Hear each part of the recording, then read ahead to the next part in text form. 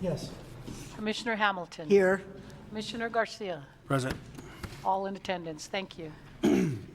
Next, we will have the employees from Growth Management Department, the Pledge of Allegiance by Brent Cavio, State Pledge by Gabe Bustos, and Moment of Reflection by Earl Wright. Welcome and thank you very much for being here.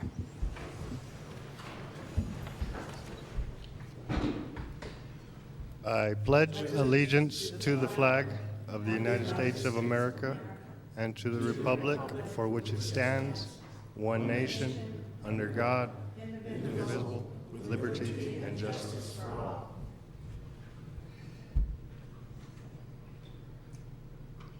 I salute the flag of the state of New Mexico, the Zia symbol of perfect friendship among united cultures.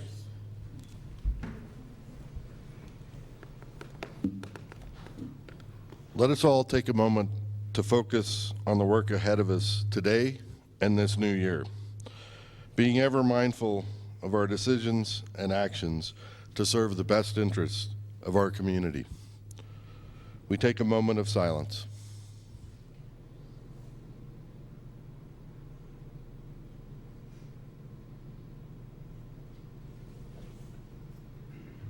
Thank you. Thank you. Thank you to the Growth Management Department.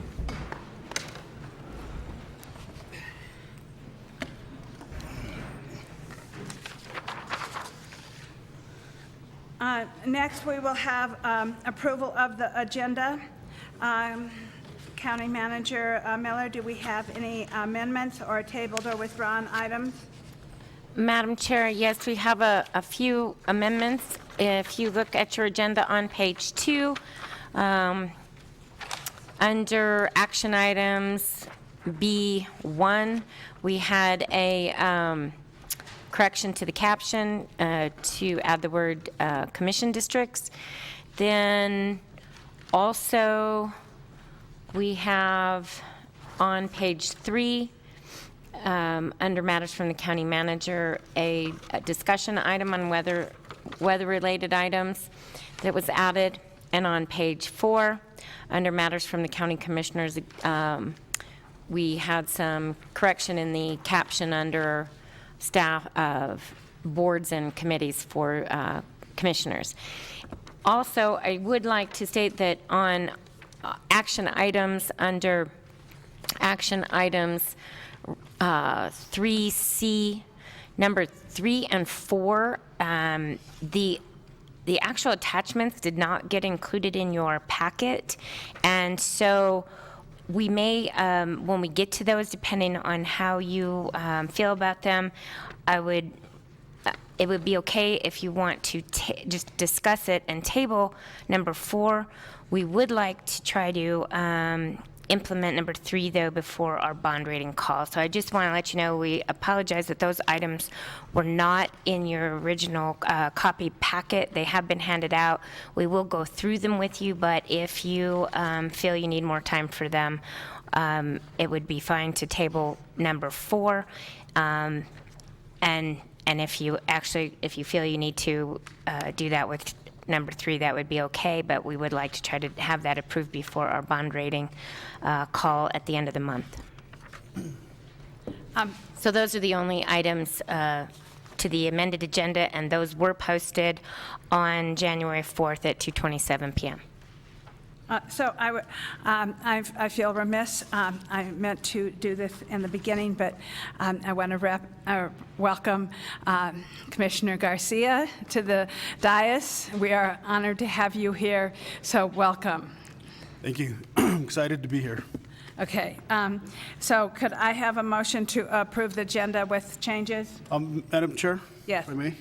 I'd actually like to see if we could, I'd like to make a motion to table items 3C, 3, and 4, the one that Manager Miller just talked about. Actually, the packet information that was submitted here, yes, it got here today, it's fairly thick, and I don't believe we have time to actually, I don't have time to actually go through this and read all of this and go through this today, so I would like to table that. Madam those Chair, 2 items. question in that regard? Yeah. Manager Miller, you expressed some time concerns about number 3.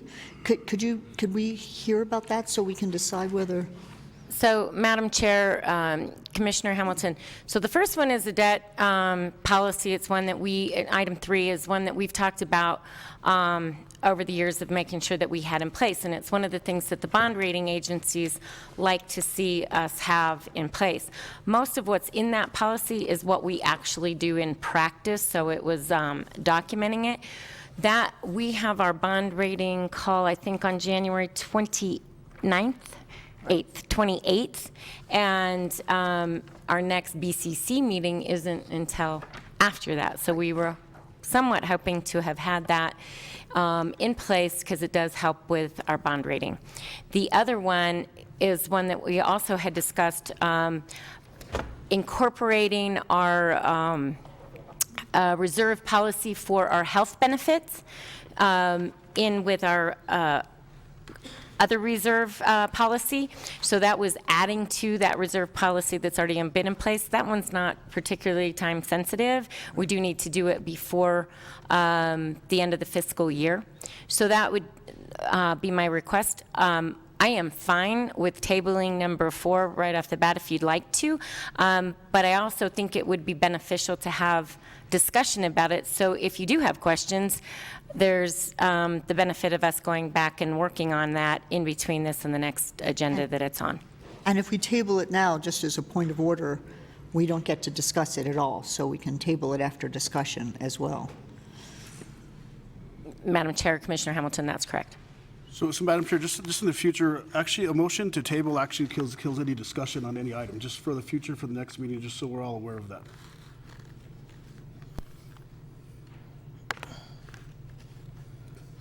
Okay.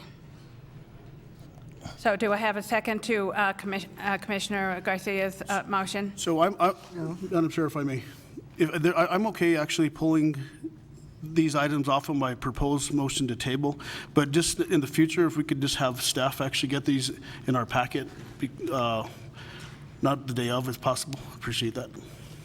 Madam Chair, Commissioner Garcia, I agree with you, and this was a matter of confusion. I actually thought they were in the packet because the resolution was in there. I didn't realize that they had not been put in. The finance director hadn't put them in because she didn't know if I had seen them, but I still thought that they would be in there for you to review. So it was a communication issue between me and the finance director.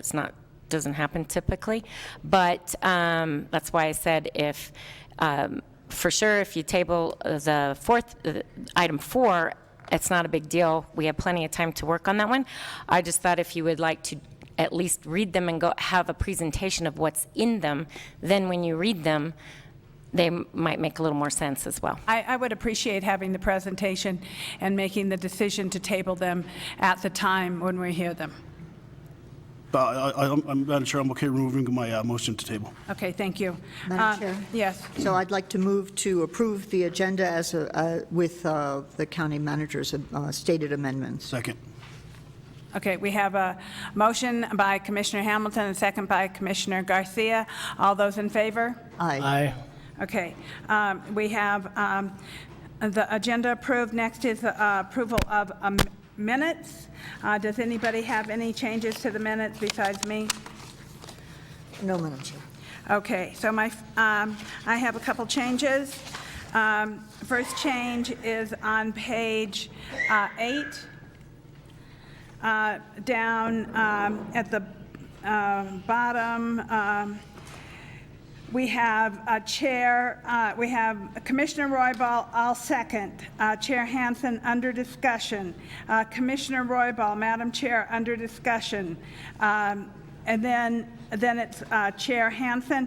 That Chair Hansen needs to be removed because everything that's said, I just also like to thank you, is Commissioner Roybal. And then on page 17, County Attorney Frederick is missing the K in your last name. It is in the middle of the page, right before Commissioner Hamilton, second line above that. I don't know how many lines down it is. It's the third paragraph, the second line from the bottom. Okay. That's all the changes I have. Can I have a motion to approve the agenda approve the minutes with changes? So move. Second. Approval by Commissioner Garcia, second by Commissioner Roybal. All those in favor? Aye. Aye. And next, we will go to our last moment of poetry for this section. And so I would like to invite John Graham up to the podium. John Graham poetry has appeared in the Laurel Review, Blue Mesa Review, Taos Journal of Poetry and Art, and other publications. He received the 2009 New Mexico Discovery Award in Poetry, and his manuscript Decrees of Freedom have been a finalist in literary competitions. Until retirement, he was the safety manager for Los Alamos National Laboratory Particle Accelerator Facility. He owns a small plane at the Santa Fe Airport and serves as a search and rescue pilot for the Civil Air Patrol. Welcome, John. Thank you very much for joining us. And you are reading 2 poems or 1 poem? The Nexus? Thank you very much. Nexus. This is what we know so far. Satellites pass overhead each hour, broadcasting their dustings of doubt. Planet or not, Pluto cleaves its neat inclination each 25 decades. Mad-hatted Saturn spins rings from aimless collisions, and the sun wreaks havoc on our transmitted existences. Volitionless bodies forever furrow up space and time. Treading a lunar illuminated path between my white stucco portico and 40 acres in total darkness, I wonder how one abides without the other. Seldom synchronous, these queries flare and extinguish beneath an abyss of constellated sky. Heaven is a temple in the days we long to go home. Earth is a classroom for the rest. Thank you. Thank you.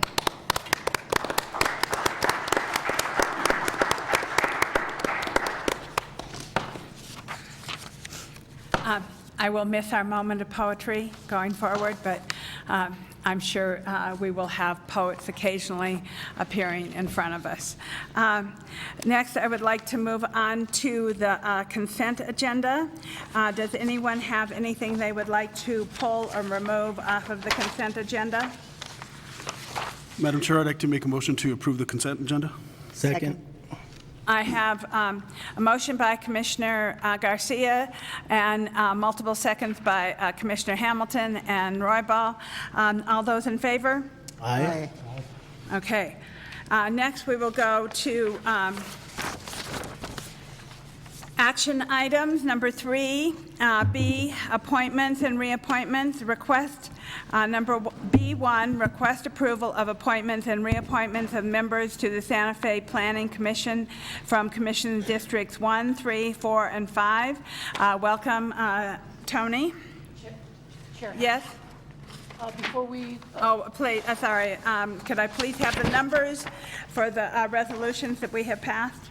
yes, within the consent agenda, the resolutions you just passed are Resolution 2019-1, Resolution number 2019-2, and Resolution number 2019-3. Thank you very much. Thank you. Thank you. Now, Thank you, Madam Chair. Good afternoon, Commissioners. Commissioner Garcia. Paul and I were laughing in the back that we actually would never believe to see you up there. So welcome to your first meeting. Madam Chair, the next item on the agenda is item 3B1. We are requesting the approval of appointments and reappointments of members to the Santa Fe County Planning Commission from Commission Districts 1, 3, 4, and 5. As the Commission knows, the Planning Commission comprises of 7 members. 5 of them are appointed by district, and then 2 of them are appointed as at-large members based upon recommendations from the Commission. We currently have District 1, 3, 4, and 5 that require either our appointment of an individual or a reappointment of an individual.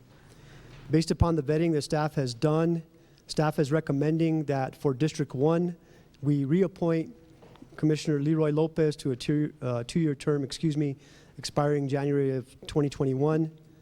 For District 3, we appoint Mr. J.J. Gonzalez for a two-year term, also expiring in January of 21. For District 4, we reappoint Commissioner Frank Katz to the same two-year term. And in District 5, we appoint Mr. Fred Raznick to the same two-year term. All the applicants and current commission members have submitted their paperwork, letters of interest, and they're included in the packet. And with that, I'll stand for questions. Commissioner Garcia? Madam Chair, I'd like to ask staff, Mr. Flores, Tony Flores, the Deputy County Manager, how did staff go about venting these applicants? Because you've seen some of the districts, there's actually 2, 3 applicants, and some of the other districts, there's 4 applicants. So, Madam Chair, Commissioner Garcia, staff takes a look at a couple of things. One, we look at the existing structure of the commission. The land use or growth management staff, as we know it now, sits down and tries to understand what that individual applicant that either we're asking for an appointment or reappointment can bring to the commission. So we look at experience with Planning Commission. We look at experience that they bring in their professional life to the county. And based upon those criteria, staff in the county manager's office evaluated each of those, and those are the recommendations we brought forward. Thank you. Commissioner Roybal? I had a similar question, so it was answered. I know that there's several districts that are involved, but I want to make a motion to move for at least District 1, the reappointment of Leroy Lopez. Okay, I have a motion to appoint Leroy Lopez to District 1. Do I have a second? Second. I have a second by Commissioner Garcia. All those in favor? Aye. Aye. Madam Chair, I'd actually like to make a motion for District 3 to move with J.J. Gonzalez. I have a motion by Commissioner Garcia for J.J. Gonzalez to I'll District second. 3. Do I have a second? I'll second. Second by Commissioner Roybal. All those in favor? Aye. Aye. Okay, Madam Chair. Yes. I'll move for District 4 to reappoint Frank Katz. Second. I have a motion by Commissioner Hamilton to appoint Frank Katz, and a second by Commissioner Garcia. All those in favor? Aye. Aye. Okay. District 5? District 5. Madam Chair, I'm honored to recommend Fred Resnick Second. as District 5. I have a motion by Commissioner Moreno, a second by Commissioner Garcia. All those in favor? Aye. Aye. Okay. We have appointed all of the Planning Commission members, so thank you very much, Mr. Flores. Next. The next item on the agenda, Madam Chair, is item 3B2. This is dealing with the appointments and reappointments of board members to the Santa Fe County Ethics Board. As the board knows, we have a 5-member ethics board. Those are at-large members and not assigned to a particular district. We currently have 1 vacancy on the ethics board, and we have a request to reappoint the 4 existing members that have remained on the ethics board. We've brought this up before this ethics board after it was re-stood up to work on the changes that the commission has requested. We feel that with the reappointment of the 4 existing members, we maintain some continuity to the work that they've done and brought before this board on 2 occasions.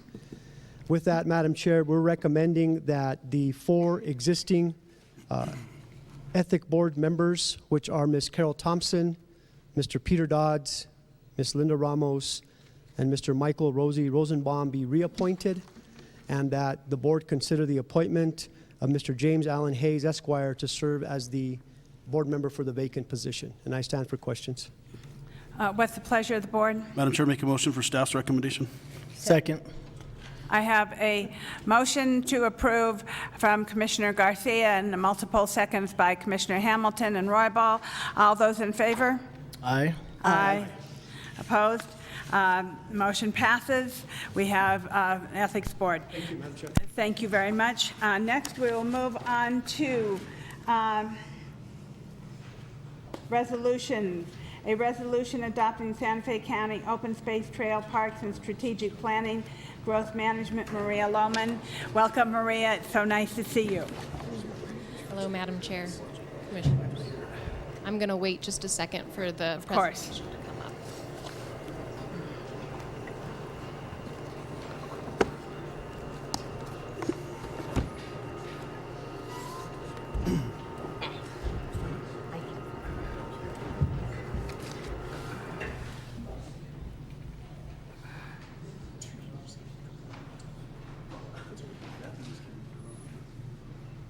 Okay, we're also, I'm hoping to get it on screen.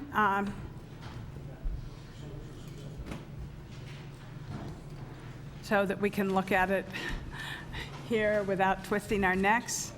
So the presentation that I'm hoping to show you is excerpts from the plan that is included in your packet. If I need to, I can direct you to the pages. It seems like, do we have a signal? Do you have a signal in your desk? Yeah. I do not. Commissioner Hamilton, do you? And I do not either. Sure. Okay. Anyhow, we can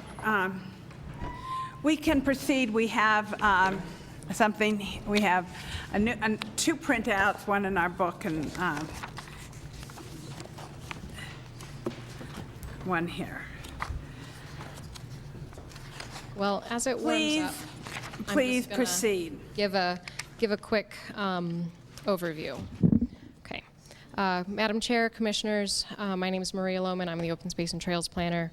I'm here today to give you a brief overview of the Santa Fe County Open Space, Trails, and Parks Strategic Management Plan. This plan builds on the work that was started in 2000 with the creation of COLPAC, the adoption of the Open Land and Trails Plan from 2000, and the voter approval of $20 million to acquire open space property for conservation and recreation purposes. What? And that we've been continuing Maria, for the would you last 20 years. speak a little closer to the microphone? Sure. Okay, thank you. Okay. So Madam Chair, also, can you explain the $2 million thing you just said, please? Voters approved $20 million in bond money in 1998 and 2000 to acquire open space property for conservation purposes and recreation purposes. And that started the open space program as we know it today. So this plan that's before you was developed in alignment with a sustainable growth management plan in order to guide the open space program, which I might refer to as OSTP, because that's how I've been referring to it for a while, to guide the program forward for the next 20 years. The first part of my presentation today will be going over the plan framework and how this plan outlines the important values and goals of the open space program. And then I will quickly go over what the plan itself includes. Okay, this is gonna take a while. So the focus of the open space program has shifted over the last 20 years from acquisition to resource management and the creating unique and meaningful outdoor experiences. Technical difficulties. Okay, I went backwards, my bad. Okay, there we go. This is a very large document. We have some really incredible images, so I was just thinking it was taking a little while to load, but user error. Okay.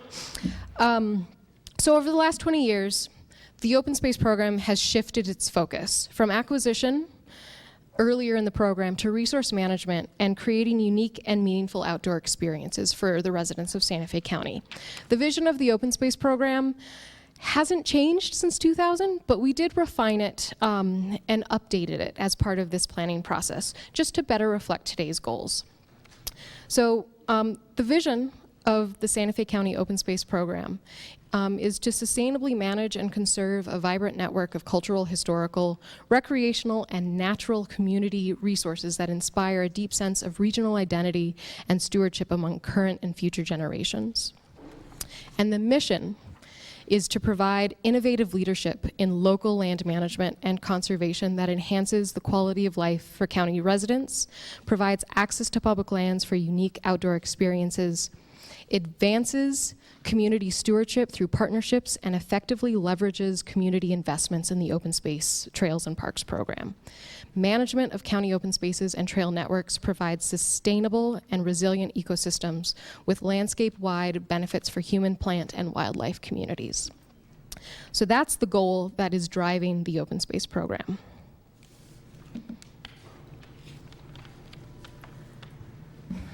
The Sustainable Growth Management Plan is the county's overarching policy document that outlines goals and principles that underlie what and how the county moves toward providing services and guiding development. The SGMP outlines 3 principles, which you can see on this chart: environmental responsibility, economic strength and diversity, and community livability and quality of life. There are also what are called keys of sustainability, and together the SGMP principles and the keys to sustainability are high-level principles towards implementing the SGMP goals relating to open space. So this strategic plan uses the SGMP to outline what we are calling OSTP directives. And all of the SGMP goals, including economic development, public health, protection of natural and cultural resources, creating a countywide network of open space and trails, all of those are inherent in the OSTP directives. And these directives will guide the open space program strategies and actions that I'll outline in a little bit. So the 3 OSTP directives are Santa Fe County will lead by example to demonstrate innovative science-based and collaborative land management practices that promote natural, cultural, conservation, environmental, habitat restoration, and adaptability.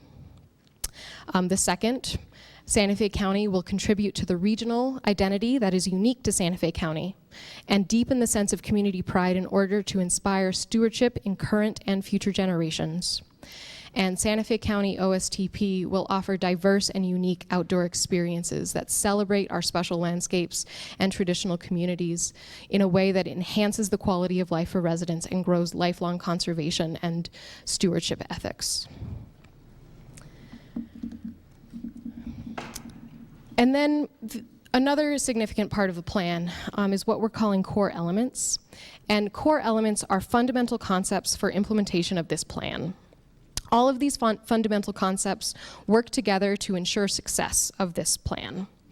And I'm not going to read all of that because that's a lot, but the headlines, we're working together. Conservation and recreation are mutually beneficial. Diverse support, we need diverse support from everyone in our communities. We need to minimize impact. Stewardship and education is very, very important. We need to respect and value the cultural identity of our place. We need science-based management to help us make decisions, and we need stable funding. And as I said before, all of these are fundamental concepts to ensure success. Okay, so now I'm going to talk about what's in the plan, the different parts. So Chapter 1 is the history of the program, and it outlines past projects and planning. It includes a timeline of different program highlights. This is really fun to look through. There's also a description of all the different open space properties and what makes each of them so special. And I'm not going to go over any of that right now today, but I do want to highlight a special section in this chapter called Management Landscapes. These are new designations that we are highlighting in this plan in order to focus project areas. And I'm also going to talk about property classifications in a little bit too. Okay. So management landscapes focus project areas and opportunities for collaborative landscape-wide management with partners. Regional trail corridors also have been identified to connect these management landscapes, and there are 6 of them. We have the Thornton Ranch Lamy Management Landscape, Madrid Cerrillos, the La Cienega area, the Foothills Trail area, the San Pedro area, and Los Potreros. And this will, again, guide how we manage each of these different habitat types in particular. We also classified each open space property in order to guide the intensity and access the intensity of access and development at each property. For example, Arroyo Hondo Open Space is a well-loved property. It has 3 miles of trails that are open to the public. But we have now classified this property as a Class 1 conservation area, which means that while these trails are open to the public, we may need to close the area temporarily for habitat restoration projects or a seasonal nesting bird population or something like that. We've also classified trails and parks. And the details are in the plan, which is in your packet. So now Chapter 2 is our strategy section, and this describes the issues, objectives, and actions for the open space program. Key issues identify needs and challenges that have slowed progress towards implementation of our vision. Objectives identify the approach to address the issues, and actions are the tools used to make progress towards the objective. So you can see here, the objectives and actions are organized into 4 categories. This is the planning and program development section where we've identified the objectives relating to that topic. We also have objectives and actions related to resource management, educational programming and stewardship, as well as project development and implementation. And we've used these 4 categories throughout the plan to help us guide projects and based on the different open space staffing organization. And generally, throughout all 4 of these categories, we've identified that objectives can be grouped into educational programming and events, coordination, messaging and outreach, partnership development and enhancement, resource management, program development and analysis, capacity building, project development and implementation, and funding. So Chapter 3 is kind of the meat of this plan. It's the work plan. The chapter includes priority actions for years 1 through 5, as well as project actions for the program for the next 20 years. And this section of the plan is considered a living document and will be updated annually in order to clearly outline and communicate priority projects and focus areas in the years to come. So the short range work plan outlines projects for the next 5 years. In years 1 and 2, priority projects have been identified for each of the sections, the OSTP sections, and they're highlighted. You can see those are the colored items. And there are also additional projects that we know that we need to do listed here as well. And you can see in year 1, the projects are very specific. And in years 2, they're a little less specific. And again, in years 3 through 5, they're even less specific still. But we will update this annually to make sure that it reflects how we're moving forward. And then we've done the same thing in the long-range work plan, but on a 20-year time frame. And we did this because it helps us to understand resource and staff capacity issues in the long term.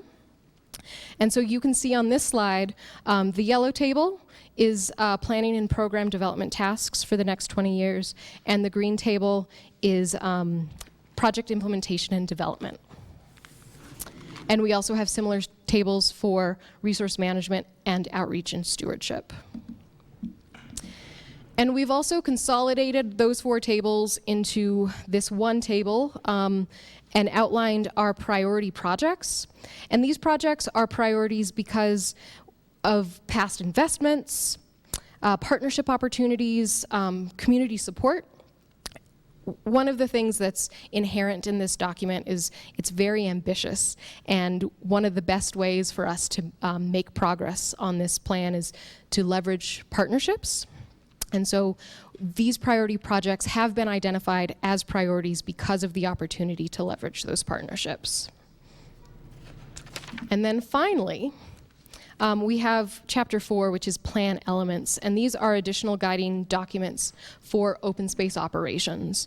This section will be amended as additional documents are developed, and right now this section includes best management practices towards managing all of our open space properties throughout the county.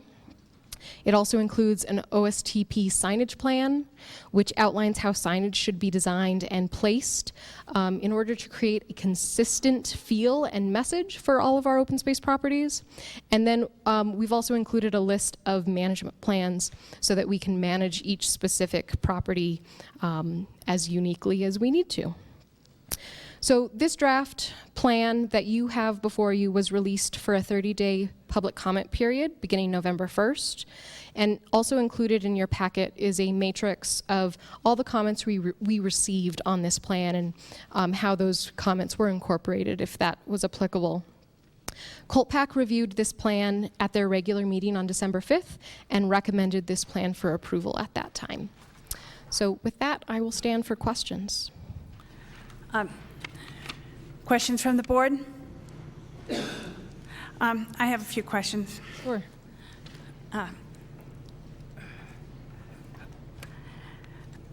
So I'm going to go to the original plan because that's what I read at home. So on page, I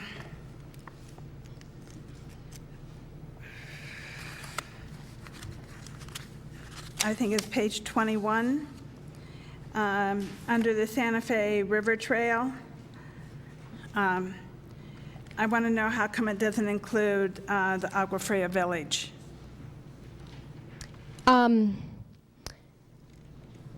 It does. We certainly can include it, that the trail does go through Agua Fria Village. It just isn't stated here, so, and I know that it does, but it's not mentioned. And the reason that La Cieneguilla and La Cienega were called out was because that's where the trail will eventually get to. So I can certainly include Agua Fria in the description of where it exists It's just now. that we have a whole section that has not been completed on the river trail, even though it is under, Right. It is being worked on, but it's, but I do want to say, Maria, fantastic what you have done. Thank you. And it's incredibly impressive, and thank you.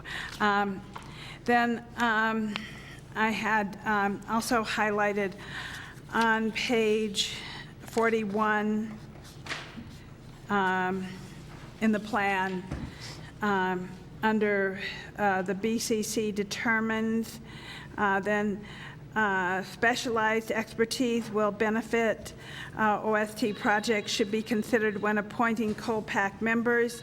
I just, to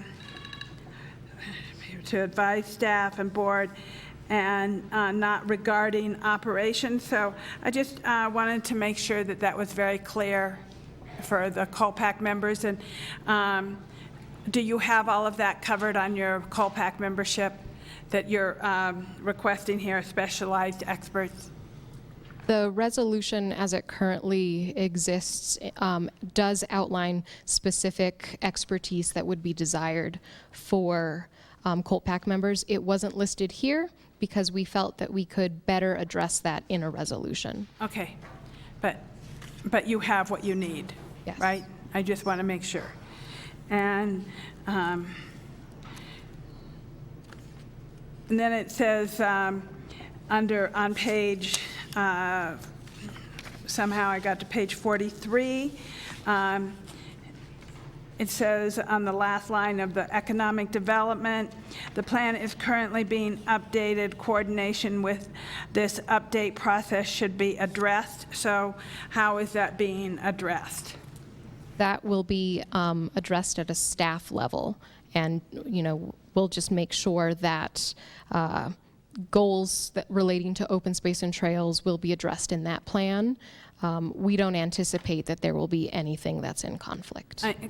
Madam Chair, can you repeat your question? Please? I didn't get it. I'm on page 43 of the plan in our book, and it's on the Santa Fe County Economic Development Plan. And I wanted to know how the plan is currently being updated. Coordination with this update process should be addressed in relationship to the Santa Fe County Economic Development Plan.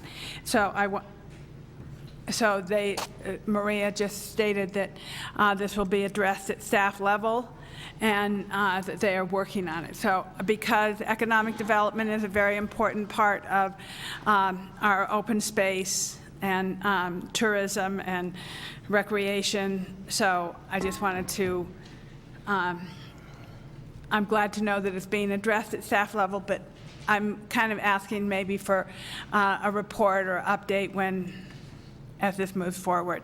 I know that both Commissioner Garcia and myself, and I believe all of the commissioners, are really concerned about economic development, and so that was just one of my questions.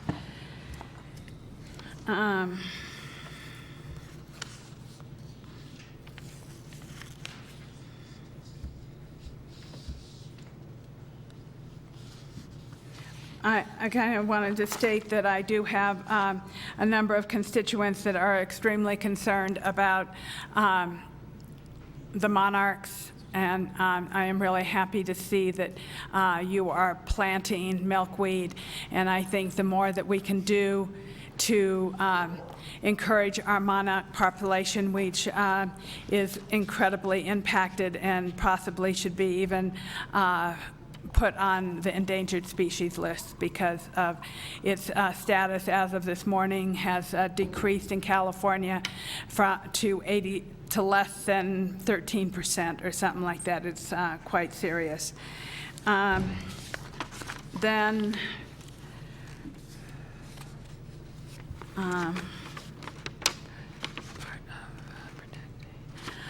So I have this note here, part of protection is the plastic trash that we have in our county, and I wanted to know how you were dealing with that, because even though we are not necessarily near a waterway, the impact of plastic on our animal and aquatic life is incredibly serious to me.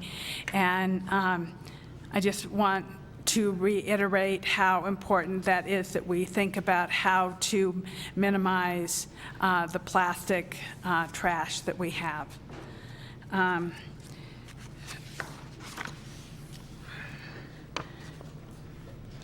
And then on page 52, we have action 2.4, train staff in safe herbicide application.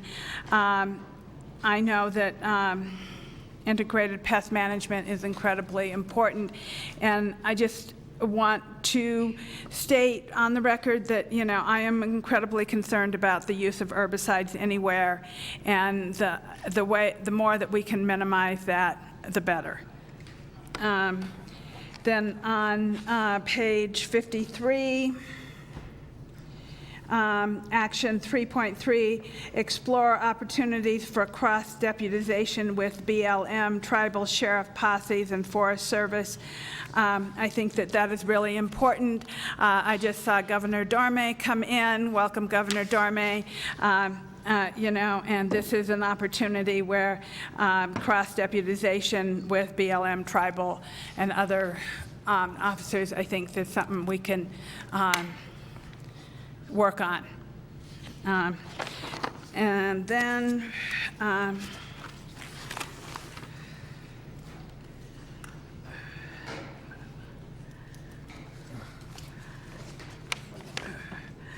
I marked your photo monitoring, but probably I really, as a photographer, I appreciate all the photos you have, and I think I just want to encourage the more photos that you have, the better. I think it is a really great way of monitoring. I guess I'm now in the next section. The Santa Fe County Open Space Best Manuals Practice, which Ecotone did, which I thought was a really impressive document. And thank you for including that. Then, because on page 31 of 103 in the Ecotone, it talks about the greenhouse gas emissions regulation, and I just, want to remind you that we joined the Paris Accord and we're still in, so I appreciate you having that in here.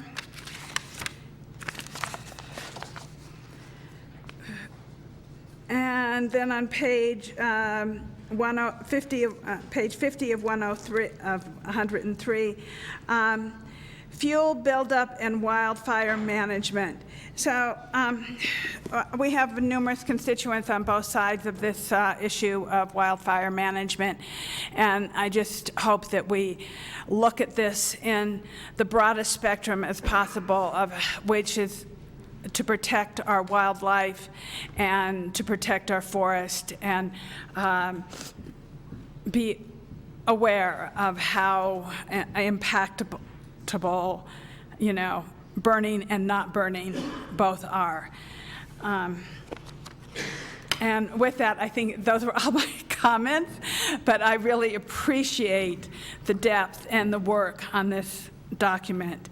And I wanted you to know that I read it and am concerned and appreciate the hard work that has gone into this, because I really think this is an important document, is an important part of Santa Fe County, our open space.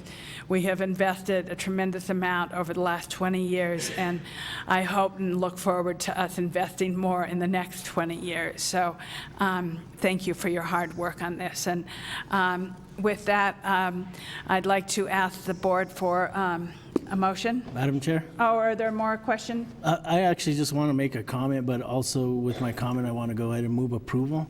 I just want to thank staff. You guys have done a great job, and I really appreciate your presentation. Good job. Thank you. And Commissioner Moreno? Thank you. Thank you, Madam Chair.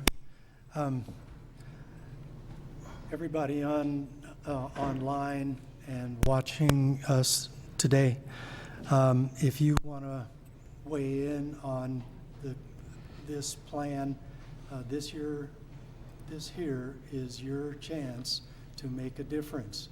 So let's have some good input so that the plan can be the best it can be. Thank you. Comments from Commissioner Garcia? Yes, very good presentation, thank you. Pictures are very well as well. On page 51, we actually talk about educating the public. How are we, or what will we be doing to educate the public the importance of their trails? That is actually one of the things that is in the year one project list. I think that it is one of the most important things that we can do right now. And there are a bunch of opportunities that we have for educating the public, not just about the trails and the open space properties that are a well-kept secret. And I know that lots of people would like to keep it that way. But I think that there's a lot of opportunity for learning about the different species and the different incredible habitats that we have here in Santa Fe County. So there's a lot of one-on-one opportunities, taking people on hikes and learning about birds and horned lizards and the history of the Ortiz mine, for example.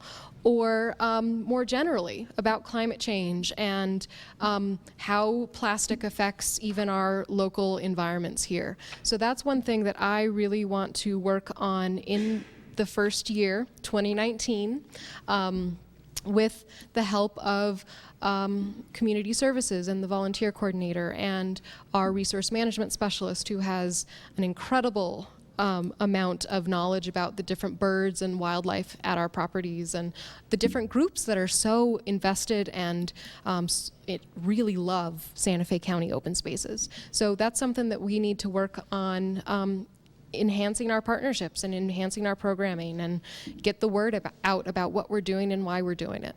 So really quick, Madam Chair, actually just a really quick story. Maria and I and about 7 other people went on this hike one day in the Ortiz Mountains, the highest mountain in Santa Fe County, besides the Baldy and those ones here on the east side.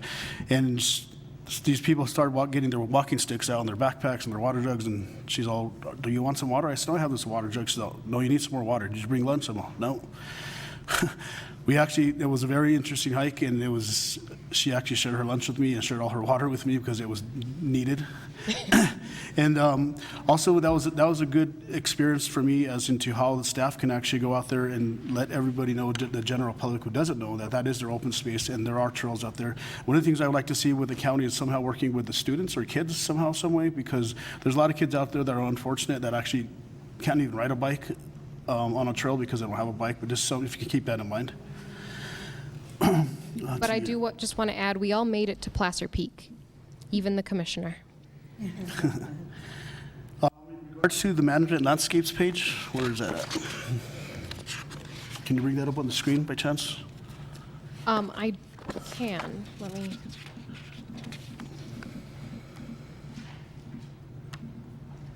So And those, there are also zoomed in pictures. okay, so those management landscapes are the actually 6 that we're going to start with? So Because we have a lot more property than these. yes, and what this management landscapes designation does is it groups multiple properties, except in a few instances. So on the following pages in your plan, following page 25, so 26, 27 through page 31 are each of the individual landscapes. And you can see that we've grouped different properties into these landscapes because they have similar management needs or goals. There are only a couple that have singular open space properties, and that's San Pedro and Los Potreros open space. And the reason that those are by themselves is because of their adjacency to other public lands. So we are able to manage on a landscape-wide scale in partnership with BLM or Forest Service, depending on the different property. Thank you, Madam Chair. In regards to the strategy section, what is the time frame for all this? Is it a month away? I understand it's so. I'd like to see what the actual time frame is, so that way we can set some sort of parameters where we're going to be at in 2 months, 6 months, 8 months, 5 years. Sure. Madam Chair, Commissioner, the strategy section, Chapter 2, that is intended to be general enough that these strategies will guide us for the next 20 years or the life of this plan. But the following chapter, Chapter 3, is the work plan, and that guides us on annual increments, but also helps us expand and program out things for the next 20 years. So the Chapter 3 in particular, that section will be updated annually with our projects list, our priorities, how we know we need to budget different projects if we need to go out for additional expertise, that kind of thing. And then really quick, we have spent the $20 million, right? Yes. So can you go to Chapter 3, the work plan, Yeah. action 1 through 5? And the La Senegal project, which project is that? So there's a lot going on at La Cienega Open Space. Right now, we are doing there is a management plan for that property that goes into a lot more specifics than what this strategic management plan does. And that plan called for some environmental restoration, some opportunities for stewardship events with the community. So we're working towards implementing that plan, doing actually in September, I think, we did some milkweed planting along the Santa Fe River on that property with community members. I think we planted 150 milkweed plants. So we're doing those kinds of things. But there are also some maybe larger needs that we need to do, that we need to take care of, some additional planning that we can do with the communities. So all of those milkweeds are in my district now? Because they all went down the river, right? Nope, Still there? they're still Good. there. Let's see, a couple more questions. In regards to economic development, I think that's actually an excellent idea. Several years ago, 2 years ago, Representative Jim Trujillo actually worked with a gentleman by the name of Andres, where he actually wanted to promote through economic development, which the governor signed $50,000, and that was actually to work with the national parks in order to put a nice monument out there. And I said, how does this work with economic development? So what it actually helped is everybody that goes to state parks, that travels the state parks throughout the country. So they actually just created a new stop there. So it brings people to see what the Glorieta Monument was. So I definitely understand how economic development could work. Thank you. Thank you. Thank you, Commissioner Garcia. Just one more comment from me. As a graphic designer, I am incredibly fond of fonts, and I really appreciate the fonts that you are using and the signage. I really like that, and I thought they all looked really beautiful, and I love the consistency, and so I really just wanted to recognize you on that also. So I believe that Commissioner Roybal, you made a motion to approve. Do I have a second?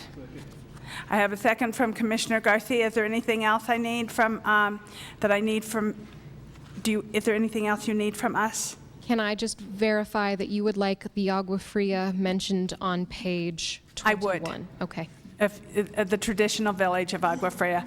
I know my constituents would be happy to see that in there if any of them read it. So I have a motion and a second. All those in favor? Aye. Aye.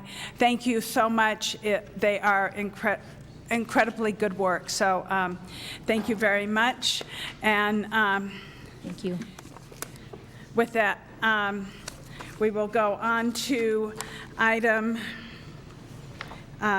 C2, a resolution modifying the Santa Fe County Fire Department's volunteer recruitment and retention incentive program and rescinding resolution 2007-158 as amended by resolution number 2009-10 and 2014-62. Chief Sperling, but one more thing, I have to go back to resolution and get the resolution number from Clerk Salazar. Chair Hansen, the resolution you just passed is Resolution 2019, number 4. Okay, thank you very much. And Chief Sperling, and also I would just also like to recognize Governor Mitchell. Thank you for being here also. And Chief Sperling, welcome. Thank you, Madam Chair. As members of the commission, can you hear me? Okay. When that stops, we can hear you. Sorry. I'm here today to bring forward a resolution modifying our volunteer recruitment and retention incentive program by rescinding a couple of previous resolutions and coming forward with something new. Joining me today is District Chief from Galisteo, Jean Moya. She is also president of the District Chiefs Association. And what I thought I'd do is just introduce to you what we have brought forward. She said she would like to make a couple of comments, if that's possible, and then we'll stand for any questions that you may have. Yes, please welcome Chief Moya, and of course she can make comments.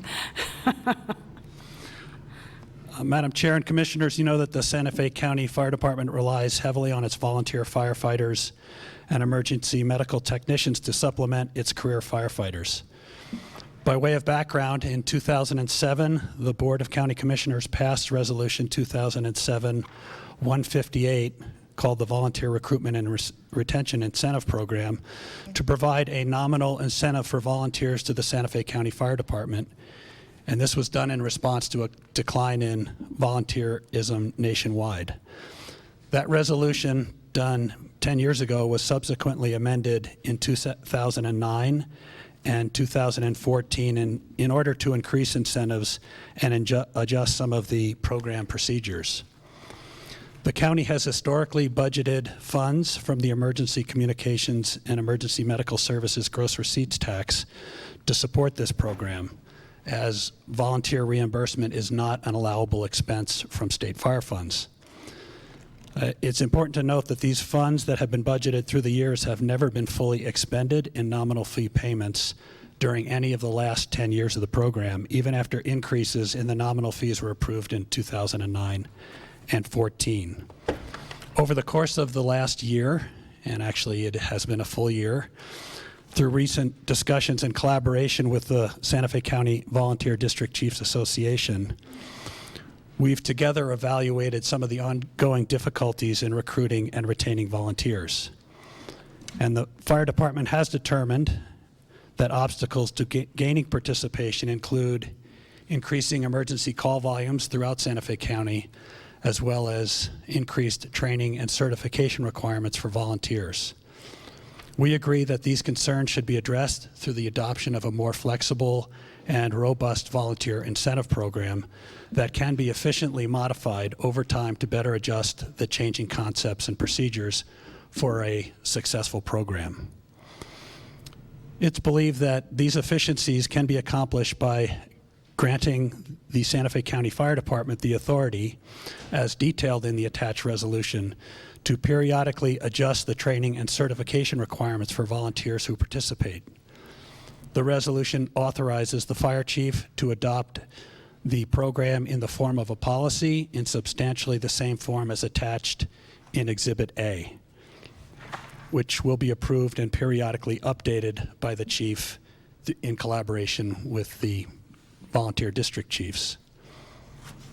The resolution also allows the fire chief the necessary flexibility to periodically adjust the nominal fee paid to volunteers, the fee hereby requested at $9 for each approved training and fire prevention activity, and $14 for each emergency response, could be amended after July 1st of 2020, no more than once annually, and in increments of no more than 3% of the existing nominal fee. It's important to note that the fire chief will always be constrained by the amount budgeted annually for the program, if any, by the Board of County Commissioners, and the laws restricting the amount of the nominal fee allowed for volunteer firefighters. The current fee of the program is $8 for each approved training and $11 for response. So you can see that there's an increase of $1 for training purposes and an increase of $3 per fire response. We have also incorporated in the new program a fire prevention component, allowing us to provide a nominal fee of $9 for approved fire prevention activities participated in by the district volunteers. Such activities might be education and fire prevention activities related to schools and so forth. The fire department requests the board to grant the fire department the necessary flexibility to periodically review and improve its signature program to recruit and retain volunteer firefighters and emergency medical technicians by approving the attached resolution modifying our existing program and rescinding resolutions 2007-158, 2009-10, and 2014-62. With that, I thank you for your consideration. And if Chief Moya would like to make a few comments.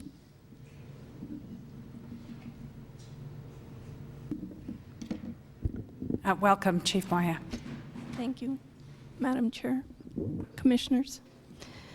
Thank you for the opportunity to speak as President of the Santa Fe County Chiefs Association on behalf of the 14 district chiefs, along with the support of Chief Sperling. Throughout the years, the Board of County Commissioners have been extremely supportive of the volunteers. We thank you for that, and we look forward to working with you in the future, along with new Commissioner Garcia. As you are aware, volunteers are a vital part of the day-to-day operations of Santa Fe County Fire Department, supplementing the career firefighters and emergency medical providers. One of our greatest tasks as district chiefs is recruitment, training, and retention of our volunteers.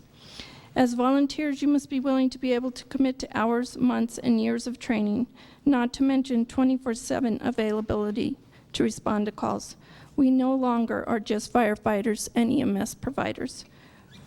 We are now jack of all trades to respond to any emergency. Most of our volunteers also have full-time jobs. That is why the volunteer recruitment and retention program is so important to Santa Fe County Fire Department. It allows us to acknowledge each and every volunteer firefighter with a small token of appreciation for their dedication and commitment to this organization. The amended resolution would allow the fire chief, in collaboration with the volunteer district chiefs, to have more flexibility with the volunteer incentive program in order to keep the organization moving forward in the right direction for the future. Thank you very much. Thank you, Chief Moya. Commissioner Hamilton? So first I want to thank Chief Moya for coming and recognize we have another chief sitting in the audience, Chief Hamilton at Gloria de Paz. And then, since I'm also a volunteer firefighter, I'd like to recuse myself from any further action or discussion, so I excuse myself. But thank you very much for coming. Thank you, Commissioner Hamilton. With that, what is the pleasure of the board? I'd like to make a couple of comments. Yes. Okay, Madam Chair, first of all, thank you for all the volunteers, the firefighting volunteers, the 14 district chiefs. To yourself, Chief Moya, I've known your family since roughly 1993 through your dad and some extended family members. And thank your family for being very long time fire department volunteers. Thank you for that. I was actually in HR today, and I saw this poster, and I thought this is a really cool poster that we have for Santa Fe County. It actually has this here that says, now hiring Sheriff's Department. And I was wondering if we actually have some sort of budget or something to that effect where we can put this all over town and say all over town community centers, possibly schools, VOTEC, if we could just keep this in mind, if we can do something similar to this, would be a great idea. Might help out. Madam Chair, thank you, Commissioner Garcia. And actually, we have purchased a number of posters through some grant funding that we received from the International Association of Fire Chiefs. And they have been posted at districts and elsewhere around Santa Fe County. I think we can probably incorporate them into senior centers or community centers, not necessarily senior centers. And although a number of our volunteers are on the graying side, and they do a wonderful job. But I don't know about senior centers, as I say. But we can do a little more outreach. I think that's a great idea. Thank you. Madam Chair? Yes. I also want to just, say I'm really excited to see these changes and that we're, trying to find ways of keeping our volunteers. They're the unsung heroes for our neighborhood. Without them, they, a lot of times they're one of the first ones to respond, to a neighborhood where there's an issue that they need to be at. So, we can't emphasize enough the importance of these volunteers. So thank you guys for doing this. And, I'd also like to make a motion for approval if there hasn't one. Okay. Commissioner Moreno. Oh, sorry. Thank you, Madam Chair. I think this is a really great program. I would like to see it spread around the country and in other areas like education and medicine. And this could be a model that brings forth a lot of volunteerism in this community, and we really need it now. Thank you. Thank you for this program. Thank you. I have a motion from Commissioner Roybal and a second by Commissioner Garcia. All those in favor? Aye. Thank you very much. The resolution passes. Can I have a number, please? Chair Hansen, the resolution you just passed as a board is Resolution 2019-5. Okay, next, we would like to go on to item number 3C3, a resolution adopting Santa Fe County debt management policy. And I just want to be clear about what you said earlier, County Manager Miller, that we need to approve this by January. Is this the motion that we need? Madam Chair, so we have a rating agency call on the 29th, but I was talking to Stephanie, even if you want to, I think our next BCC meeting is the 29th. So if you want to just allow us to present both of these items, go through them, and defer the vote till the 29th, I think that will be fine too. So I completely understand if you have not had enough time to review these policies, but I think it'll be okay because even though we do our call on the 29th, we still have, we provide follow-up information to the rating agency before they actually put the rating out. So it would give us time, if you do approve it on the 29th, to get it to them before they issue the rating. So I think it's fine if you want to defer the vote on both of these items until the 29th and you have more time to look at it. If you feel more comfortable with that, we're fine with that. But I would like Stephanie, what both of these policies are and what we're trying to accomplish. I would really also like to have the presentation and then make the decision at the end of the presentation to make sure that people have had an opportunity to hear the presentation and then make the decision. Madam Chair, really quick, this is for staff and Manager Miller. Has the policy changed since the last policy at all? Majorly? Madam Chair, Commissioner Garcia, we don't actually have this policy. This is what we're trying to do is put what our practices are in writing. So we have how we have handled our debt, how we've managed our debt in writing. So it was really to get that, as Stephanie goes through this, you'll see that this is pretty much how we have conducted ourselves. We've just now written it down as a policy.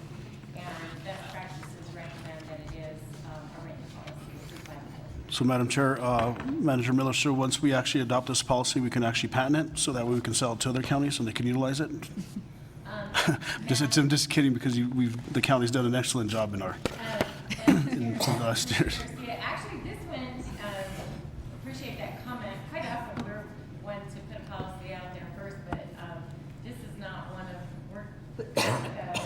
we're piggybacking on the state and other counties and locals. Right, so, but GFOA, the Government Finance Officers Association, actually provides kind of policies as well as best practices. And this follows those guidelines as well as what Stephanie said, the state treasurers.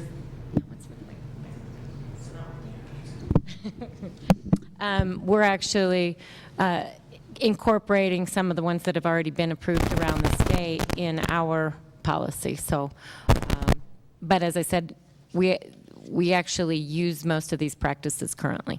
Thank you. Welcome. Hi. Thank you, Madam Chair, members of the Commission. It's nice to be presenting this before you today.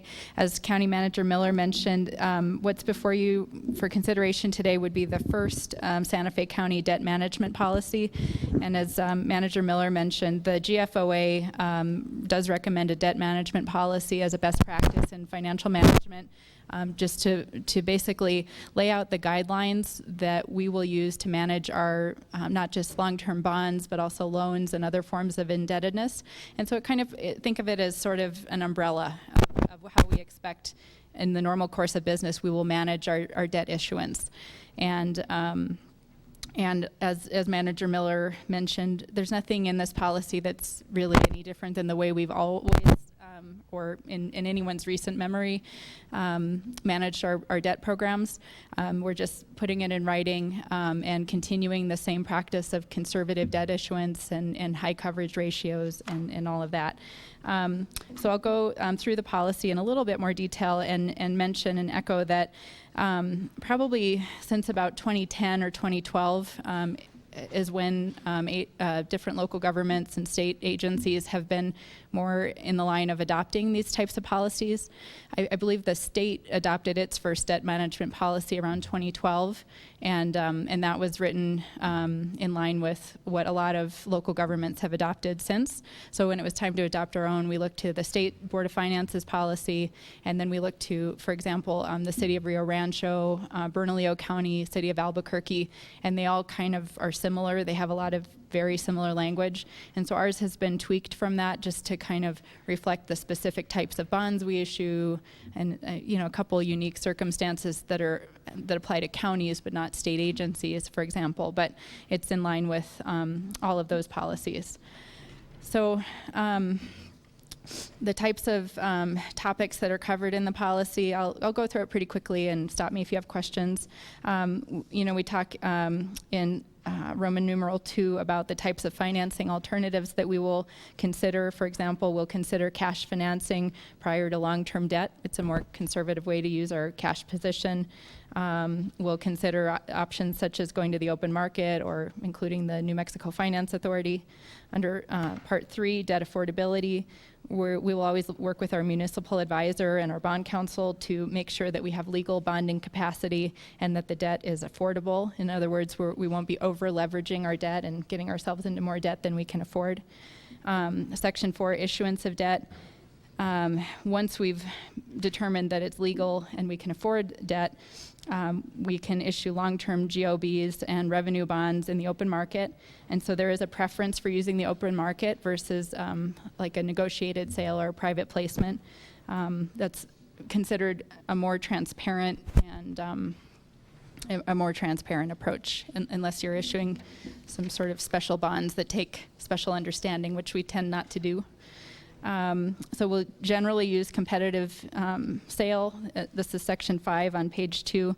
And we'll go through an online bidding platform that makes the whole process completely transparent and competitive. On 6, we talk about using bond advisors and experts that we will procure following the procurement code. And the main ones that apply to bond issuance are the municipal advisor, formerly called a financial advisor, bond counsel, and then it says that we'll also employ professional arbitrage consultants, which is part of post-issuance compliance on your earnings. On the debt structure and investment section, which is section 7, we talk about, again, just being as conservative as possible.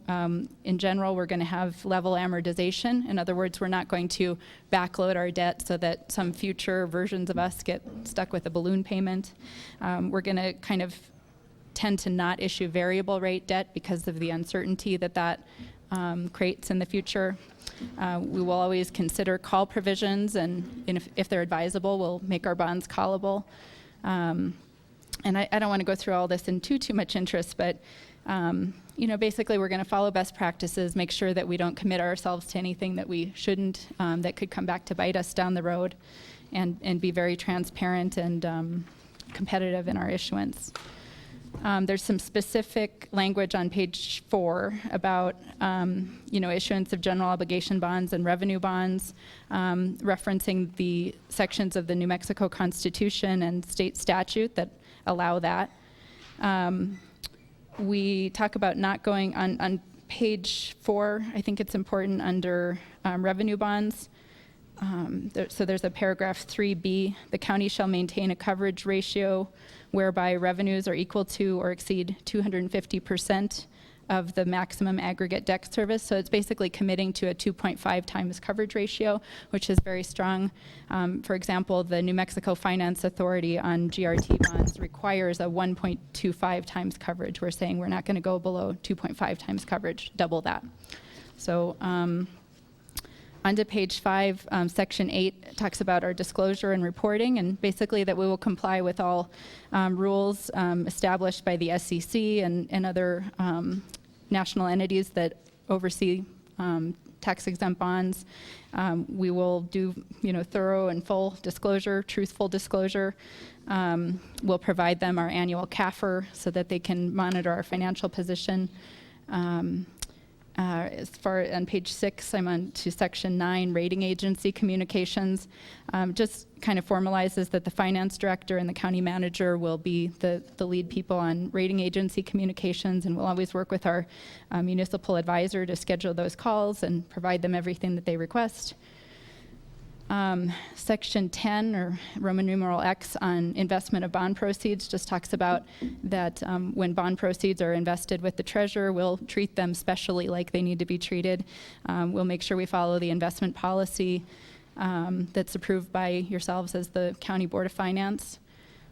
And on post-issuance compliance, which is the last section, on this area, we actually already did have a policy that was established in 2013, and so we incorporate that by reference. But that separate post-issuance tax compliance policy just basically talks about what you can and can't do with tax-exempt bond proceeds. They have to be treated very specially and carefully, and reporting if we earn arbitrage on our bonds. In other words, if we borrow at a low rate and we earn more than we're allowed to retain, that we'll calculate that and rebate it back to the IRS to comply fully. So with that, I know that's a quick rundown, but that's what's in the proposed policy, and I'd be happy to stand for any questions. Are there questions from the board? I have a couple of questions, Madam Chair. Commissioner Garcia? Under Section 7, Debt Structure and Instruments, Section 1F, Capitalized Interest, it says under city revenue bonds may require capitalized. Should that say city? And if it... You're right, that should say county. Thank you. We'll make that change in any final version. And then another question in regards to Section 2, General Obligation Bonds. Item D says it is the county's policy to schedule general obligation bond ballots on a 4-year schedule. Is that actually a policy that the county commission makes? Could it be 2-year? Could it be 4-year? Could it be 6-year? Well, and this is, Commissioner, this is the policy where you could make that. You can't do it more than every 2, just to align with the general elections. But for example, the state does it every 2 years. The county has tended to do it every 4, but this policy wouldn't stop you from scheduling them more often than 4 years or less often, but that's what has been the past practice. I'm just wondering, thank you, because we're actually, obviously it is a policy, so we are kind of creating for the next commissions, once we're gone, it actually lays out that they can do a 2, a 4-year, or a 6-year, just kind of, we're laying out the policy for the next 15, 20 years, right? She had one other question, but I think that's it. Thank you. Madam Chair? Madam Chair? Yes. Could I comment on Commissioner Garcia's question about the 4 years? Yes, of course. So the county, let's go back maybe 20 years ago, was a little more sporadic about when they did general obligation. We actually got into a pattern, and that pattern is every 4 years. And what we've tried to do with that 4-year cycle is also spread out as you're bringing on debt, you're retiring debt as well. And what we've tried to do is plan that we take the questions to the voters every 4 years, but we sell the issuance over 2 tranches. The last time it was even 3, but we did it if we go to the voters in November, we usually do our first bond sale out of that. So say we had 35 million approved. We might do 20 million the following spring and get a lot of the projects going. And those that are actually shovel ready, we'd sell that $20 million worth of bonds, get that money in, and then also in that issue do planning for the second half of the bond issue. So then in about a year or 2 after that, then we sell the other 15 million. And so our rationale behind this is that you can fund what you've already got planned for construction, and you can fund planning the next 2 years worth of construction. So it helps us spread our projects out. If you do the questions every 2 years, you're not as likely to have your projects completed by the time you go to the next bond question. And so you might be stacking them up, plus your timeline for planning is a little more difficult. If you go 6 years, that's kind of too long before you want to put it out to the voters. So that's how we've come up with that kind of 4-year schedule, and it does seem to work with sizing our bonds. And that's the other thing, is the size of the issuance. What we try to do is keep the debt service rate to the property owner the same. So if it's 2 mills per, 2 mills. It's like right now around 209, I think. But we have stayed in the range of about $1.85 to $2.10 per thousand taxable value. And so we've always, that's another thing, and we didn't put that in the policy, but that is something that we try to do it, but it's always up to the board. At the end of the day, it's up to the board to say when you would like to go out to the voters for a bond question. But that just to kind of give you how we got to that every 4-year cycle. It kind of evolved over time and has probably for the last 16 years, so the last 16 to 20 years has been our cycle. Thank you. Commissioner Hamilton? Thank you. So, in part, looking at the number 3, the debt affordability, made me think of the relationship of this process, especially in the second paragraph of looking at countywide debt affordability. First of all, it does seem to me that we have done, and especially given what Manager Miller just summarized, a pretty good job at looking at affordability and whatnot. But this is the way, I mean, this is addressing, process for the way we fund a lot of capital investments. And capital planning is part, but not necessarily a part of strategic planning. And we've talked this year about, at least we've had some discussions about, looking at that capital planning. And it seems to me that that this would be a good thing to introduce and incorporate in that as, first of all, a briefing to the commissioners as part of that capital planning. And frankly, the very first thing that occurred to me was that, the discussion here has to do with potentially looking at advisors to do this. But this is something I believe that you guys do as a matter of course and can be well integrated into that sort of rolling planning that we have been making this big effort recently to do. Right. And if I may respond to that, Madam Chair and Commissioner Hamilton, the debt affordability study, calling it that is a little bit more formalized, I think, than what's been done in the past. Certainly, Finance Division and the County Manager's Office are routinely looking at debt affordability and, sizing capacity and working with the financial advisor to figure out basically how much we can afford to borrow and on what terms. But what I'm envisioning here is a roughly annual informational presentation to you that just gives you metrics to comparing, like how our debt ratios, like for example, how much debt do we have per capita? How those ratios are trending over time and where they will go if we issue what we plan to issue over the next 5 years. So it would be more informative, I think, to get that regularly. Right. Well, I think that's really valuable and important, and I'm glad to see it in here. It was very thoughtful, wise of you to incorporate this, but I think it clearly does fit in with what we've been attempting to do and are attempting to improve our process on. Thank you. Any other questions from the board? Just really one last comment. I think Santa Fe County sits very well, and it starts to do anywhere from the residents that are moving here, the residents that live here, anywhere from the tax assessor actually picking up the valuation, to the treasurer collecting the valuation, to the management staff overseeing the financial aspects of Santa Fe County, to anywhere from the road department to helping with the roads, land planning, all this stuff. I think Santa Fe County sits in a very, very good position.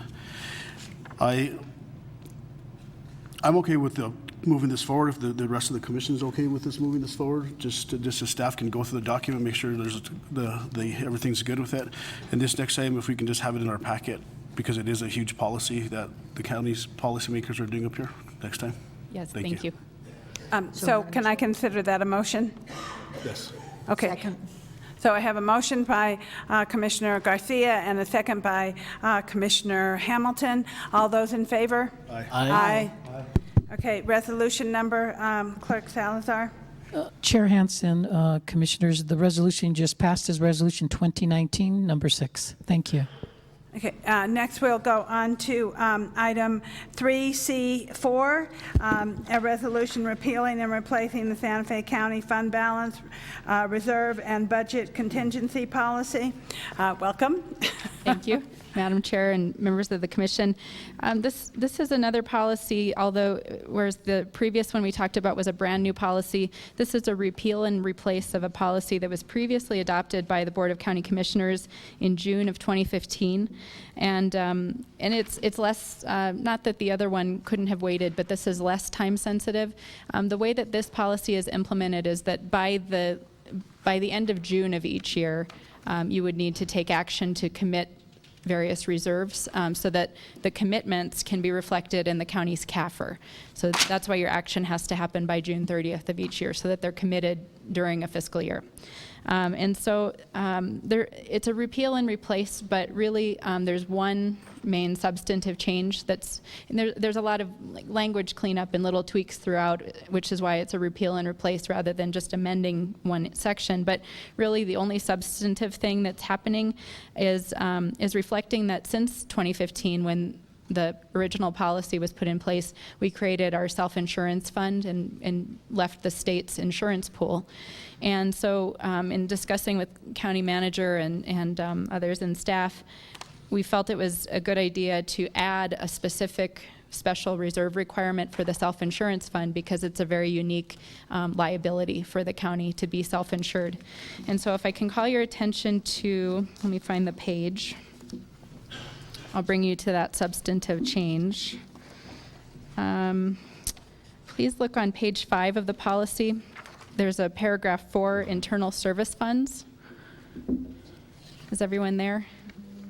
Are you under B or? Yes, B. And then on page 5, there's a paragraph 4 called internal service funds. Yeah. Okay, so the county just has one internal service fund, and that's the self-insurance fund. And so what's proposed here, and I see a typo, there's a little R we would take out on reserve. And so we're proposing a long-term buildup of the reserve in the self-insurance fund from where it currently sits around, say, 20% to creep up over the next more than 10 years up above 45%. And so the way that that's laddered, it allows for about a 2% increase gradually over time. And we would like to get there sooner if it happens, but our intent is not to tie the hands of the board into, for example, if the reserves aren't building as quickly as we hope, we don't want to tie your hands into, for example, increasing premiums or reducing benefits when we have a very strong reserve. It's a great target to get to 45%, but if, like, for example, if we're already at 20 or 30%, I personally would advise that it'd be hard to say we need to raise premiums right now more than is warranted by inflation, because we're not yet at 45 as fast as we want to get there. So it's a gradual long-term goal over 10 or 11 years to build up to that level. So that Commissioner Garcia. So really quick, what is the amount of the fund that's in there right now for the 20 to 35%? Let's see, I don't have the numbers with me, but what I can tell you is that the claims per year might be about 6 or 6.5 million. And we've built up about 1.5 or 1.8 million to date. Somewhere around there is how I'm just roughly giving you that 20 or so %. So this is kind of where Manager Miller actually talks about working in regards to our claims as being self-insured that we talked about earlier, as into. I should note, though, that the first year of being self-insured, the first year you have what's called sort of not a mature claims year. So you expect to build a pretty hefty reserve in your first year because you're taking in a full year of premiums, but you're not yet paying a full year of claims. And we did that. And so you might say to yourself, well, we've only been self-insured for about 2 years and we're at, say, 20%. Can't we build 10% a year? But you have to recognize that you start off with a really good year of building, and then it kind of levels off. So this actually helps out. For an example, if we had this huge big claim, let's just say at one of our facilities for something, this actually helps cover it, correct? Madam Chair, Commissioner Garcia, so we have 2 insurance reserve funds. So we have in this policy, if you go back to the under general fund on page 4, we have uninsured loss reserve. So paragraph B1C, We have that uninsured loss reserve. So that is something that we do in case our insurance with New Mexico County's pool does not cover something. We have our own reserve fund for that. And then this particular paragraph that Stephanie is referring to goes solely to when we moved off of the state's health insurance plans for health benefits for employees. So we moved off of the state plan and went to what we call self-insured, which is we have just Presbyterian right now for county employees, and we have our own county plan. And we pay for all the claims, so all the employees pay a percentage of the premium, and the county pays a percentage of the premium. All that money goes into this fund, and then we pay everybody's health care claims out of that fund. And we have insurance for large claims. If somebody had a very large claim and that went over, if they had health care that was $200,000 or $300,000, we have insurance that covers that claim over anything over $175,000. But everything up to that is paid out of our own fund, and that's why we're considered self-insured. And so we pay out of our own fund, and what we're trying to do is get this percentage up over the years of, if we have in a given year $6 million worth of claims and administrative costs, as Stephanie said, if we have 25% in reserves, we would have 1.5 million in reserves above and beyond what will come in that year in premiums to pay health claims. And what we want to do, and we're at about 1.6 million right now, I think. So the first year we accumulated close to $1 million. And then the second year, as Stephanie said, as claims mature and you cover a full year, you tend to pay out a little bit more and have less left over. But what we're trying to do is actually get to a 45%. So if we stayed at 6 million in claims, we'd want to have close to 3 million in reserves. In the next, by 10 years. So that, and what Stephanie was getting at is, so we get to set, the commission gets to set how much health insurance goes up for employees. If we don't have much of a reserve, it pushes the stress on the commission to raise premiums on the employees in a year where the healthcare providers or Presbyterian says, we have to raise rates by 5 or 10%. If we have built up a good reserve, we have some flexibility not to hit employees and ourselves with a huge premium increase all at once. So we don't want that reserve, that amount, to be too low. And so we would never recommend, less than the 20%. And I'm very conservative, so I'm kind of like, hey, why not 100%? But I think that's probably excessive. So, so this was a way of getting to what we think is a good protection for the county, good protection for employees not being hit with a really high premium increase if the providers, if the costs of our insurance go up, but to try to balance that out and work our way of accumulating a little more reserves. Now, what we've done, we didn't start off the first year with $2 million in the bank, but what we did do is take some general fund and budget it just in case. So that's what we've been doing as we're building up the reserve. We have had a budgeted amount in the county's general fund budget just in case we went over our premiums in paid out claims. Thank you for a good explanation. I learned a lot in just 5 minutes.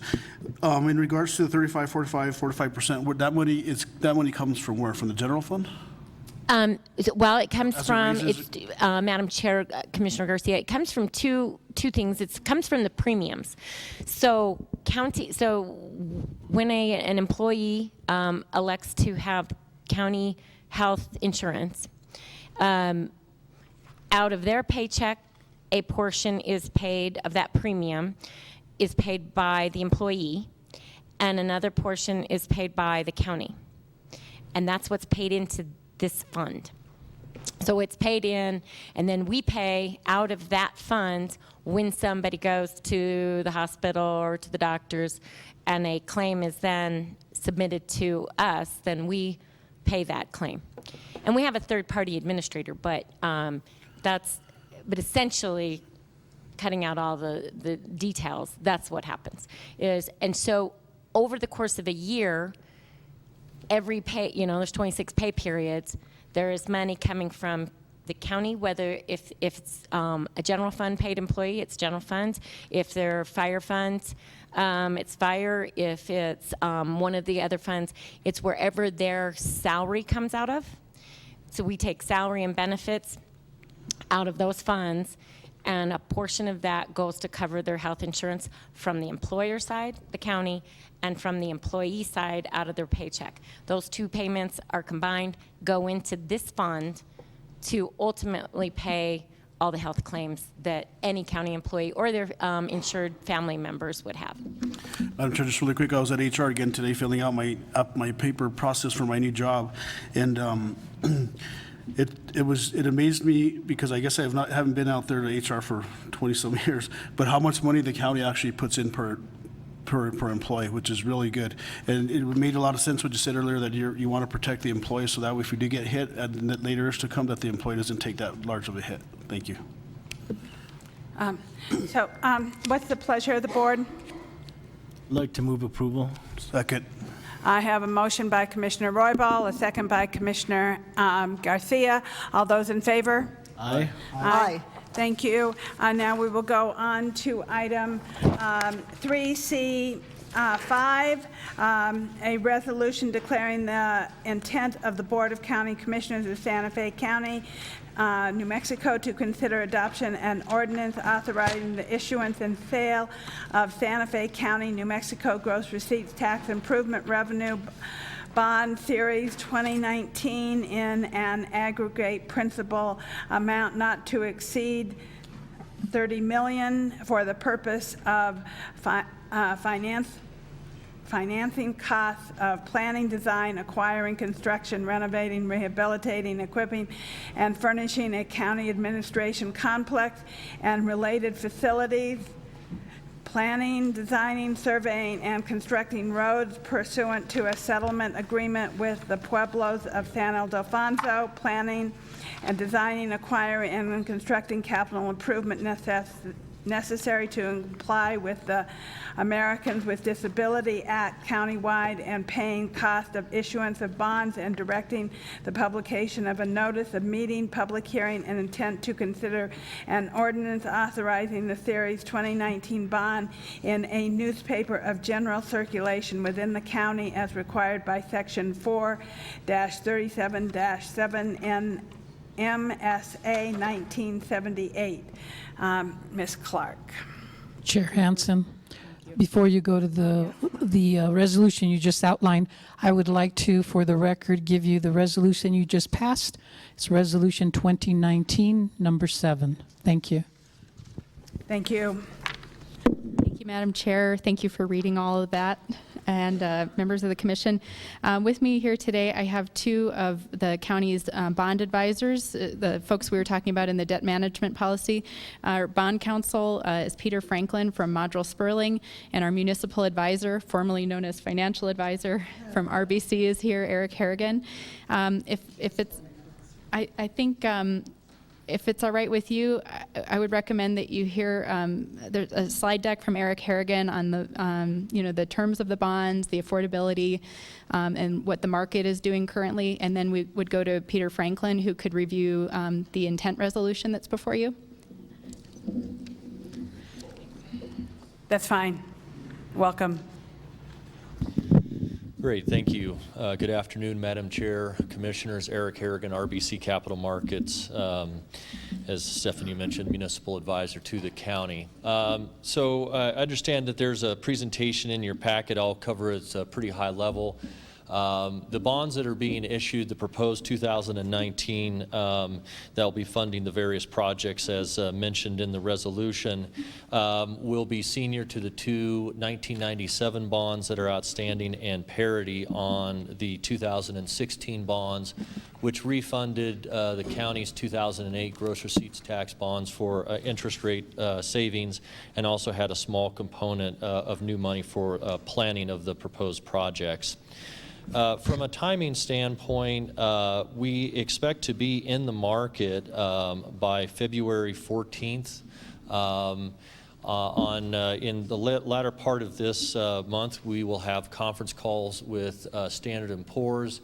As you may recall, when the county sold its general obligation bonds, this is a different security though, when the county sold general obligation bonds earlier, or I guess late in 2018, that security did get upgraded to AAA. These bonds, the 2016 bonds, were rated AA plus by Standard & Poor's, which is one notch below the highest possible rating. We do anticipate that rating will be maintained at that level. The bonds will be sold with a final maturity of 20 years. With an optional redemption date of 8 years, meaning that the county has the ability to either call or redeem those bonds early, or if interest rates so provide, to refund and lower the interest cost on the bonds. Based upon current interest rates, we anticipate the borrowing rate to be about 3.7% on average over that 20-year period. With that, I will stand to answer any questions that the commission has, and if not, turn it over to Peter Franklin with the Module Law Firm. Question, Madam Chair. Thank you. Commissioner Garcia. So whenever we go out to bond in the market, actually gives us a 3.7 rate. That rate's locked in, correct? That is correct. So these would be fixed rate bonds that would be locked for the life of the bond issue. As I mentioned, there is an optional call provision for an 8-year optional call provision. So after 8 years, if interest rates were such that the county could refund the bonds and lower the interest rate, that's possible. But over that 20-year period, the average rate would be fixed for that period of time. So, Madam Chair, what your bonding council, when was the last time you guys went out for a public bond like this? And is that the 3.7, is that just average, or you guys went out a week ago, a month ago to get a 3? So the county went out for its general obligation bonds in December. That interest rate was right around the same. It's a little bit shorter debt than the proposed bonds. What we have seen though is we've seen a fairly significant decline in interest rates. Since October, the 10-year Treasury was about a 350, and now the 10-year Treasury is about a 280 or so. And so it's a pretty opportune time to be in the market to sell these bonds. We're being conservative on that interest rate. Again, one when we factor in the debt affordability, we want to be conservative in the interest rates that we assume. So we anticipate that if rates were to hold, we'd be able to do better than that 3.7, but that's what we're estimating conservatively right now. And so you're also the bonding counsel for the schools, right? Yes. Right. And so whenever the schools go out for bonding as well, they're pretty much the same bonding, or does the schools actually piggyback on our bond ratings, on the county's bond ratings? So if we have a great, I'm not sure if we have a great rating, so the schools are part of our tax collection, tax base. So whenever they go out for bonding, do they use our rating? Madam Chair, Commissioner Garcia, so they have their own rating, and the county is actually rated higher than the school district.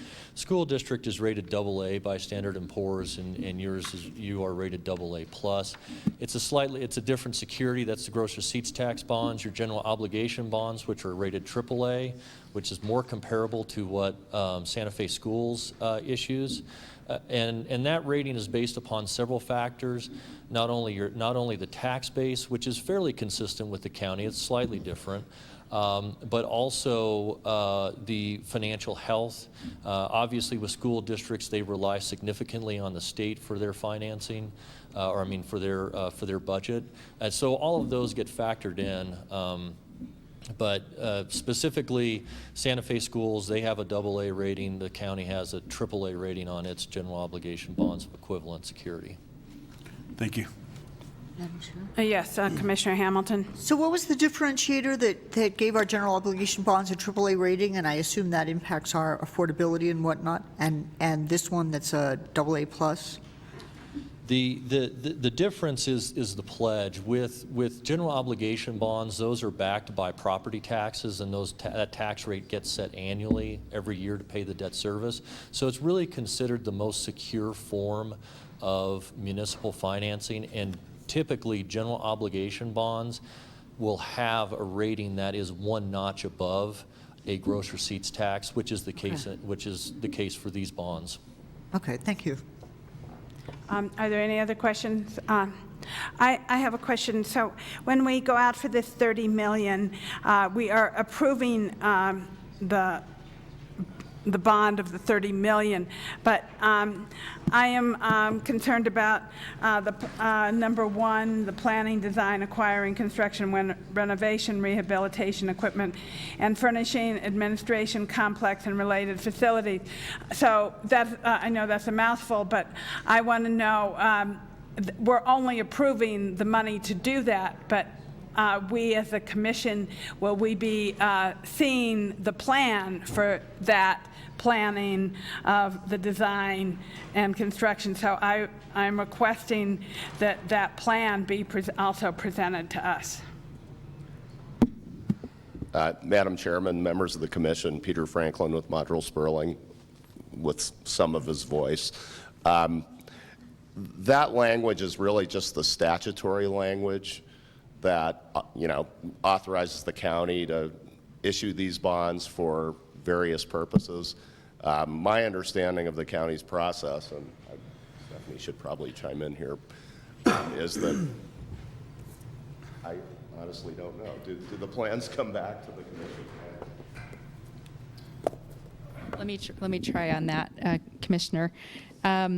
So as far as the bond ordinance and resolutions are concerned, we're setting what the allowable uses of these this $30 million is for, and then we'll work with bond counsel over the expenditure period to make sure that everything we expend them on is in line with what you've approved here. And so within that $30 million, we've set aside $24 million for the two downtown projects here, the new admin complex, and then this renovation of this building.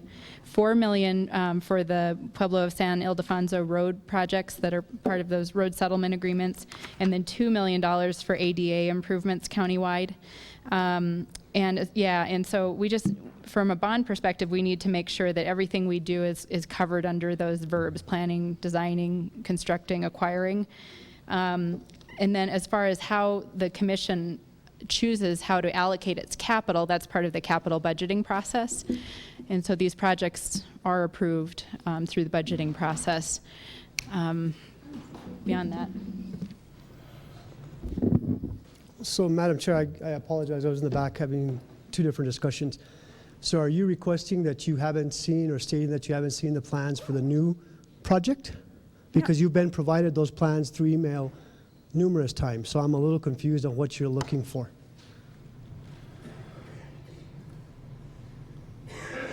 I don't think that we've seen those numerous times, but I wanted the breakdown, which is one of the things that I wanted to know about this bond.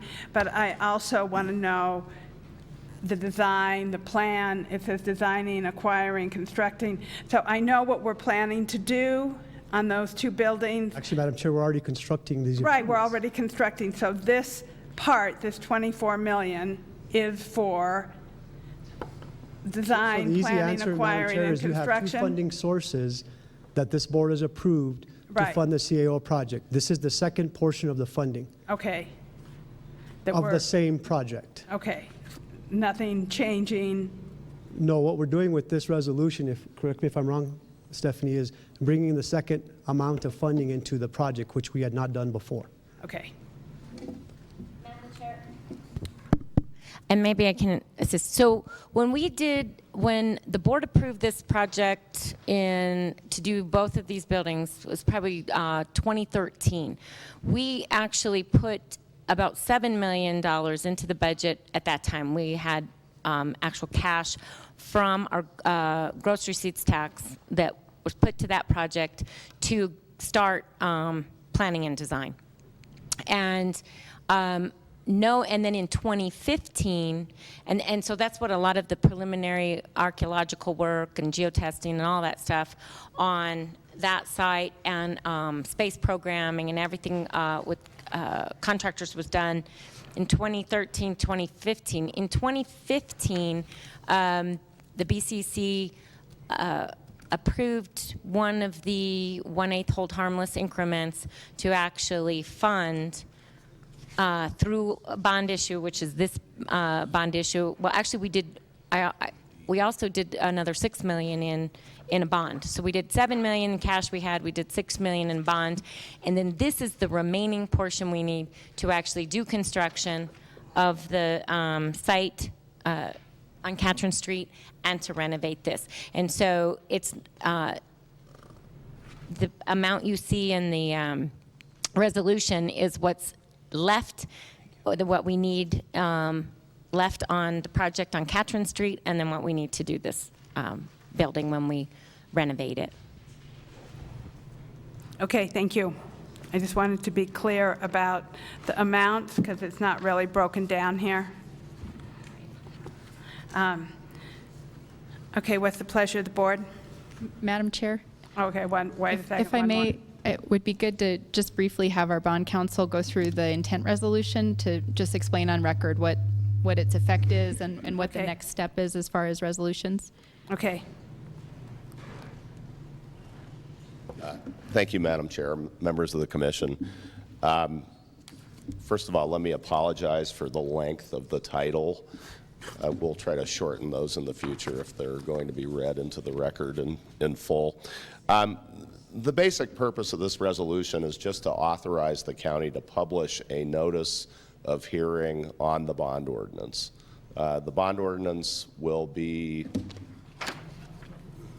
let's see, the bond ordinance is scheduled for adoption on Tuesday, January 29th at the BCC meeting. That's essentially the purpose of this resolution. Everything else is just describing, some general matters about what the purpose of the ordinance will be so that we can give notice to the public. Madam Chair, Yes. I'd like to move to approve this resolution. Second.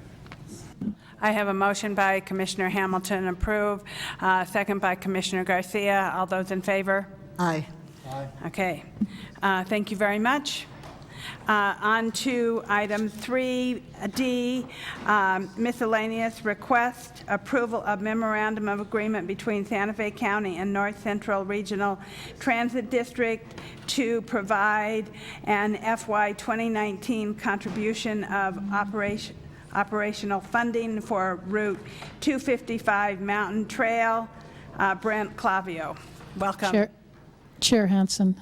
Yes. May I please provide you for the record the resolution you just passed, which is Resolution 2019, number 8. Thank you. Thank you. Madam Chair, Yes. I'd like the record to show that I voted in the affirmative on the last one. Okay. We had a unanimous vote on item 5. Next, Brent, go ahead. Good afternoon, Madam Chair, Commissioners. Brett Clavio, Santa Fe County Planning Department. The item I'm presenting to you today is I'm asking to approve an MOA with the North Central Regional Transit District. This MOA will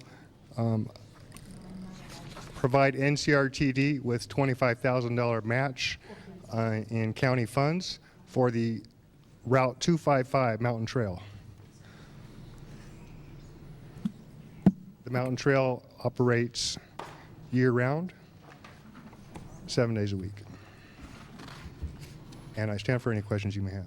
And do I have any questions from the board? What's the pleasure of the Madam board? Chair, I have a question. Yes, Commissioner. This MOA is for how long?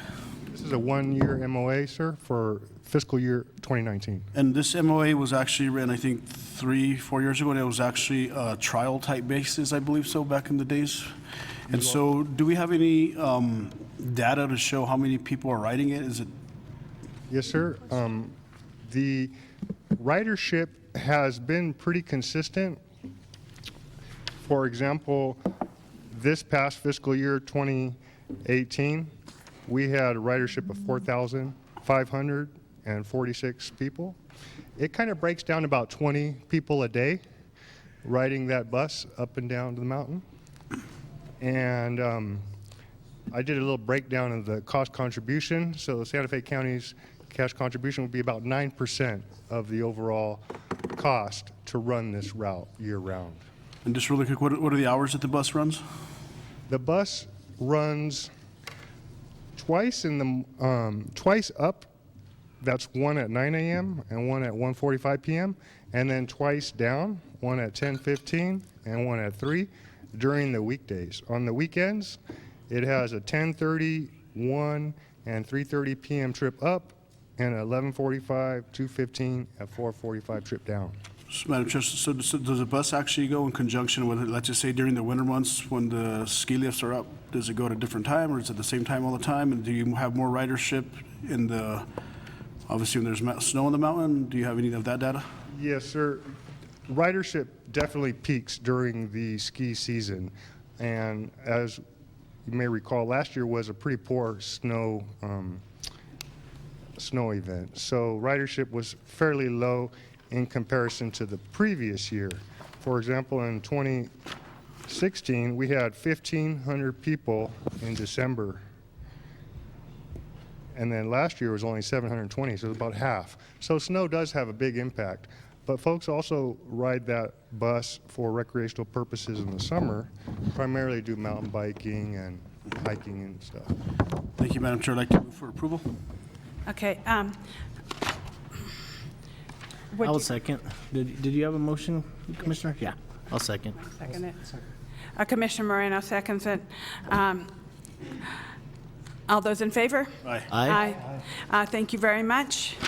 Next, we are going on to item 3D2, request approval of amendment number 8 to the project management fiscal service agreement for the Buckman Direct Diversion Project. Who is presenting this? Madam Chair, I believe, Paul? what, no.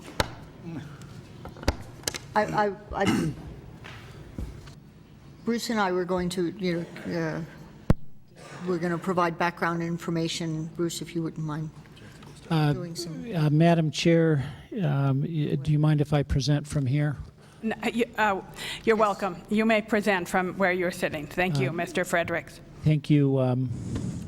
So this is an amendment number 8, like it says, to one of the foundational agreements of the Buckman Direct Diversion Joint Powers Agreement. It's an agreement that's called for in the Joint Powers Agreement. Been amended several times before, relatively minor amendments. This one's not earth-shattering, although it does include one thing that we'll have some discussion on, I don't doubt. So what I'd like to do is go through the articles that are causing the amendments, which are fairly straightforward. There's a lot of background, so I'd like to then answer any specific questions that you have about the background. So if I may just go through this one at a time, beginning with Article 1, the change to the definition of Las Campanas in the Project Management and Fiscal Services Agreement. And that is just reflecting the fact that Las Campanas, there is not a single entity now. It's been divided into 2 entities, the Water and Sewer Cooperative and the Club at Las Campanas. On Article 3, that's a very simple amendment, and it's just reflecting the fact that the JPA has been amended, so we just kind of added as amended at the end. The next article amends Article 6 of the what we call the PEMSA. It's more substantial. It's the most substantial amendment.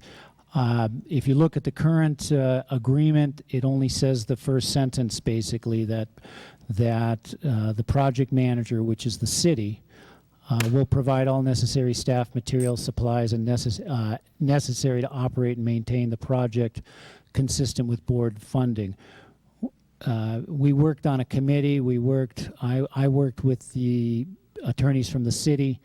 I worked with Commissioner Hamilton. I think other commissioners have probably seen this draft as well, and added the three paragraphs that follow this. And essentially, what it does is it gives the board some influence over the hiring and firing of what's called the facilities manager of the Buckman Direct Diversion Project.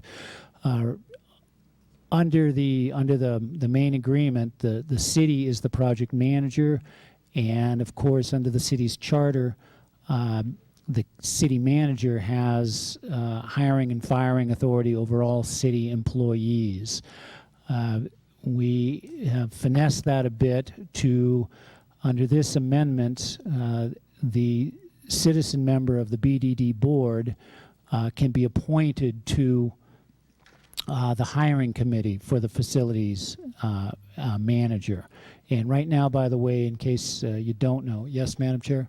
Yeah, I want to make some changes to this agreement because I don't feel that, especially in the second paragraph prior to hiring, especially since we are in the process and we are going to be hiring a new Buckman Direct Diversion manager, I first of all want to change in this language that the BDD board will, not may, appoint the citizen member as the alternate to the interview panel.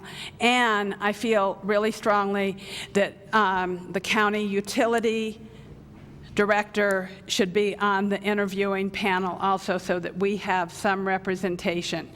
And I believe that if we could change this and approve it with that on there, we could send it over to the city council and they could adopt that tomorrow evening with those changes. And if the utility, Mr. Dupuy, would like to comment or anything, I know that I am appointing you to a committee, but I think that you are more than qualified to be on this committee, and I would like to see your expertise on the hiring process. Madam Chair. Madam Chair. Yes. I agree. That sounds very reasonable. Thank you. I appreciate that, Mr. Dupuy. Madam Chair? Yes. So I think we have to retain the perspective that this has been part of a bigger process which you participated in. There was a lot of negotiation that went into these particular items. And I would suggest that we also remember that there is a joint committee that is tasked with, which I'm on, and the county is well represented on, it includes our utility and our legal counsel, as well as that of the city, to actually do a bigger revision of the JPA that is intended to take the longer time it will take to achieve what you're rightfully concerned about, which is the county having more say on the BDD board, to have more authority, et cetera, et cetera. But that process was deemed to take several months. Realistically, going back and forth for that level of legal alteration is going to take several months. The motivation for putting this amendment through while that was still in process is because the city is currently operating on a month-to-month basis with inadequate compensation for their management position. So we've kind of had all these discussions about, you know, whether to move forward and use Amendment 8 to approve the increase, which was, you know, initially put in as an estimate for 4%, you know, operating costs 2.5 years ago. And it was, in fact, you know, arguably the city taking 2.5 years to talk about refinements, small refinements in language. It was certainly not the BDD board that sat on that for any period of time. The fact remains that they have now been operating the BDD, you know, charging 1%. So we agreed, you know, after quite a bit of discussion to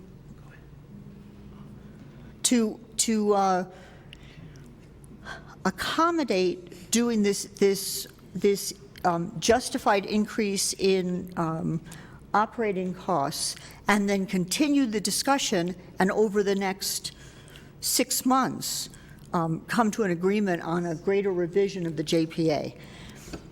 I, for the record, want to state that I believe that if we always have the option of disapproving this. I think changing the language in this right now is tantamount to disapproving it, which I think is an inappropriate action, given that we've been doing this in good faith for months now. So what I am concerned about is that we have this opportunity to have a say about who the next facility manager is going to be. And I recognize that maybe changing this agreement causes heartache, but I am concerned about the county having a say in who the next facility manager is going to be. And I recognize that I have been pointed out by legal counsel that only the county manager can appoint somebody to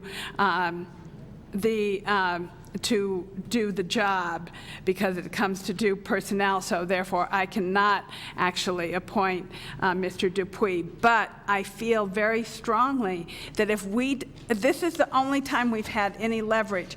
I know you say that and I'm hoping to be the primary member of the Buckman direct diversion, but I was not privy to a lot of these discussions, and if I would have been, I would have suggested this in those discussions, and I did not have that opportunity. And so I am concerned about us having a say about the next facility manager and since we as commissioners cannot have a say, I would like either the county manager to have a say.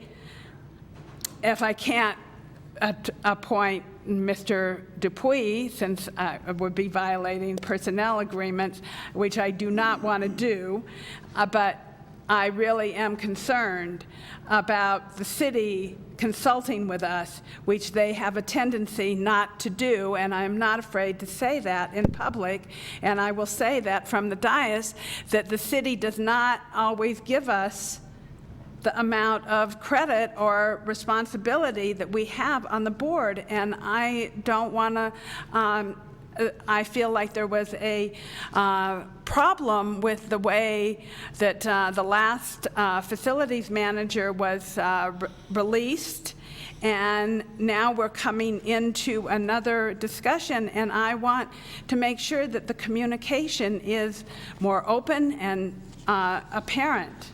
Well, I appreciate that.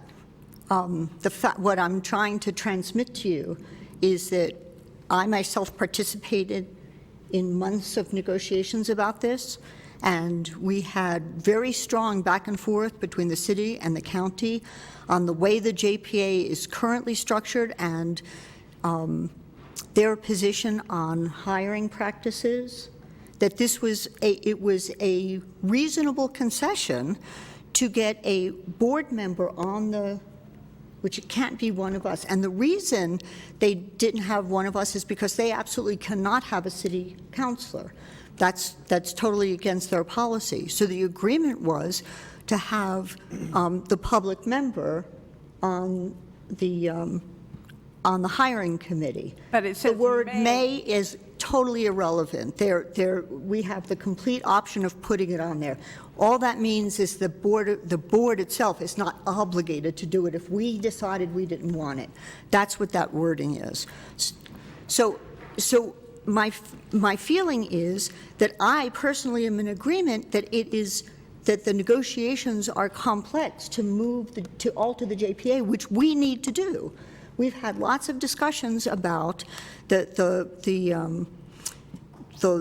structure of the BDD and the lack of power of, frankly, the city councilors, but also of the county commissioners, but that will take time.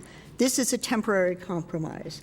I feel like it's one that is reasonable to agree to, because I've had the city come forward to continue scheduling the ongoing committee meetings. So I'm just stating my opinion that, the commission is perfectly welcome to totally reject this.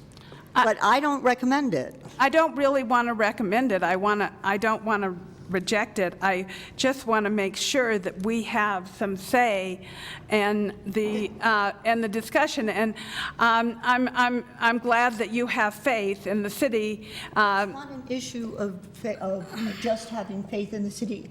It's an issue of an ongoing process and trying to negotiate reasonably and achieve certain steps forward, and then try to proceed with other steps forward. Madam Chair. Commissioner, wait a second, Catherine. Madam Chair, I will say this, that back before the previous director, let's say about 4 or 5 years ago, was selected, we did have our public works director at the time, it was Adam Leegland. He did participate in that hiring process. This has been an issue of contention for quite some time, and that is, like, who does that manager work for and who actually gets to have the say in who that is.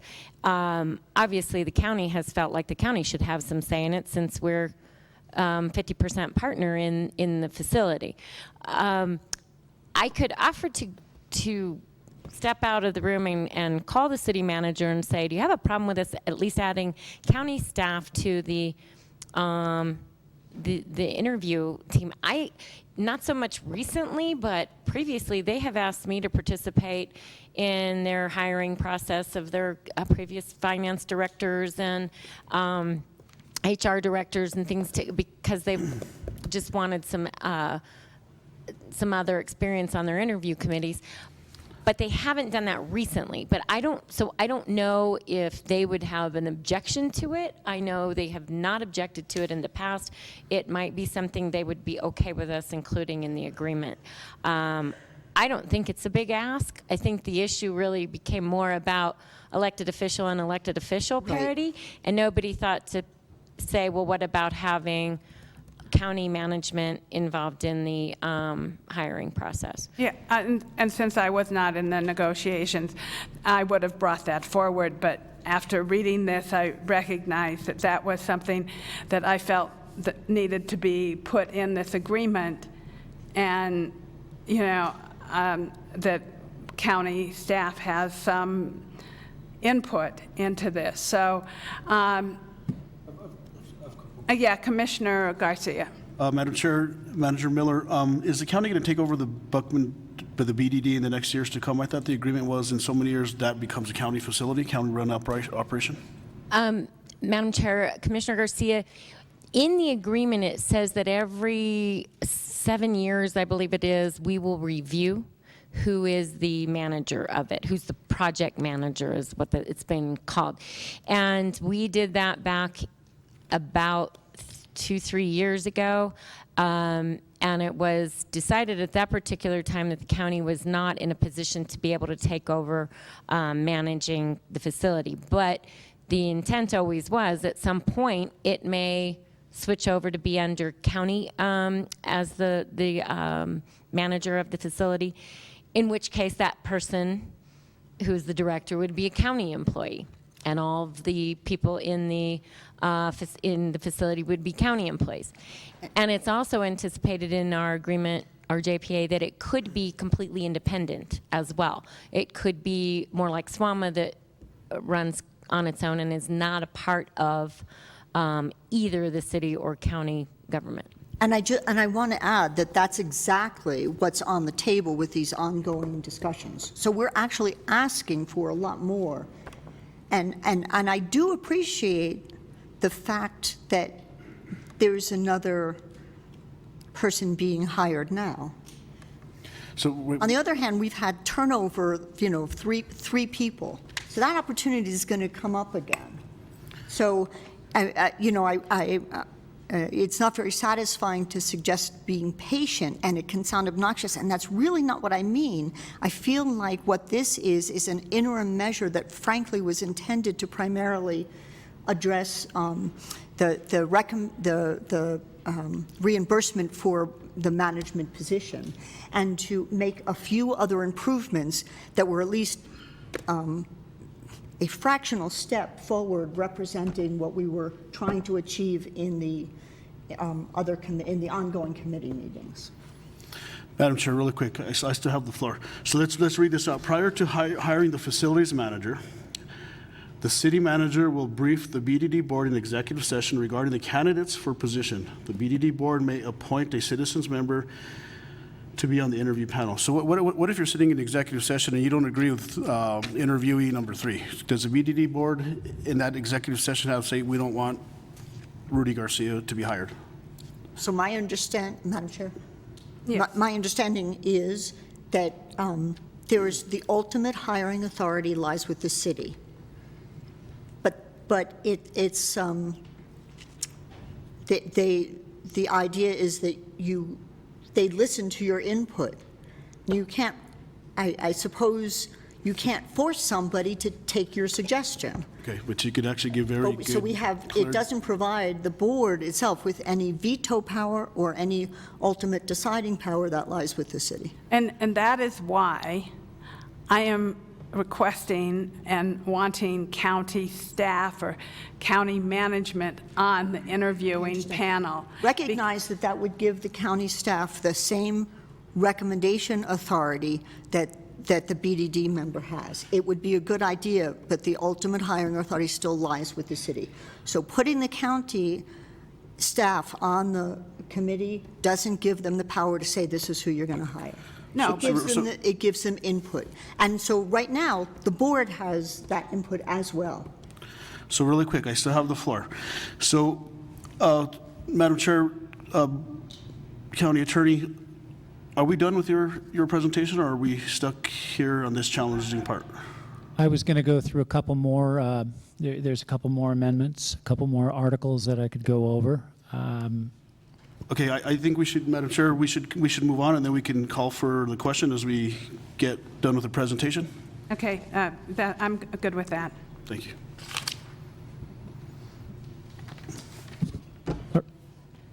All right, and I would just add on that same article that if the city is contemplating an adverse personnel action against the facilities manager, this amendment would require the city to contact the city attorney and the county attorney and the BDD board attorney before that takes effect, and to brief us how that is going to affect operations, and we in turn would brief you all. That's more advance notice than we currently have any right to.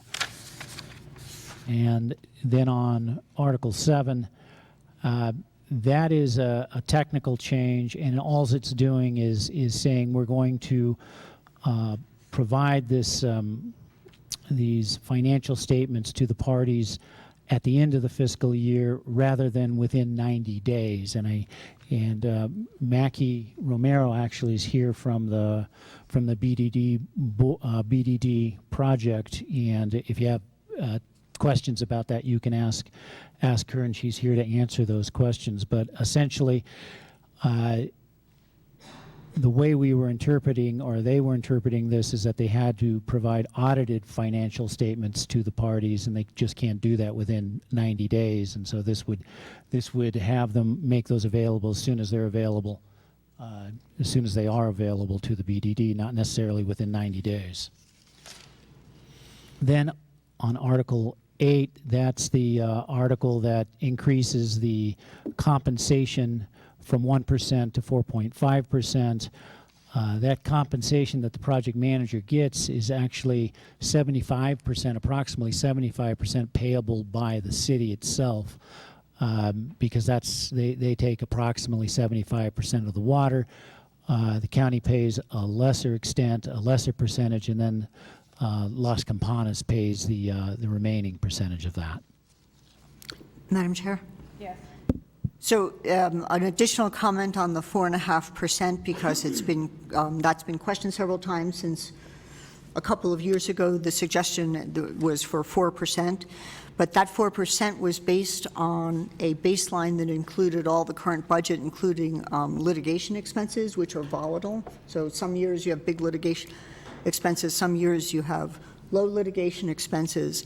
They went through the process of, re-justifying all the expenses, which we did not, which agree with all of the things, but we used this stable baseline, budget baseline that excludes litigation, and 4.5% was suggested. Frankly, I suggested it as a number that brought it up to not what they were asking for in total dollars. It was a substantially less than everything they felt they justified, but it was comparable to what had been justified at 4% of the higher baseline. So it seemed like a fair compromise, and it meant that BDD wouldn't be in the position if in the coming several years litigation expenses went up very high of paying more for management. So, Catherine, I would like to request that you ask the city manager about county management being involved in the hiring process, since that is something that we are moving into with the BDD board. Madam Chair, I just have a little bit of comment that before Manager Miller goes and calls the city manager and get into their hiring practices is in regards to, I understand definitely what the situation is or what's happening. I think that we should go forward with what the proposed language is. Commissioner Hamilton has been involved in this for quite a while. She has been on the BDD board for what, a year, 2 years now? 2 years now. And for us to say that we don't trust the city in their hiring practices, I'm not for that, because I don't think that we should get involved in the city hiring practices, because this is one community. And I would hope, and I know, just looking at the people that have signed this, the council as well as the chair, would take the most and the best opportunity to help out this community. So I don't think that we need to actually call the city manager and ask if he would be in agreement to that, because he needs to get direction from his leaders as well, or his policymakers as well. So, Madam Chair, I'd like to move to approve this amendment. We have a motion on the floor. We have a motion on the floor, but we also have Commissioner Moreno who would like to comment. Thank you, Madam Chair. I'm not involved with the BDD, but my preference would be that the city and the county jointly find a way to properly, equitably responsibility for the operation of the facility. That should be the ultimate goal. With if this can't be reconciled, I would favor a system like the SWAMA is organized.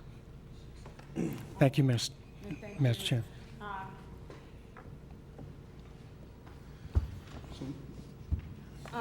We have a motion, or what are we on? Yes, we had a motion on the We have a floor. What's the motion. motion that I made? I made a motion to approve this amendment. So, Madam Chair, I think we should call for the question. Well, I need a second one. So do I have a second? I'll second. I'll second. Okay, so we have a second. We also have someone from the audience who would like to speak. Would you like to come forward? Please make it brief. So, wait. So we're in the middle of a motion We have for, we're in discussion. and we have the general public that's coming to speak We have discussion. for us. Discussion. Not for everybody out there. But Mr. go ahead. Chair, I have the right to call on somebody. Go ahead. Good afternoon. My name is Joni Ahrens. I am with Concerned Citizens for Nuclear Safety. And ultimately, having been involved with the BDD since 2002, watching and participating and opposing different aspects of it, I think there's a big void with regard to when this agreement, when the JPA is going to be done. Having witnessed over the years, the JPA has taken many years to come to conclusions. And one of the, if this is an interim measure, when is it going to be done? I think that there needs to be a date certain. Going back and looking at the BDD minutes from November 1st, which is 5 pages of conversation, it never says when it's going to be done. When's the end of the fiscal year for the BDD? We don't. It's unknown at this time. There is concern about, as you said, Commissioner Hamilton, about the number of different facility managers that have come and gone, and people have disappeared really quickly. In some, the manager that you said, he was gone like in 24 hours or something, and it's just like, how do we run a facility such as this that has additional threats? How do we have somebody who's there for the long term is really what our primary concern is about this. So it's Commissioner Chair Hansen, excuse me. Thank you so much for this opportunity. So, Rudy, I am not, Commissioner Garcia, I'm not saying that I distrust the city, but since we have had a new mayor, both Manager Miller and I have constantly requested meetings and discussion on numerous topics, and nothing of fruition has come from that. And that is a constant ask. Manager Miller has constantly tried to meet with the new city manager. That has not been as successful as it has been in the past. So it is not that I distrust the city. I would like to have really good working relationships with the city. I want really good working relationships with the city, but the BDD board and the facilities manager is incredibly important to me. It is the quality of our water. It is the water that we are providing to the citizens, and having a proper long-term facility manager is incredibly important to me, and that is why I believe that somebody like Mr. Dupuy or our Public Works Director needs to be on the hiring committee so that we can find somebody who is going to commit to this facility and is going to be there for the long term, instead of having gone through in the last 5 years of the existence of the BDD, we've had 3 to 4 different managers and continually having interim managers. And so it is a concern that we have some stable direction at the Buckman direct diversion. You know, because that is really important to me, because it is the quality of our water, and to have someone working there who is really committed to building this facility, because this is a great facility, and I want to see a good manager there, and I want to see that the county and the city are both working together to create that. I mean, that is my goal, and it is continually my goal to have as good working relationships as possible with the city. I meet with the mayor, I have lunch with him kind of on a regular basis, but that's the extent of our meetings with the city. And so, Commissioner Garcia, I appreciate all the help that you can bring to the table in getting them to the table. And Commissioner Hamilton. So there is nothing that you said that isn't a very reasonable request. There is, but with all due respect, getting Mr. Dupuy, who's incredibly competent on the hiring board, isn't, in my view, all that is necessary or even the most central part of what is going to keep a higher level manager at BDD. Frankly, part of the problem and part of what we've been discussing in the joint meetings and part of why we've been talking about the SWAMA example of how BDD could be organized more independently and in a way that would result in the city and the county jointly, the BDD board specifically, having more power over what goes on at the BDD, is because that the challenges of managing BDD, especially with the litigation that's going on, begs for a higher level than some facility operations manager, than somebody who is simply reporting 2 layers down within the city utility. This amendment is not going to change that. That is exactly what is going to take more time. So, Madam Chair, I think we need to call for the questions. We've already been on So this all for 20 those in minutes. favor? And the motion is again, just for The clarification? motion is to approve the Amendment 8 to the Project Management and Fiscal Service Agreement for the Buckman Direct Diversion Project. So I call for the question. All those in favor? Aye. Aye. Okay, motion passes. No, I'm not voting. So it's 4-0? Yeah. I'm abstaining.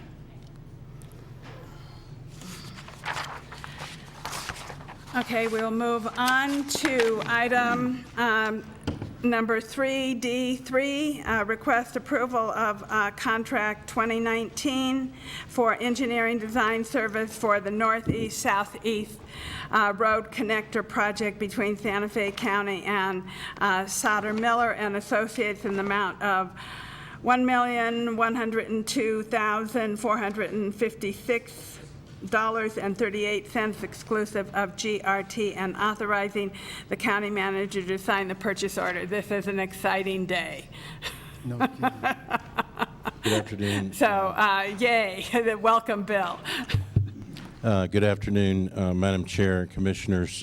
Thank you for this opportunity finally to come to the board for approval of this contract. In July 2018, Purchasing Division issued an RFP on a qualification-based selection for engineering services for the design of the Northeast-Southeast. We received 5 proposals. The committee shortlisted 3.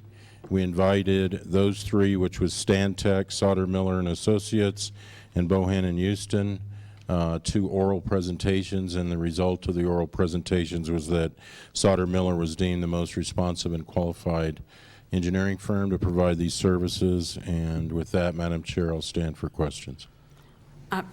Questions, Commissioner Garcia. Madam Chair, Mr. Taylor, who were the 2 respondees to the RFP you said again? Madam Chair, Commissioner Garcia, we received 5 proposals. Horrocks, Bohan and Houston, Santa Fe Engineering, Stantec, and Sauter Miller and Associates. Thank you. And really quick, what is the time frame for the engineering firm to design this project?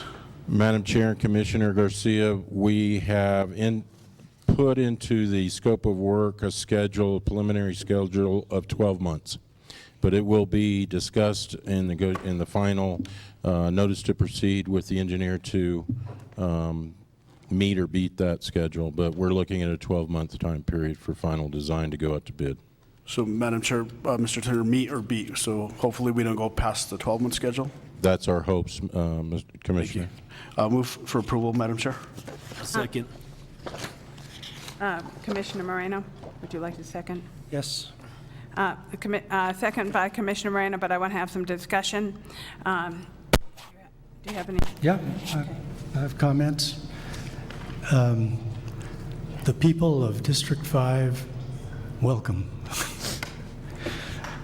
Madam Chair, I think this is an occasion for celebration, and because at last we are getting started. This phase has been long in the making. The engineering, the design will bring some visual and graphic structure to the project that I'm really excited about, and that's another step forward on this long-awaited project. It's a great day. Thank you. Madam Chair, I'd actually like to take my motion back, and I would actually like Commissioner Moreno to actually make the formal motion. It is in his district, and he is correct of all the words that he just said. Commissioner Let the record show that I so moved. so moved. And Commissioner. And if you'll second. Thank you. Thank you.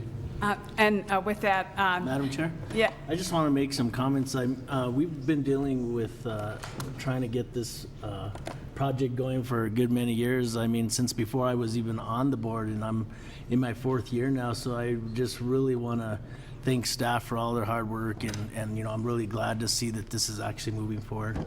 So thank you. Thank you. So I want to just say that this is my baby.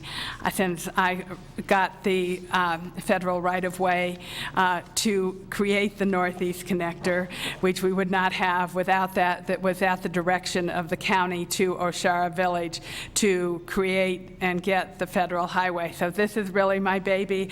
I am so excited to see this project being moved forward. I think it is an exciting thing for the residents of that district. I feel I've worked on this since 2005.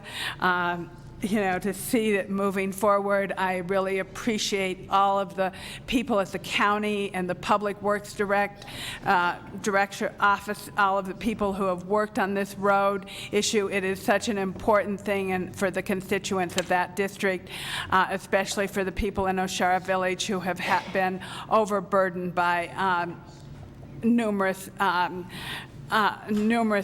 cars going through their village. So it is an exciting day, and I hope that it moves forward faster than a year, but I want the best road that we can possibly have, and I know that it will be an exciting time for the community college district to have these roads connecting people in a healthy, positive manner. So thank you so much, Mr. Taylor, for bringing this forward. Thank you, Madam Chair. Madam Chair, And one more. And Commissioner Moreno?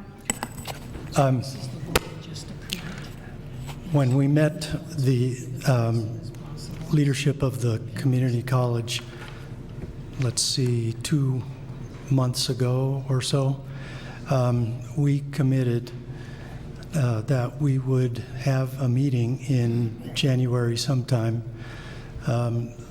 for the residents to get the latest information, and I want to put that on the table. I don't think we set a date, but it will be forthcoming. Thank you. Thank you, Commissioner Moreno. So we're looking, Madam Chair, so Commissioner Moreno, Mr. Taylor, is the engineer responsible to have community meetings throughout their design phases? Madam Chair, Commissioner, yes, they are. Okay, good. Thank you. Part of their tasks. I think both Commissioner Moreno and I have been to a number of these community meetings, and we look forward to having more community meetings out there. I think it's important. So with that, all in favor? Aye. Aye. Yay.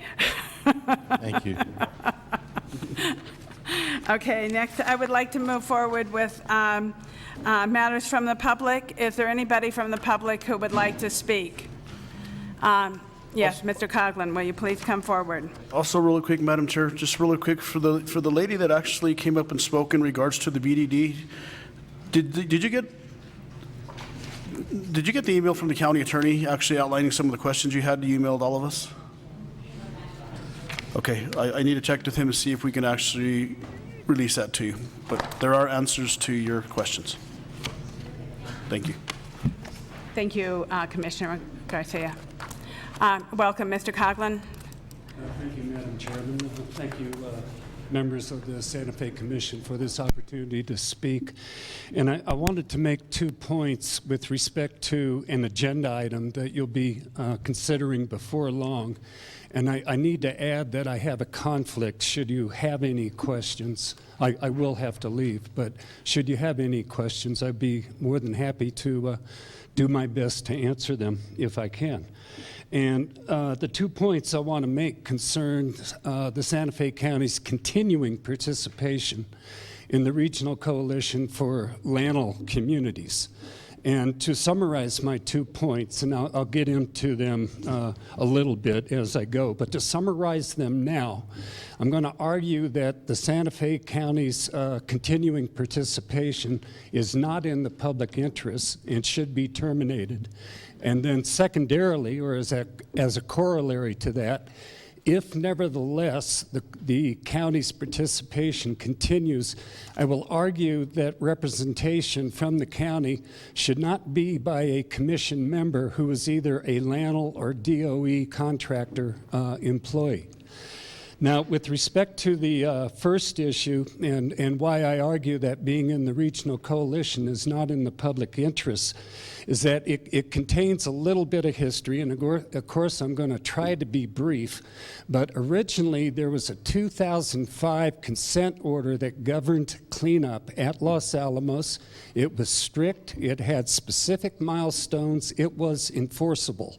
Under the Martinez administration, that consent order was eviscerated in closed-door negotiations between the then division director of the Environment Department and the then acting head of environmental management at Los Alamos, both of them who went on to work at the DOE contractor, or at a DOE contractor that is presently involved in both the prime Lantal contract and the Lantal cleanup contract.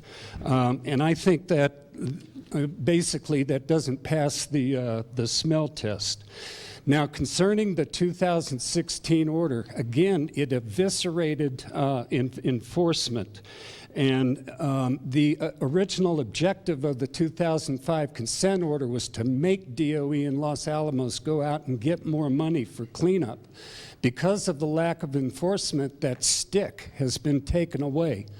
That was followed by a baseline life cycle costs. This is a DOE projection of costs of future cleanup at Los Alamos, and they lowballed it at a total of $4 billion. And even more seriously, in my view, they explicitly stated that only 5,000 cubic meters of radioactive and toxic wastes are to be treated. They willfully ignored the 200,000 cubic yards of radioactive and toxic wastes that are actually in the ground above our groundwater aquifer and 3 miles uphill from the Rio Grande. And that pretty much gets to the point, that is the gist of why I argue that county participation in the regional coalition is not in the public interest, because the regional coalition, by virtue of the fact that it does not oppose that consent order, condones incomplete cleanup on the cheap. Now, on my second point of why should county participation continue in the regional coalition, the representative should not be a landlord or DOE contractor employee, I'm going to, of course, argue that that's a conflict of interest to do so. And I first note that, you know, there's a body of both federal law and federal regulations that prohibit lobbying by government employees or contractor employees, but I'm the first to point out there's a lot of ambiguities and exceptions, and it would take a lawyer to parse through that, and I'm not a lawyer.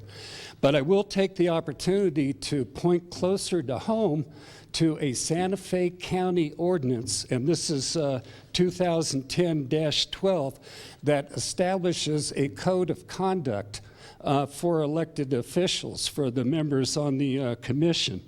And I'm going to quote for it, but first of all, this code of conduct explicitly states that elected officials, elected county officials, must recognize that the public interest must be the prime objective.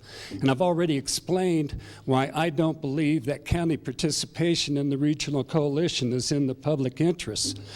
But knowing that I got to abbreviate my remarks, I urge this body, the commission, the members, to go through this code of ethics, which is quite strong, quite admirable, holds up a high ideal, a high level of integrity that I believe must be adhered to. So I'll simply close by, again, reiterating my 2 points: that the county's continuing participation in the regional coalition of landlocked communities is not in the public interest. And secondly, if participation continues, the county representative should not be a landlord or DOE contractor representative or employee. So thank you. Thank you very much. I'm sure I have a really quick question. I know we're not supposed to have dialogue. What matters from the public? But what is your occupation, sir? I'm sorry, I should have stated that. I'm Executive Director of Nuclear Watch New Mexico, and have been so. I've been in this field just short of 30 years. Madam Chair, and so your affiliation is with the Nuclear Watch, and what was your name for the record, sir? Jay Coghlan. Its last name is spelled Coghlan. Thank you. All right, again, thank you. Thank you very much. Is there anybody else from the public who would wish to speak? Mr. Governor Dorme and Governor Mitchell, please come up. We're honored to have you here. So does this matter from the public? It is matters from the public.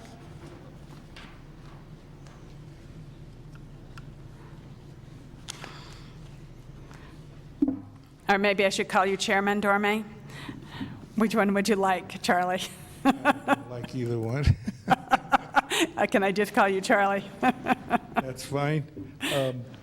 First of all, thank you, commissioners and chair and co-chair, for giving us the opportunity to voice some concerns that we have. But before I do that, our new governor, Milton Herrera, sends us greetings and an invitation to attend our dances that signify the authority that's given to them for the year. And it is a privilege that they've been appointed to serve on the tribal council. So we do have 2 new members on the tribal council that are fairly young men. They must be around 55. And so anyway, today, along with Governor Mitchell, we had a discussion with Governor this morning about projects that are happening here in Santa Fe County. And the main concern we have is that there was a bill that was passed, and maybe Governor Mitchell can let me know what number it is, if you recall. The one you advised. Okay, so anyway, it was a bill that was passed that requires county governments to advise tribes in the area of any findings of historic preservation sites. I know that I attended a meeting here quite a few years back when the project that's up the road, the new county office, was being taken over and construction was going to start. And during that meeting, the tribe under my authority requested that the archaeologists, whoever that was going to be, would be informed of the bill that exists within state government and to advise us of any findings or updates. We have not seen any, to our knowledge. If they're sending them somewhere that we don't know about, we'd like to find out if you've all received any reports from the archaeological people that were assigned to that site. I wouldn't be surprised if there are findings, but sometimes it's easier to just dig around or cover up sites that are important to the tribes. So with that, I stand for questions unless Governor Mitchell wants to say. Governor Mitchell, would you like to also say a few words? Welcome. Good afternoon, Madam Chair, members of the commission. Thank you for allowing us to come up and say a few words here. I just want to re-elaborate a little bit on what Governor Dormy is talking about. So if you can put on your thinking hats. Back in '05, we had the same issue with the city, with their building there.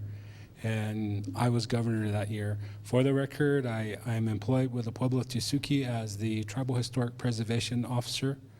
And so Governor Dormy's talking about the NAGPRA law and the ARPRA law is what he's talking about. And the other bill he was talking about was the 2009 State Collaboration Bill, which is supposed to be a communication bill amongst government to government. And so your project up the street here, as he was referring to, I know it was stated earlier that you all decided this back in 13. I was governor in 13, and I don't recall any information coming through. Before we came here today, that was a question that was given to us by our current governor, and that was one question. We would much rather like to work with you all on your project. Kind of already know the history of the area. If you don't, I can sit with you all and let you know why we're so interested in the area and other areas of the county as well. The other issue was, I know for a couple years now, we've been dealing with the cross-commission cards for law enforcement, and I hope that we can come to a happy medium someplace down the road regarding that issue. We did come to the county sheriff's office, and they were in favor of this, but when they came here to the board, didn't go nowhere. So we're willing to go down that road again and hopefully be able to succeed because, again, we're heavily invested in our economic development, and we want to make sure that 84-285 that comes through our property, the reservation area, that it's safe, and we want to make sure that everybody abides by the law, the speeding laws, those few that are speeding through the area. Without those commission cards, we can't enforce state law, and keep in mind that those funding, it does come to the state. So however the state divvies up that portion of it, we just want to make sure that, you know, we're holding the public up to par when it comes to all this stuff. So with that, I just want to make sure that I got your ear, and I hope that you all understand. And for the record, and from my own opinion, I think when it comes to public comment, we're not the public. We're a tribal government, and we'll much rather keep it that way, as on a government-to-government basis, and understand your protocols. So with that, thank you for your time. I stand ready for questions if you all have any. Thank you so much, Governor Mitchell and Governor Dorme, for being here. And we, too, want to respect that you are tribal government and work with you on that level also. I would like to extend our congratulations to Governor Herrera as the new governor, and congratulate him. We look forward to working with all of you, of course. I can't really answer the questions that you are bringing up, but I believe that Mr. Flores can answer those questions. So we'll let Mr. Flores answer those questions, because I think it's his, he's the project manager on that. So thank you, Madam Chair and Governor. The only good thing about this project from 5 years ago is that we did contract with the State of New Mexico Office of Archaeological Services to do the entire archaeological report of that site and this building when we do the renovation. So I just talked to Paul. We'll get the final report, and that'll be sent to you. The only artifacts that have been were found by the Office of Archaeological Services dealt with the 1830s forward of the old and First Presbyterian School on the site. There was excavations, I believe, as deep as 40 feet in some of the areas where there was waterways and some trash, if you will. But we will make sure we get that report over to you. Yeah, absolutely. Thank you. Yes, Governor Mitchell. And then just for your all's information and for the record, the host city of Santa Fe is sitting on the ancestral homelands of Tusuki Pueblo. And the convention center was just the tip of the iceberg. So that's why we're interested in what's here beneath us. And that's why we're asking for information so that we can work together as we move forward. Yeah, and Governor Mitchell and Governor Dorme, we completely respect that we are participating and living and working on your ancestral homeland. And I know that the rest of my commission also respects that. And thank you. I really appreciate you being here and taking the time from your day to come and talk with us. So thank you. Is there any comments from commissioners? No. Madam Chair? Yes, Commissioner. I just want to thank you guys for being here also today, and I want to say that if in the future, I mean, if you guys would like, we can probably put you on the agenda if you let us know, instead of for public comment, so that it's government to government. So, yeah, we appreciate it. Thank you guys for coming. Thank you. Yes, I agree. We would be happy to put you on the agenda. Just let us know ahead of time so that we can do that. Thank you. Okay. Thanks again. And thank you, Tony and Paul. Okay. Are there any? Madam Chair? Yes. And members of the commission, thank you very much for allowing us to make our presentation. There was one thing that I forgot to mention, and I was working with Ms. Hanson here, the chair, about the possibility of having the Tribal Santa Fe County Summit once again. And I know it requires a letter from my tribe to go ahead and begin this process of planning for a summit, hopefully this year. But it's up to the county, and don't spend too much money doing other stuff. Think about the summit. So we hope to invite other tribes, because we want to show them the good working relationship that we have with our Santa Fe County. So thank you, Charlie. We would, I personally would love to have a summit, and I think that it is a good thing that we should work towards.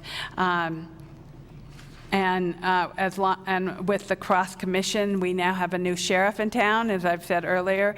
And I think working with him on this cross commission is something that we hope that he is open to, and we look forward to working with him on that and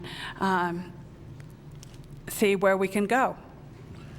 Madam Chair, really Yes. quick, Governor, there's been legislation in the state legislature for the last 2 or 3 years on cross-commissioning. Do you know why it hasn't moved? I don't know what happened with the last efforts. I also belong to the All Pueblo Council of Governors Legislative Committee, and we make recommendations to the governors of the pueblos of the New Mexico here, and I'll make sure that that is on our agenda. We are going to have a meeting next Monday and then hit it hard on Tuesday. I believe that's when the doors are open and the walls come down. So we'll see you all on Tuesday at the Roundhouse, and I'll have some answers for you. If not, I'm sure you and I can work together and get her done. Thank you very much. Thank you. Is there anyone else from the public who would like to speak? Seeing none, I am closing matters from the public. I'm going on to matters from county manager, miscellaneous updates, legislative updates. County Manager Miller. And I see we have Hutch here also. Madam Welcome. Chair, I'd like Tony and Hutch to do the legislative update, and then I think Penny is going to do the presentation on the Sustainable Land Development Code, and then I'll be doing number 3.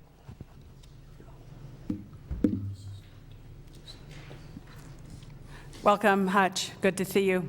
Good evening, Commission Chair, Commissioners. Provided to you earlier with your informational packets was this report here, the 2019 Legislative Session Report. Within this report, it's just very basic information about what's going on before the start right now.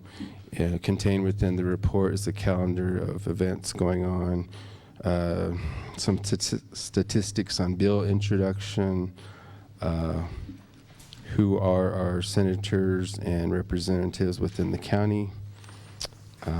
Page 7 is resolutions that the commission has passed so far regarding the upcoming 2019 session.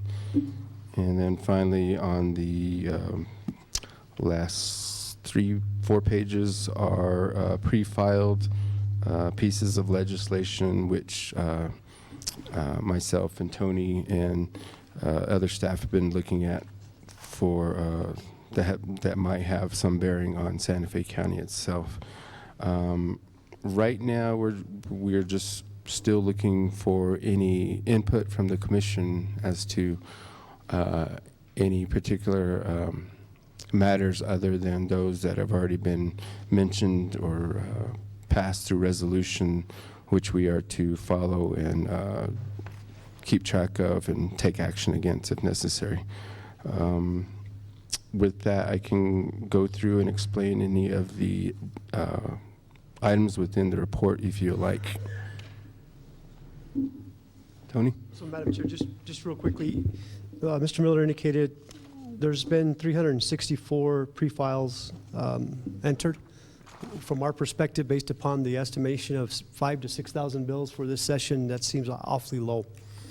The ones that Mr. Miller has included in this report are the ones that we've started tracking because there is some implication potentially for the county, such as Senate Bill, I'm getting as bad What as page Commissioner are you Garcia, page 10, Senate Bill 83. I need my cheaters.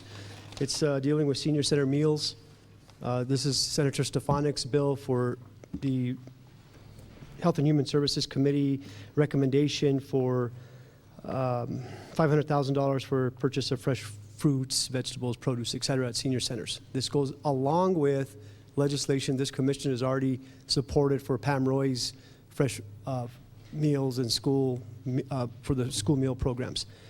This list is not all encompassing. It's just those items that we find that has got a tickler or a phrase word in there that we feel has some implication for the county. There's another one, Senate Bill 106, that Senator Sapien from Bernalillo has introduced, which basically deletes an occupancy tax exemption. Right now, occupancy tax is for those locations at 3 or more rooms. This actually removes that, so we could potentially have occupancy tax on anybody, like an Airbnb. I think this bill does not dovetail former Representative Trujillo's bill on changing the lodger's tax ordinance, but I think this is an end around to that piece of legislation. So the legislation we're providing for you on the pre-file is just a tickler of what we're trying to track to see what the implications are for Santa Fe County. Then we'll be bringing back every 2 weeks an actual analysis of those one that we would be looking for direction on the board to either support or oppose during the session. So that's kind of the first report of the month. The other item is February 5th is Santa Fe County Day at the legislature. This is our 5th annual. So please mark your calendars. Mr. Garcia is on that side of the desk now, so he unfortunately will be on the rostrum while Hutchie and I are the ones maneuvering people up there between both chambers. So February 5th is Santa Fe County Day at the legislature, so please put that on your calendar. Madam Chair, I'd like to go to item 5A1B. I've provided for you, and we've had this discussion at 2 previous meetings, because this seems to be the perfect storm of capital outlay funding, and we are still getting differing numbers on what each delegation member will actually receive. We have been receiving requests from nonprofit organizations for Santa Fe County to act as fiscal agent for their projects. We received a request via Representative Trujillo to act as the fiscal agent for the First Presbyterian Church, our neighbor up the street, to do capital outlay funding, and the request would be for $305,188. That project does not reside on Santa Fe County's ICIP. I'm asking on these 2 projects. The second one was for Santa Fe Recovery Center. They're looking for 2 projects under this year's capital outlay under Phase 2 and Phase 3, approximately $8.2 million of funding through the legislature for their residential treatment facility and their traditional housing units. Again, they've requested Santa Fe County act as fiscal agent. So one of the discussion points we've had, at least on 3 previous meetings, is the board interested in Santa Fe County submitting capital outlay forms whereby we serve as fiscal agent? That's the base fundamental question. And if we are, we can proceed. If we're not, we can proceed in that fashion. By us acting as fiscal agent does not guarantee any funding, but it does put the county in a difficult situation if we are successful in receiving funding, how we would go about actually administering and executing those funding agreements. So with that, I'll stand for some discussion. So isn't this a anti-donation? Wouldn't it fall into this? Madam Chair, the anti-donation, and this is where it gets a little interesting, with Santa Fe Recovery Center, Santa Fe County, under a former capital outlay director's oversight, actually received funding from the legislature, and we became a fiscal agent for a facility that we own and lease back. That's permissible with those kind of funds. We have to own the asset. Facility. Okay. With the church, we wouldn't be owning the asset. With the Santa Fe Recovery Center 2 projects, there's indication from the director that we would own the assets. So we still have to work through those issues if you want to entertain these types of requests. Commissioner Hamilton. So there are multiple potential issues, and one of them, so on the one hand, it seems appealing and maybe even appropriate for the county to serve a function that can help forward what are otherwise good causes. On the other hand, this is an opportunity the county uses. It's one mechanism for funding certain kinds of, or supplementing the funding for certain kinds of county projects, projects that are directly owned by the county. There's only so much capital outlay in the legislature to go around. And so now anything that we're fiscal agent on is something that is considered in the county's pot. And it competes for things, it competes in 2 ways. It competes directly in the eyes of legislatures who are seeing how much money they're giving to the county, and then every place else. And it competes for bandwidth in terms of our ability to manage that funding. And so I I'm not sure what kind of additional information to ask for, because, I want to be a good neighbor, and these are both, they're both good groups that we have good relationships with, and it's important work, but it's like not within the county ICIP, and it gives me concern that we are forwarding somebody else's agenda, which is not what we're supposed to be forwarding. We think a lot about the county agenda. We do strategic planning.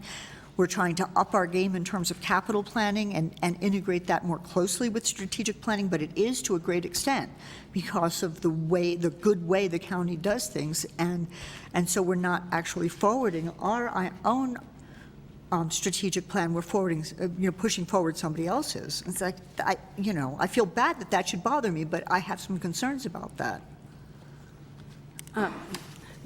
Any comments from any other commissioners? I happen to actually agree with Commissioner Hamilton. I mean, my number one issue is that, I want sewers in Agua Fria. That's my number one priority, besides solar on all of our buildings. So those are, if that money is competing with these other good causes, and I also want to see the money going to our own health policy, board, or our own community services area, where we're actually providing these things, and we all, of course, want to be good neighbors, but there's only so much money to go around, and it's a struggle. And so, other comments from other commissioners? Commissioner Garcia? Mr. Chair, Madam Chair. Tony, so what direction could we actually give you direction to possibly leave it under your discretion? Because I don't see how the government could actually give money to a church. Isn't that kind of, that can't be done at all. So for the church to ask for money from the state legislature, I kind of find that very interesting. But I can see where we can receive money for the recovery center, because we, like you said, we do own the building, we do own a portion of that property. So if they want to actually expand on that government-owned property, then we actually could receive the dollars. So, Madam Chair, Commissioner Garcia, I'd like to say you and I created this problem for the county many years ago. I know. Please talk into the microphone. I have a different perspective on county services and other organizations. I think the church request about a qualifying entity, they have to meet the definition of what a qualifying entity is to be able to receive funding. That's very clear in the statutes of how that, Manager Miller knows qualifying entity language in her sleep backwards and forwards. I am not of the opinion to say if the church meets the definition of a qualifying entity. They have stated they do, but that's a decision that hasn't been determined. I think leaving it up to the county's discretion, some staff member that's not a policymaker, well, on the surface, I'm flattered. I think it does create a problem of then having staff lobby and push requests based upon the commission's direction of the top priorities for the ICIP and it competing with something else. I don't know if my boss wants to jump in, but.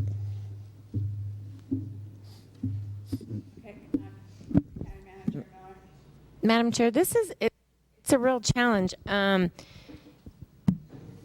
can tell you from experience, when I worked at the state, the governor had appropriated money to the church for kids to have laptops in school. We could not get laptops to the kids, even trying to bypass that it's not really the church that was receiving them, it was the students.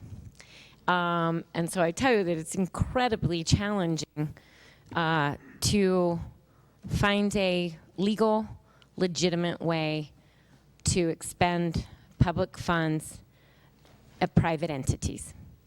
And item 3 under my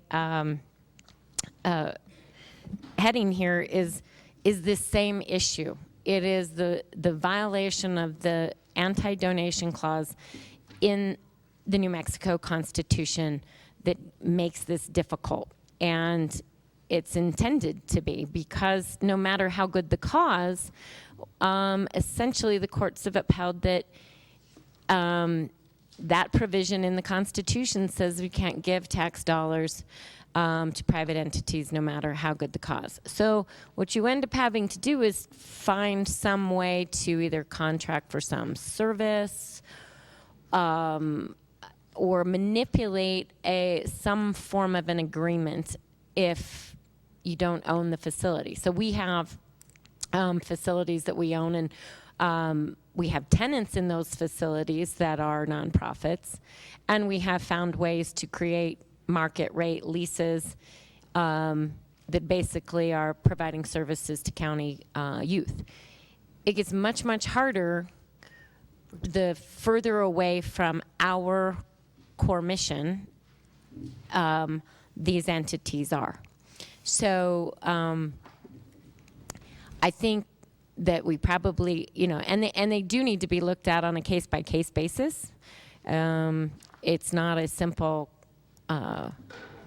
one-stroke-fits-all kind of thing, because it doesn't. Because some of them, for instance, Boys and Girls Club actually wants to go forward and request funding, but they want to request funding to improve our facilities at our housing sites that we own, that they provide youth programming for the kids in the housing, in the public housing. So that's not a problem. That's not a problem because we own the facilities, and we actually contract with the Boys and Girls Club to provide services in those facilities. So that one's not a problem. You go to something that's a little further removed from that, where we don't own the facilities but we contract with them, that gets a little more complicated. But if we don't even own the facilities and we don't even contract with them for services, it really gets completely out of the realm of where we can actually accept that appropriation and expend it. And then what ultimately happens is you have that appropriation sitting there not being spent and tied up at the state level. So I think, and as I've said before, we don't want to offend legislators by not accepting them, but on the other side of it, if we can't, I think it's incumbent upon us, if we really know we won't be able to expend it, they only get so much capital outlay that they can allocate. So I think it's incumbent upon us to let them know ahead of time that we don't see how we could actually expend that. Yeah, and I think that we tried to express that at our legislative dinner about this issue of nonprofits and the conflicts that it arises from having to look at these requests and deal with it. It puts us in a challenging situation, and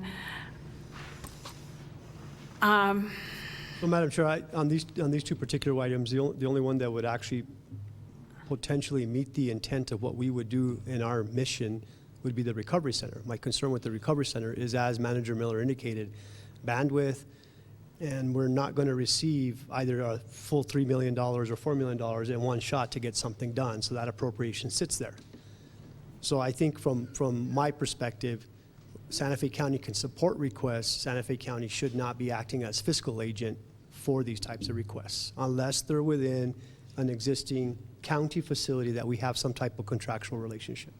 And that would be the recommendation or direction I'd like to receive from the board. I accept that. I support that.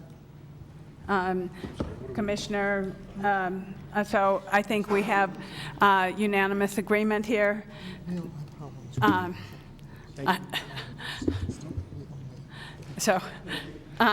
Thank you. And also, I wanted to thank Hutch for the list of all the new governors that you sent out to us. I really appreciate that. And if you could, would you please also send us, again, and I know I've asked for this, but a list of dances throughout the 4 pueblos specifically that are in Santa Fe County and then throughout the state. It's really helpful, and especially since Governor Dorme invited us, it's respectful. Absolutely. I'll make sure and get that to all the commissioners. Okay, thank you. Okay, I think we've covered legislative 1A and B, and now we're on to 2, public review of the Sustainable Land Development Code revisions. Welcome, Robert and Jacob. And I want to just, I know this is a little off topic, but Robert, I just want to congratulate you for your wife being appointed Secretary of Cultural Affairs. That's really exciting, and it's exciting for us at the county and exciting for you too at home, I'm sure. Thank you, Madam Chair. Yes.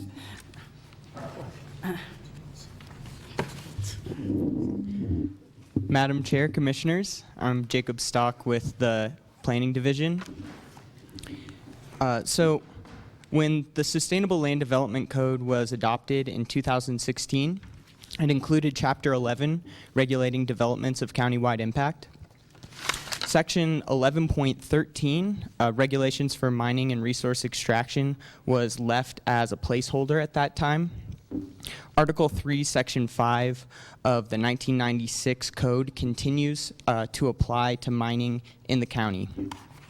Paul's handed out a public review draft of some proposed amendments to Chapter 11 of the SLDC to include new regulations for mining and resource extraction. And there will be copies in the back as well for anyone who would like to pick one up and review it.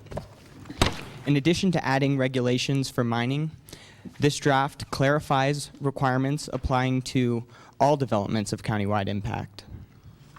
The draft intends to establish regulations to protect water and other environmental resources in the county, to ensure adequate financial bonding is provided, and to require that an applicant sufficiently prove that their proposed activity poses no risk to public health and safety. Staff has gone through an extensive process to develop this draft, working with a group of external stakeholders, consulting with technical experts, and collaborating internally with multiple departments, including staff from Growth Management, Public Works, and the County Attorney's Office. Staff will release the public review draft for the proposed amendments to Chapter 11 for a 30-day public comment period lasting through February 9th. During this 30-day period, we will hold meetings in each of the county's growth management areas, and Paul's also provided you with a schedule for those meetings. And we will also accept public comment throughout the process as well, so not just at those meetings. Following completion of the public comment period, staff will return to the board to request publication of title and general summary for an ordinance to amend Chapter 11 of the Sustainable Land Development Code. And so this concludes my presentation, and I'll stand for questions along with my colleagues. Thank you.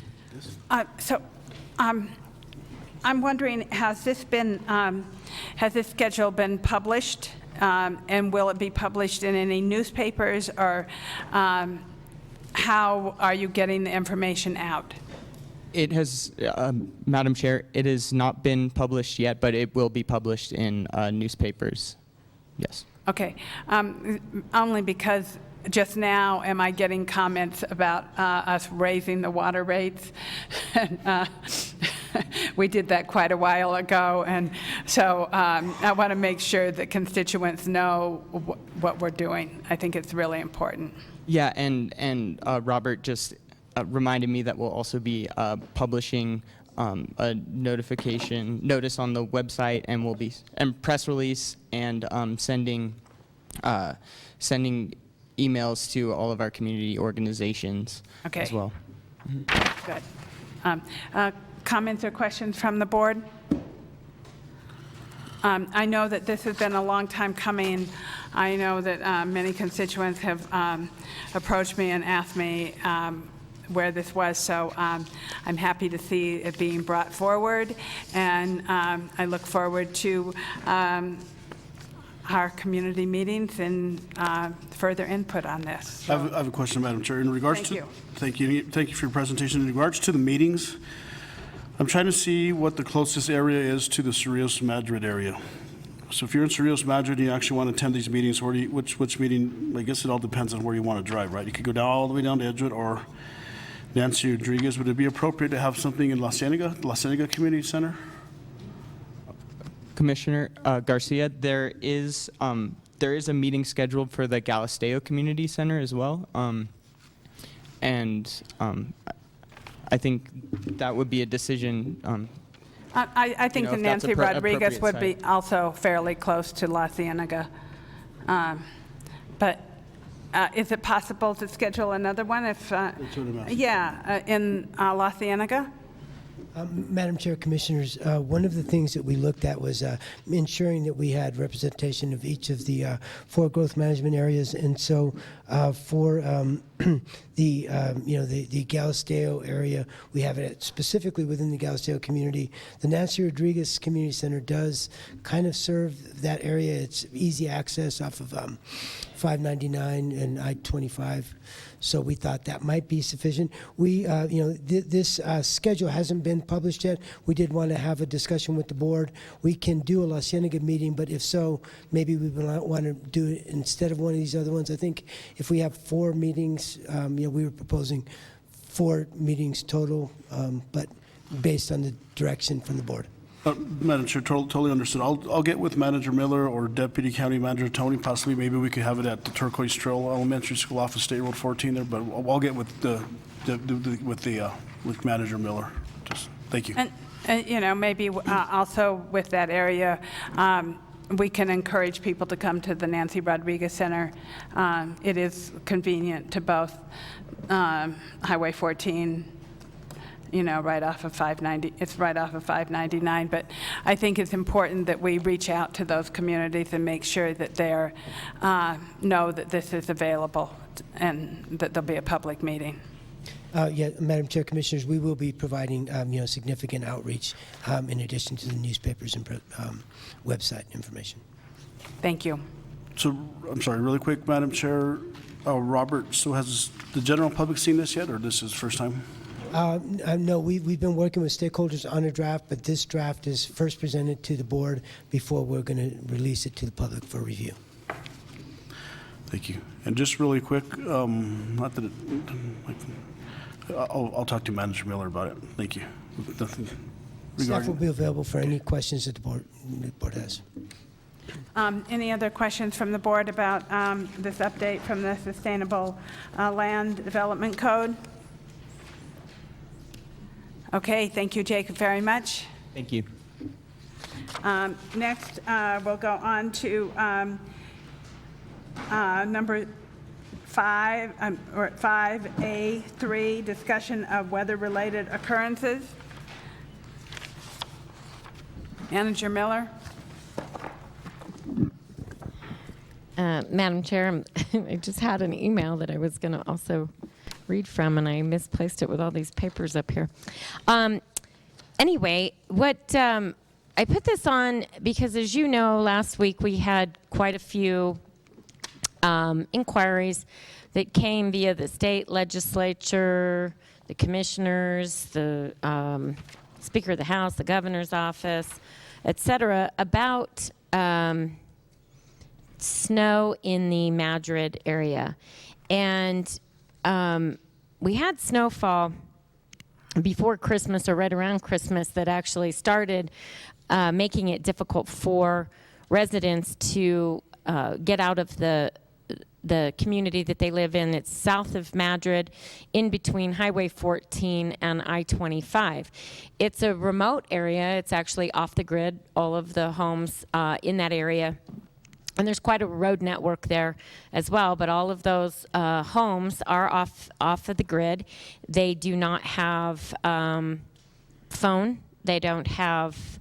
They have cell phones, but they don't have hard lines. They don't have gas, natural gas. They don't have electricity, and most of them use wood-burning stoves or smaller propane heaters. They have propane trucks will deliver in that area. And I'm very, very familiar with that area. My mother actually used to live out there, and I lived there when I first moved here. And the roads are not what I would call roads. It is a network of easements across private property. And they are not improved roads either. They are easements that people have driven over the land, over individuals' lands that have easements across them. And they are not up to any kind of standard of a dirt road or a base course road in the county. So this particular snow event, they ended up with quite a bit of snow. Meteorologists even called it like a snow hole. I think they got more snow than most areas of the county. But they also had drifting because the roads are lower than the land around them from being worn down over decades. And the request was, why can't the county come plow all our roads? And they're private roads. Just like throughout the rest of the county, there are numerous private roads and hundreds of miles. We have 530 miles of county roads, but within the county, there's hundreds of miles, probably double that of private roads, honestly. And people are responsible for maintaining and clearing their own private easements and private roads.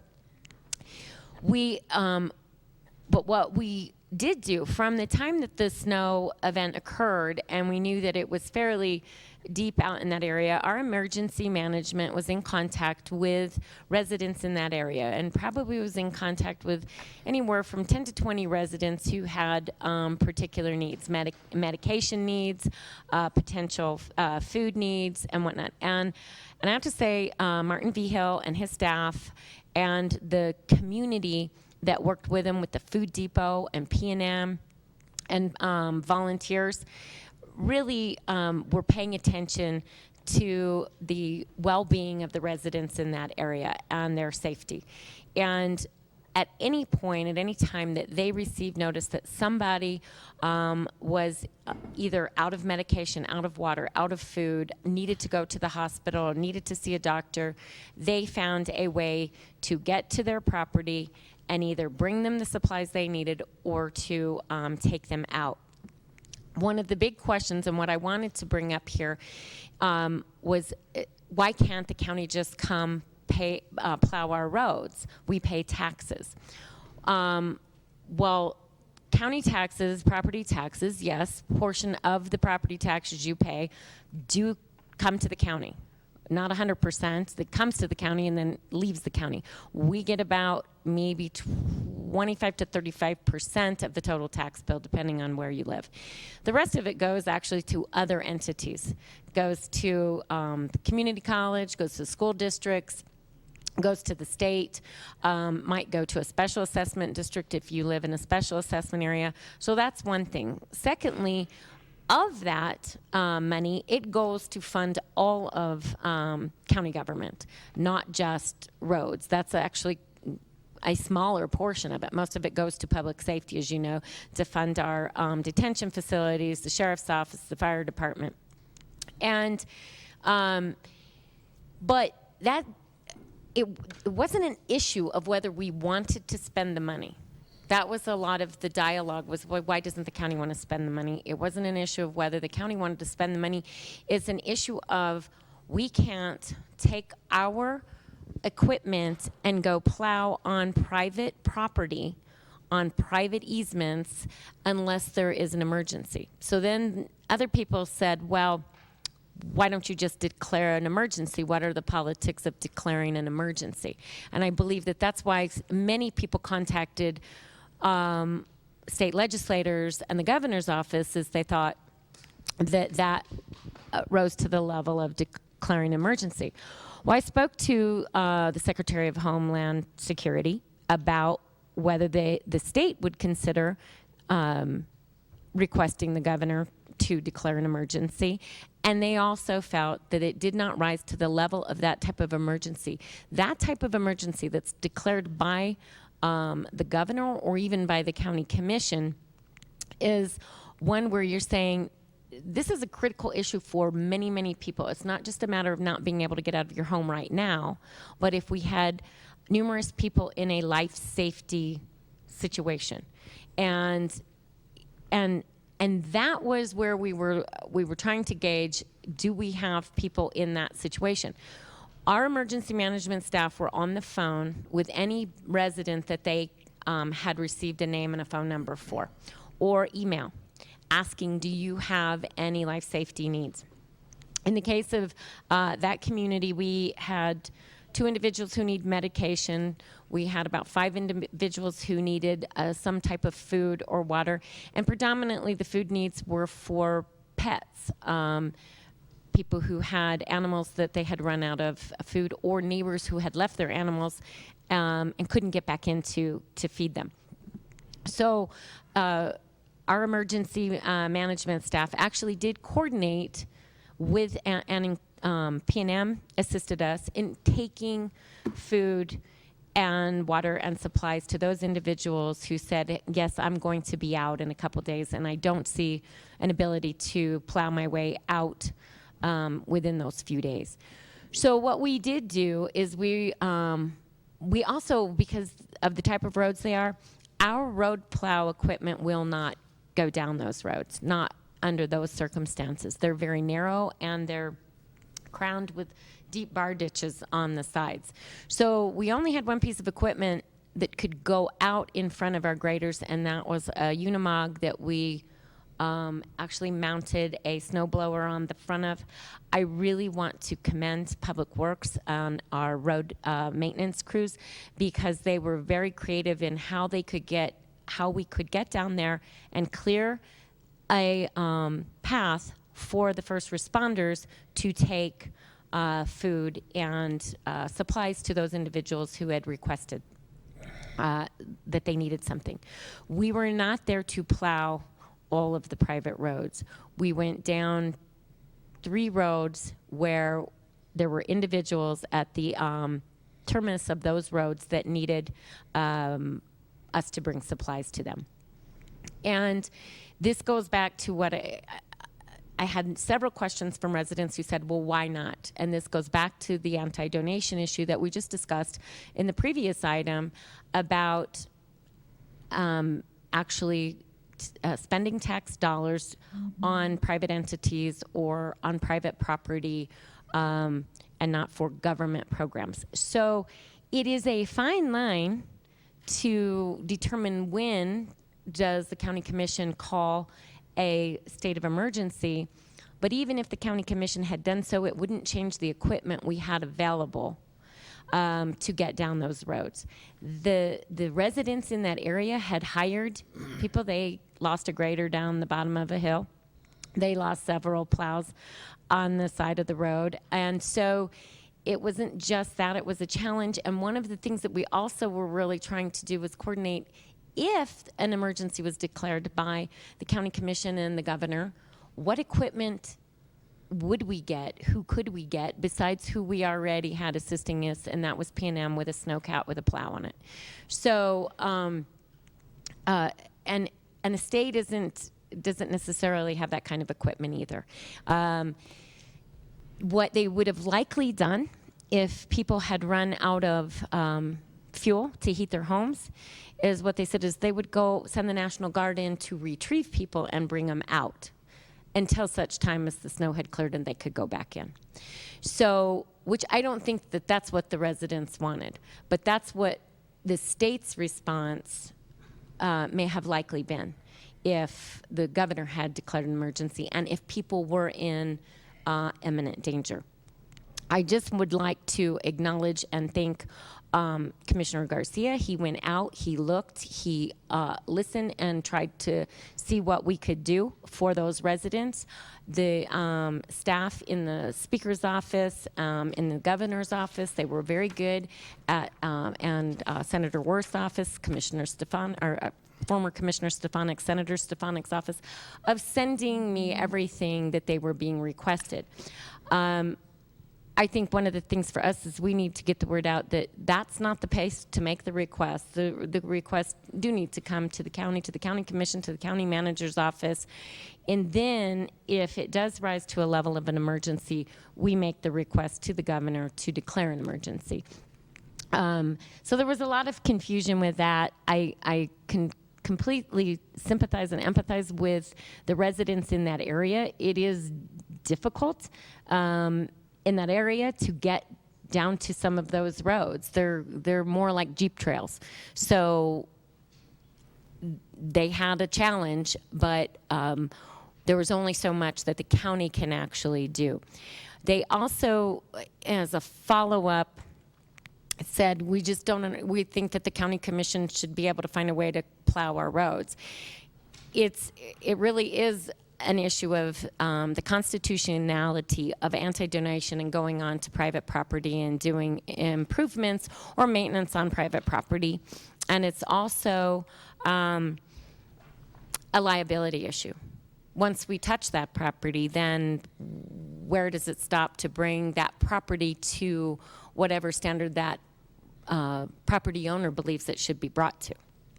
So, and as I said, these aren't actual roads, they are easements through each individual person's property.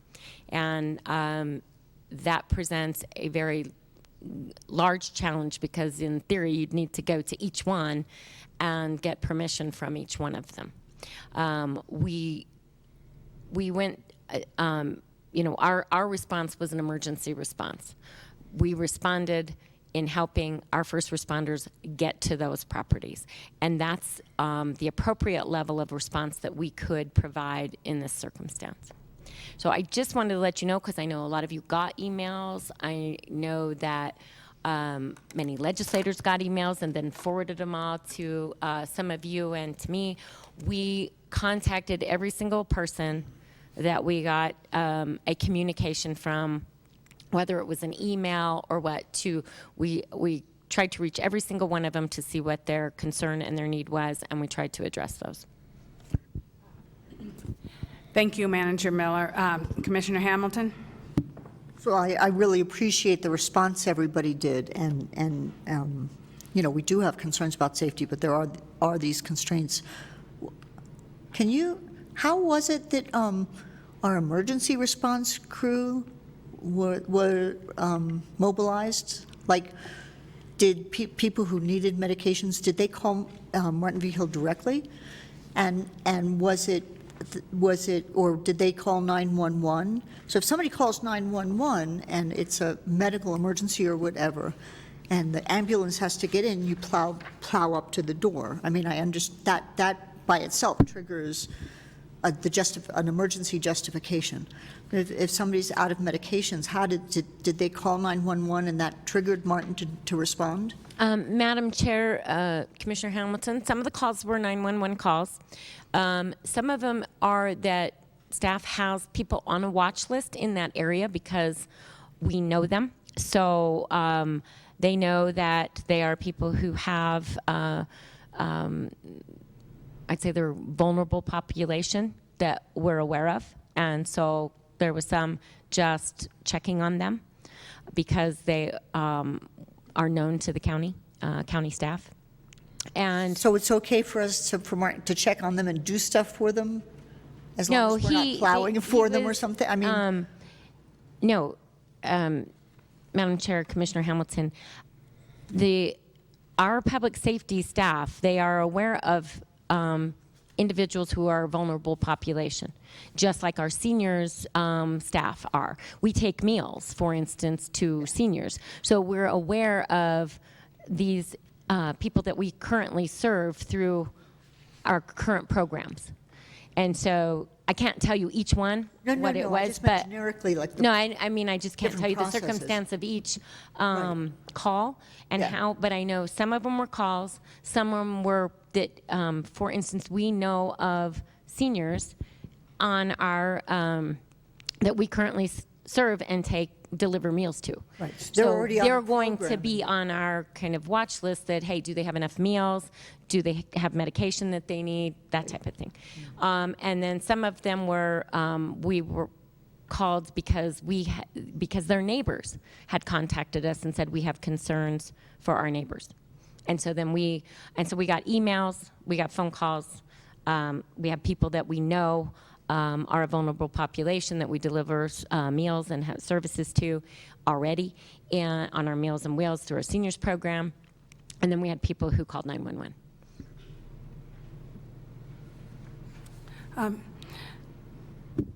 Any other comments from anybody? Thank you. I really appreciate your explanation of that. I know that many of those people were suffering, and possibly there was a tremendous amount of fear of being snowed and stuck in, on roads that there was no way out, and being able to get to their animals. And I did see some of these images and things that were happening, and I'm glad that we could find a way to help them in a limited amount of way that we could. Commissioner Garcia? Madam Chair, I would actually like to thank Manager Miller and her team, obviously the Public Works Department team, and for all the calls that you and I both took during that day or two. Was probably something that you all didn't realize, all the amount of volume of calls that were coming in from that area. And there are people out there that realize that they are private roads, and there was a few that called, and certainly, once again, thank Manager Miller for making a call that she did, and with her Public Works team, Robert, Mike, thank your employees. Those guys are awesome. When you saw them on the news, those graders are moving 5-6 feet of snow. But just be sure and thank your staff that they did an excellent job out there, and thank you all for working with the community. Thank you. Any other questions? Anything else from you, Manager Miller? Okay. No, Madam Chair. Next, we go on to matters from the County Commission, our next exciting event, which is elections and appointments to boards. I want to say I've been grateful to serve as the county chair for the last year, and I look forward to the next couple of years as commissioner. And so our first item 6. I'm sorry to interrupt you. Can I bring up something really quick in regards to the snow removal? I just want to thank, once again, Mike and Tony. We actually drove out there, but I just want to know how Mike's hands are doing, because when we were going up and down some of those hills, the steering wheel was like bent, and he was just like, I wonder if he can still open his hands, because he was kind of. I want to thank Public Director Mike Kelly for picking me up and taking me home during the swearing-in service and ceremony. Otherwise, I might not have made it here because of the amount of snow we had. So, so I am grateful for that also. You know, some of us don't have four-wheel drive even if we live in the city. White knuckle driving. So with that, I want to once again go back to matters from county commissioners, and the first item is election of Board of County Commissioners chair, and I would like to. Chair? Yes? I would like to make a nomination. Well, I would like to make a nomination. I'm sorry. Go ahead and make the nomination. I'll second, possibly. I would like to nominate Commissioner Hamilton as chair of the Board of County Commissioners. I'll second. Okay. All those in favor? Aye. Aye. Okay, next we have election of Board of County Commissioners of Vice Chair, and I would like to nominate Commissioner Roybal. A second. And I have a second. All those in favor? Aye. Aye. Congratulations to Commissioner Hamilton and Commissioner Roybal. Next, yes? I just for the record, I just want to say that I'm humbled to be able to serve as the vice chair to Commissioner Hamilton, and I look forward to it. So thank you.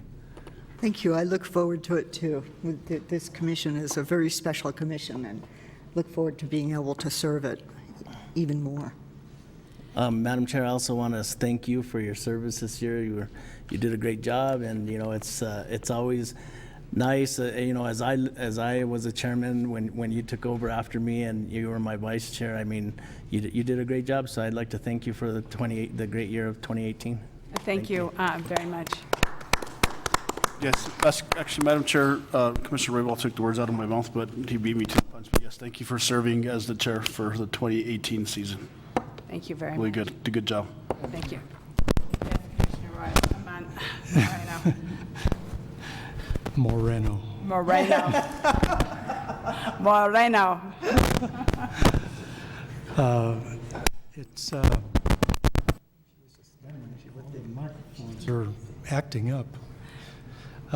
Congratulations to everybody, and I'm looking forward to serving on this commission and continuing, and I will be happy to serve in any capacity that is required.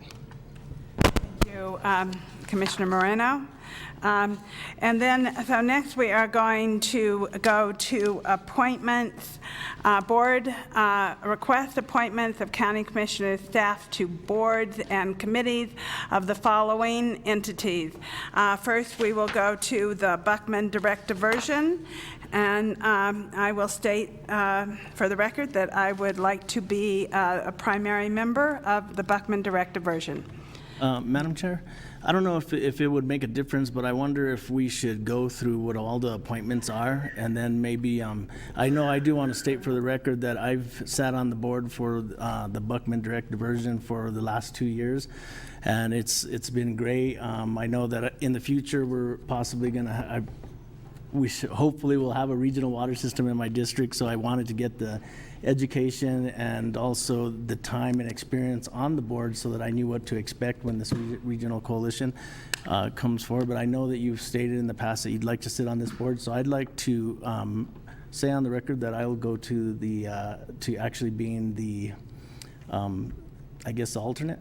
Okay. To you guys, unless there's somebody else that wants to serve as an alternate to the BDD, but I would be willing to make that change. But I think it might be a good thing to hear all the different boards that the commissioners are on, just so that we could kind of maybe see. I think that's really the only change that I'm looking at. I'd like to keep all the rest of my assignments. Madam Chair? Yes. Oh, well, are you going on to something else? Because I was going to express my interest in continuing, noting that I'm in line to chair the BDD board this coming year. And so I would very much like to stay on it. Okay, I'm going to read off that the boards that we have are the MPO, the North Central New Mexico EDD, the RCDT, the Regional Coalition, the SWAMA, the SFCIC, the Santa Fe Audit Committee, Evita, and the multi-line and workers' compensation. So, so we've dealt with the Buckman. So the next is the. We have to do this in order. So Okay. we have 2 primary members for BDD, and from what I'm understanding is Commissioner Roybal will serve as the alternate, Commissioner Hamilton and Commissioner Hansen as the primaries. Is that the direction correct. I see from the board? Okay, next we will go to the MPO, which we have, I would. Wait, what happened? We've done the Buckman. Well, do we have to make a motion on all this stuff, or? So, Madam Chair, Commissioner Garcia, what we've done in the past, we've done motion and a second for those things so that the board has agreed upon these appointments. You can either do it as a slate for all of them, but I need to be able to keep track of what boards are being assigned to what commissioners. So, Do you want us to do a motion for each Yes. board? Yes. Okay. I think that's just appropriate because we might get into some boards here where we're not all going to agree on stuff. So that way it's just clear on the record as to who gets it and who doesn't. so Madam Chair, so what I understand your motion to be, I'll put words in your mouth. Yeah, I move that Commissioner Hansen and Hamilton be the 2 primary members of the Buckman Direct Diversion, and Commissioner Roybal be the alternate. All those in favor? Oh, we need a second. Oh, second. A second? Second. All those in favor? Aye. Aye. I'll be upfront on the record. I just have a little bit of concerns just in regards to this stuff that was brought up earlier in regards to the Buckman diversion, as into Commissioner Hansen being on the Buckman diversion, the BDD. And the only thing that I have concern about it is regarding just possibly micromanaging the city whenever they're going to go hire somebody. I just don't want to get into that because it seems like we need to have this working relationship with the city and continue that. So that's the only concern that I have. So if you can guarantee me that that won't happen. I am going to continue to advocate for the county to have a say, because I think that is incredibly important. And since you have not served on this board for the last 2 years and have not experienced what has happened with the facility manager, I think those comments are out of line. Well, I don't think they're out of line either, just because in reality, there's no way we can guarantee if we have 10 engineers on this committee that 5 engineers are going to stay working on that committee. So I think we should take the votes on separate and let's see how it goes. Instead of nominating 3 people, 4 people at one time, if we can just actually go with 1 person at a time. No, that's not how we do it. Madam Chair, just to be clear. We I have need a motion and on the second for floor. each of the boards based upon the primary numbers and the alternate numbers by board. So from what I understand, we have a motion and a motion by Commissioner Hansen and a second by Commissioner Moreno. Help me out, Deb. For Commissioner Hansen and Hamilton to be primary members of BDD board, with Commissioner Roybal being the alternate. And there was a call for the vote, and I'm sorry I didn't get the vote. So there was discussion before the vote. So at any time during the year, if there's 3-2 votes or 3-1 or 4-1, we could bring these committees back up, right? For reappointments, or no? Madam Chairman, Commissioner Garcia. You mean if it's not you? I don't know if there's any preclusion from having the board reconsider those memberships. Yeah, so they could be brought up at any time based upon direction of staff. Thank you. All those in favor? Aye. Aye. So Madam Chair, the next board is the Metropolitan Planning Organization.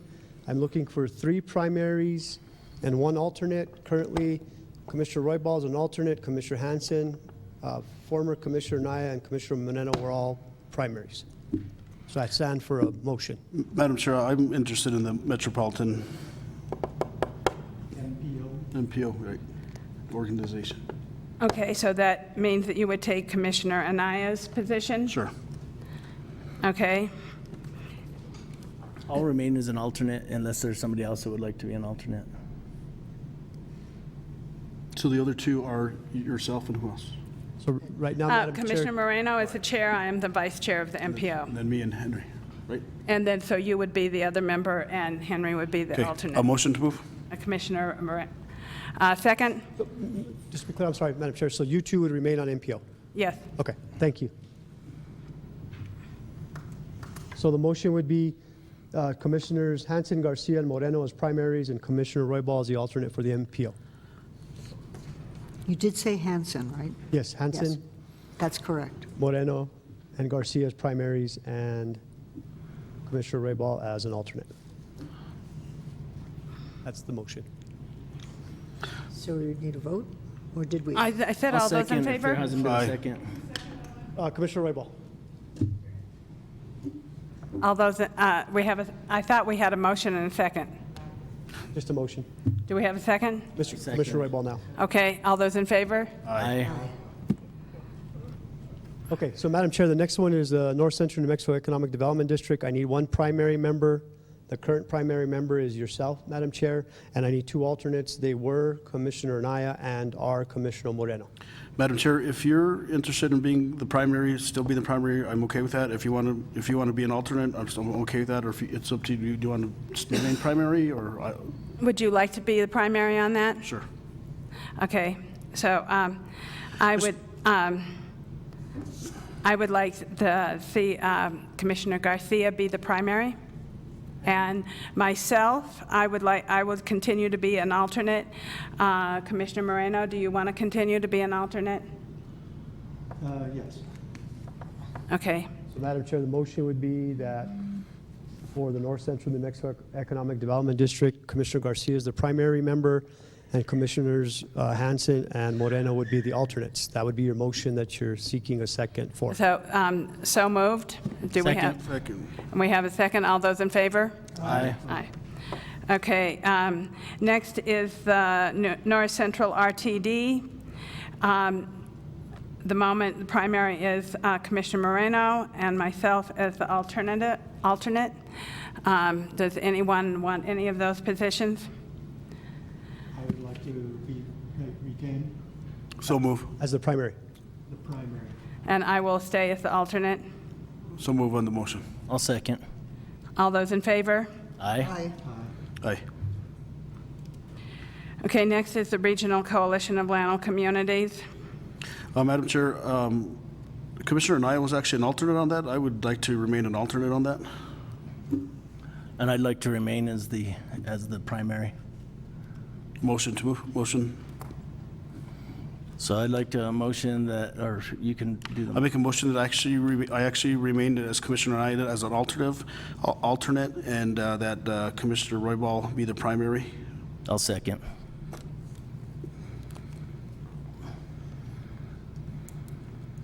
All those in favor? Aye. Aye. I am concerned, and I'm not going to vote on that, but I am concerned about what was brought up about conflict of interest for Commissioner Roybal, and so I think that that's something that should be thought about, in what was said as an appearance of conflict of interest with the Code of Conduct. Madam Chair, under comments, I heard what was brought up earlier, but District 1 is the boundary to the Los Alamos National Laboratory, and I don't think that somebody that works at the laboratory, especially, in my capacity, I live in the community. My generation and family go back for many years.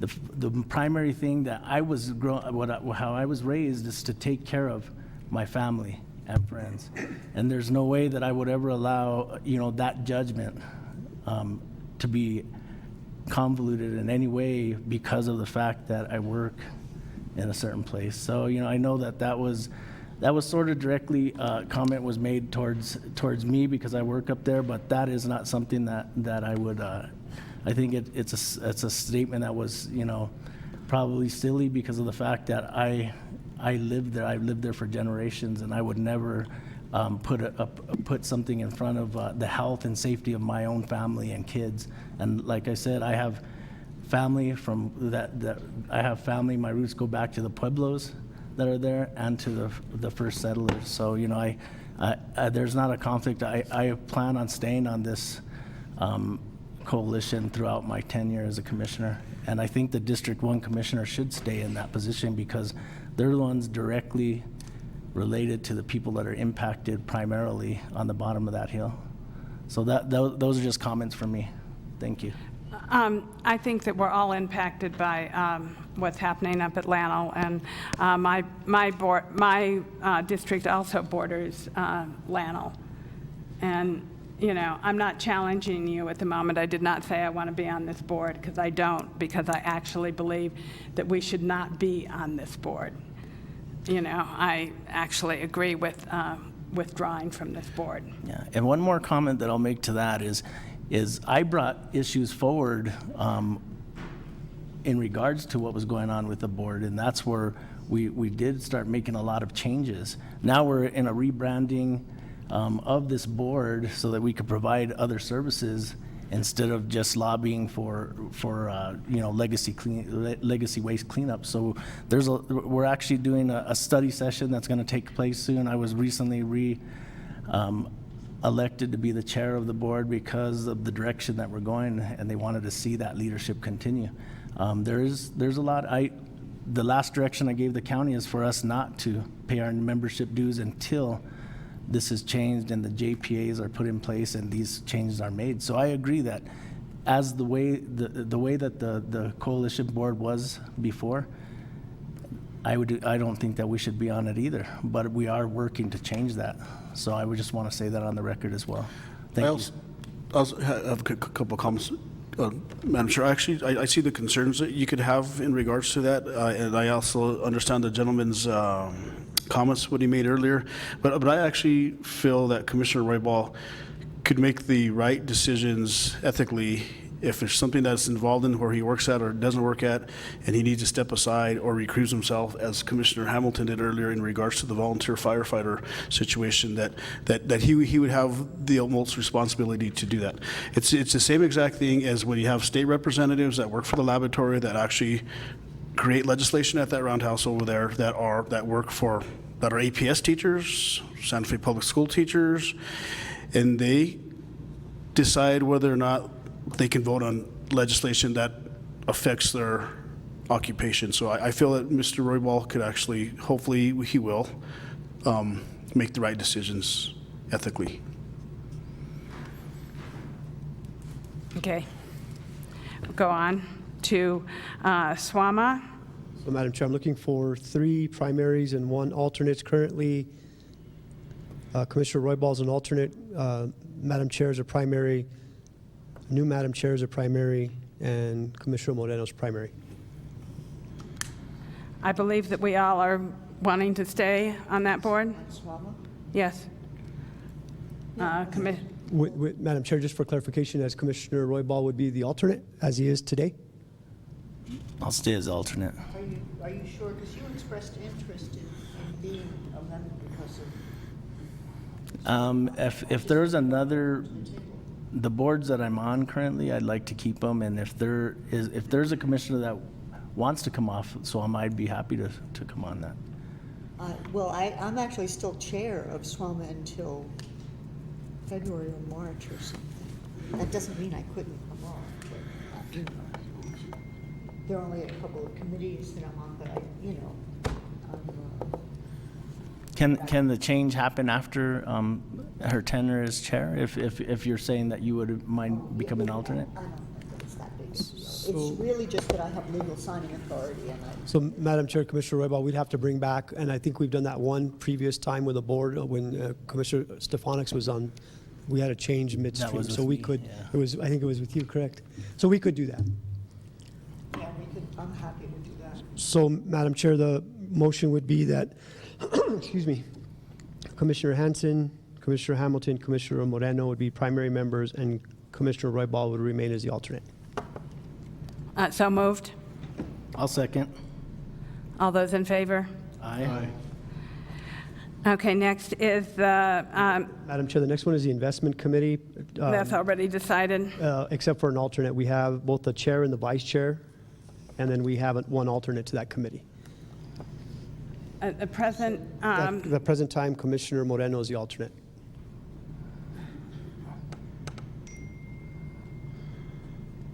Commissioner Moreno. Nobody else wants it? Is there anybody else who would like to be the alternate? I'll be the alternate. Okay, great. So, Madam Chair, the motion is, of course, the chair and the vice chair as the primary, 2 primary members, and Commissioner Moreno to remain as the alternate. Okay, great. I'll second. All those in favor? Yeah, Aye. Okay, next is the, The Audit Committee, Madam Chair, and we have historically had the chair and the vice chair on the Audit Committee.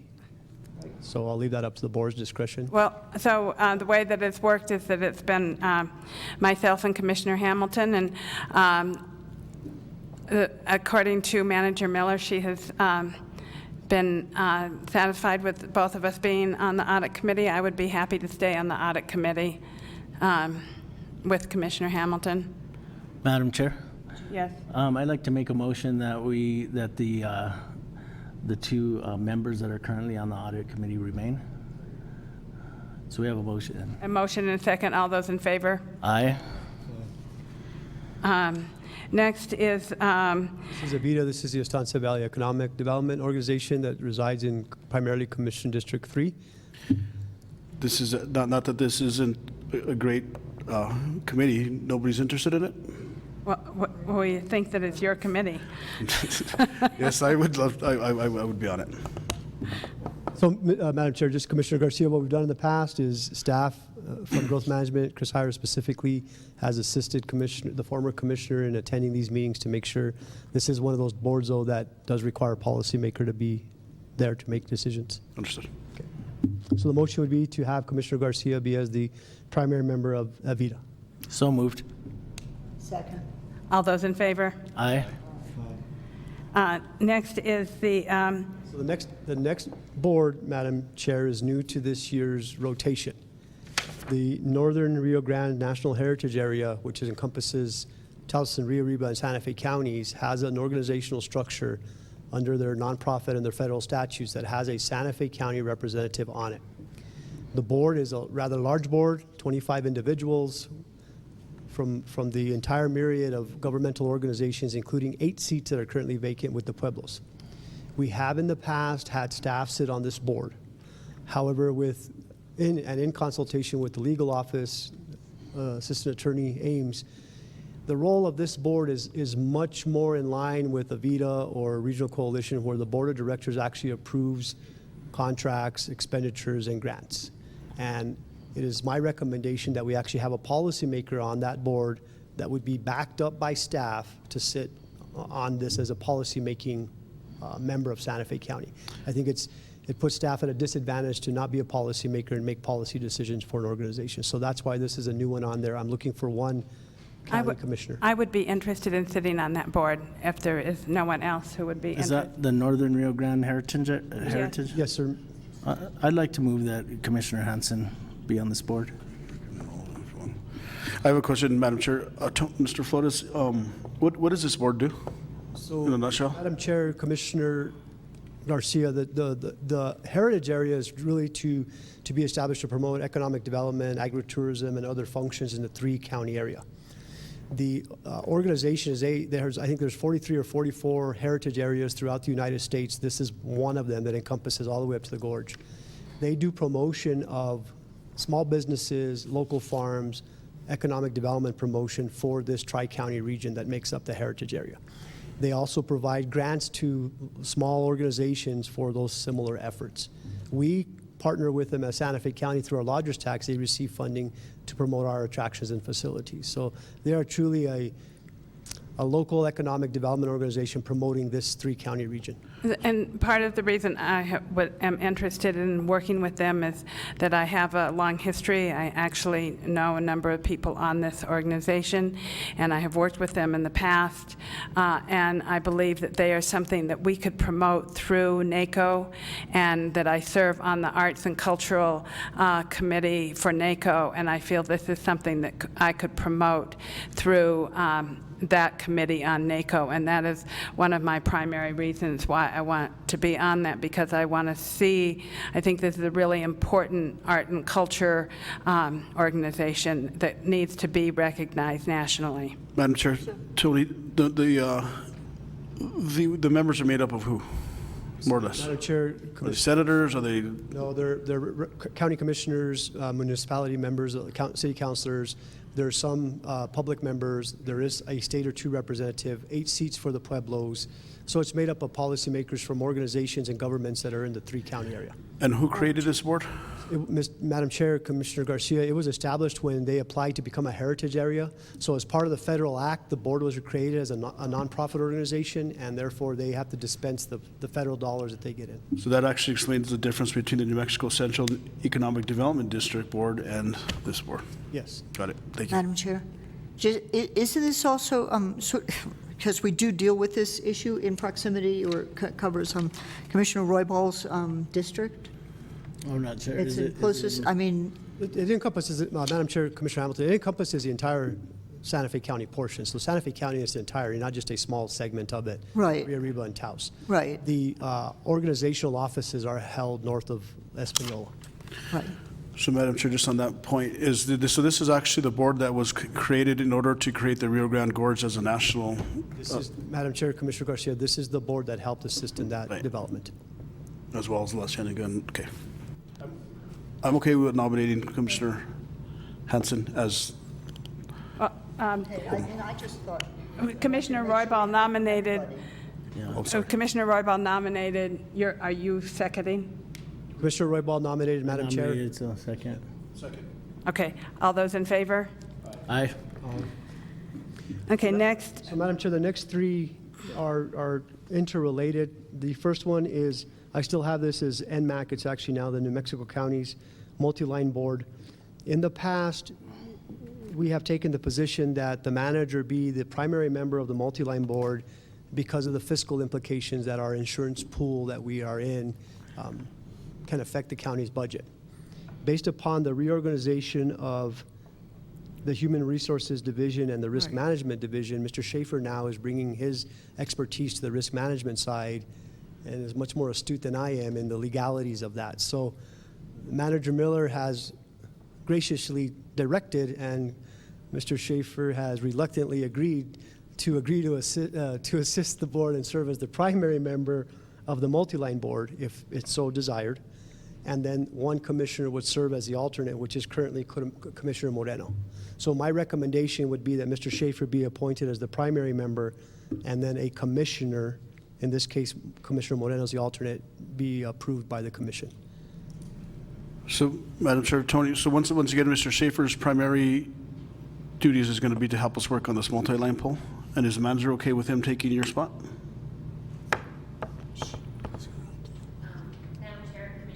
I actually thought it would be a good idea. I have done it for 4 or 5 years, but it's pretty intense, and the meetings are very long, and it really does require a lot of knowledge about legalities of lawsuits, and also about insurance and insurance premiums and how they're structured. So I think it would really be beneficial to the county as well as to the NMAC board to have Greg on that committee. If nobody has any additional comments, I would make a motion with staff's recommendations. I'll second. That would be you as the alternate? Okay. Oh, okay, as long as he wants that. You okay with it? Yeah. Okay. Oh, okay. All those in favor? Aye. Aye. Thank you. Next. Thank you, Madam Chair, for getting me that Tony, order of business. Madam Chair, I do want to clarify something though, because this is a little weird. We have to have. Do they do the workers' comp? Because we do need a general membership board member. Okay, sorry, because it's really confusing. Well, unbeknownst to us, there was a third appointment we missed for the first time in my tenure back, which is 5 years. So the next board is the Workers' Compensation Pool Board, and currently Commissioner Roybal is the primary with Commissioner Moreno as the second. I would like to suggest, though, that on the same vein of the multi-line board, that Mr. Schaefer also serve in a capacity on this board, if that would be appropriate. Madam Chair, that part's fine. The part that's the confusing part is once a year they have a general membership meeting in January, and that should be a commissioner. Yes. No, this is confusing. Are we talking about the Very confusing. Workers' Compensation Board, or are we talking about the general membership? Madam Chair, the first one I'm talking about is on the matrix, is the Workers' Compensation Pool Board member. That's what I'm on right now. The next item will be the general membership member. Of the workers' compensation? Yes. Okay, Yes. okay. I'm just trying to get clear so everybody knows so the first one is the workers' compensation. So is this the board you want Mr. Schaefer to sit on? Yes. Second board we wanted to sit.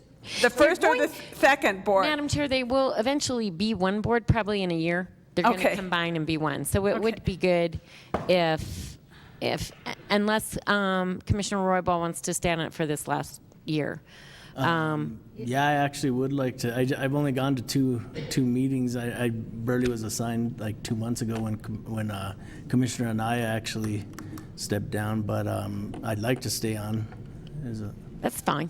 I think that's fine. If Commissioner Roybal wants to stand, what they're going to do is combine both pools, though, so it'll be one board. So, Madam Chair, could I suggest then that Commissioner Roybal would be the prime and Mr. Schaefer would be his alternate?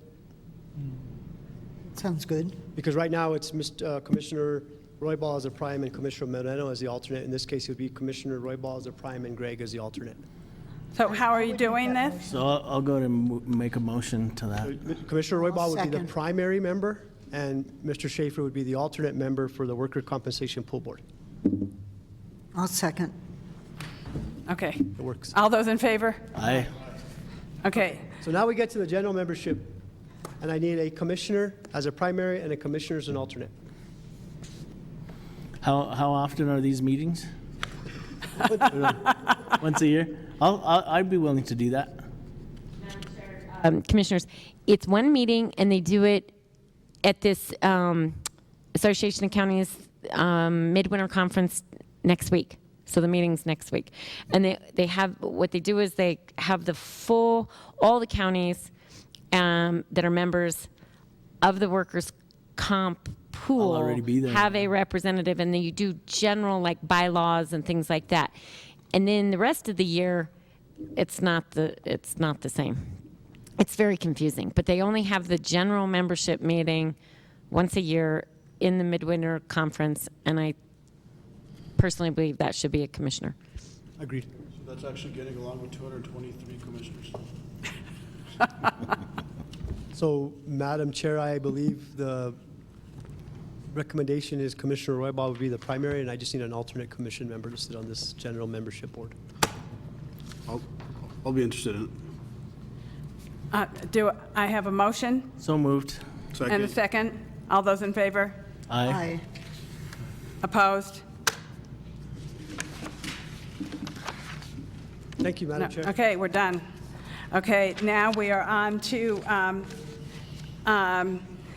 item 6B, Commissioners' issues, comments, including but not limited to constituent concerns, recognitions, requests, and updates or future presentations. Is there any comments from commissioners? Yes, I have an item listed. I know, but I wanted to go to first two comments. Does anybody have any comments, reports, anything you would like to share with the commission? Okay, then we'll go on to item B1, Celebration Santa Fe County People's Talents and Initiatives. Commissioner Hamilton. Right, I just wanted to give a little preview of something that I wanted to bring forward. You know, every chair gets to do a little bit that's unique in it. Over the couple of years we've been on this board, it always amazes me how many unique things people that are in the county and that work for the county, you know, not limiting to employees by any means, but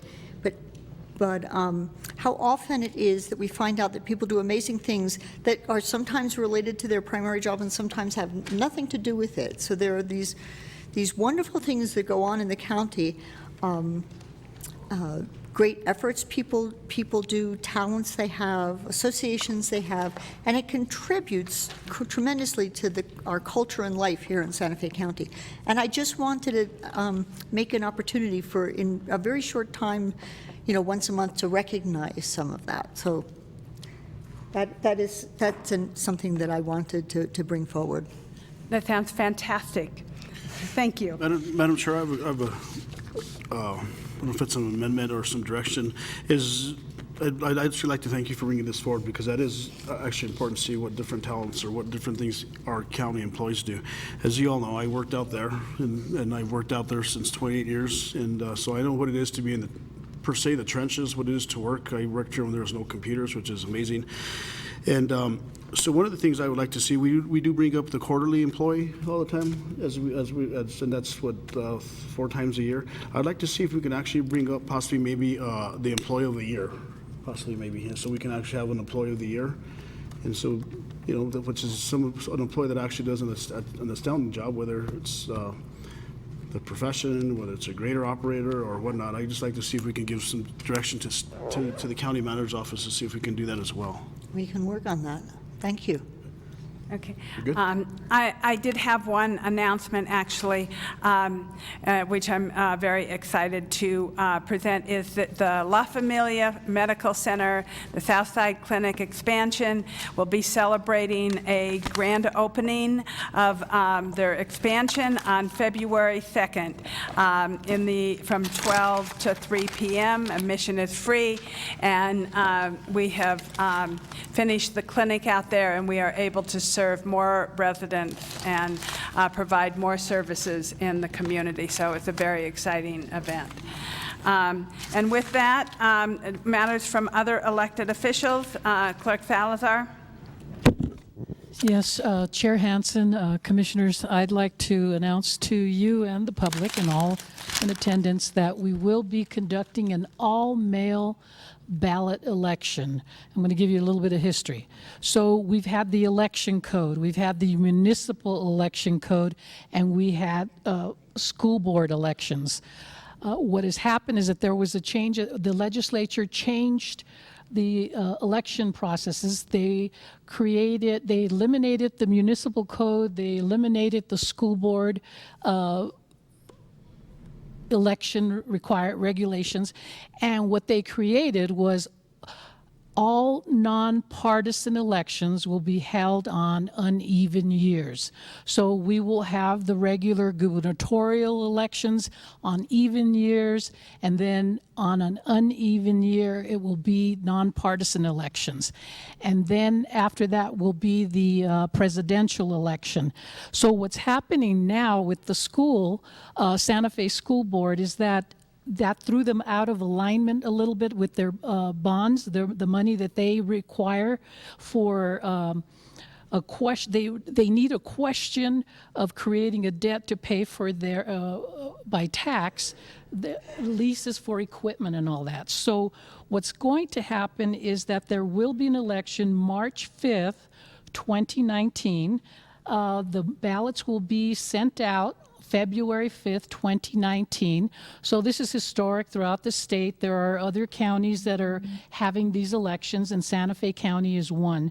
The county clerk's office, the county clerk and her staff have been working with the Santa Fe School Board to get this together. We've had the proclamation since, I believe, October. It was published, and now we're gearing up for the all-mail ballot school election so that the school board can have funds or request that the voters on the question to see if they will allow this to go forward. So once again, historically, we will have an all-mail ballot election March 5th, 2019, and the ballots will be mailed out February 5th, 2019. Thank you so much.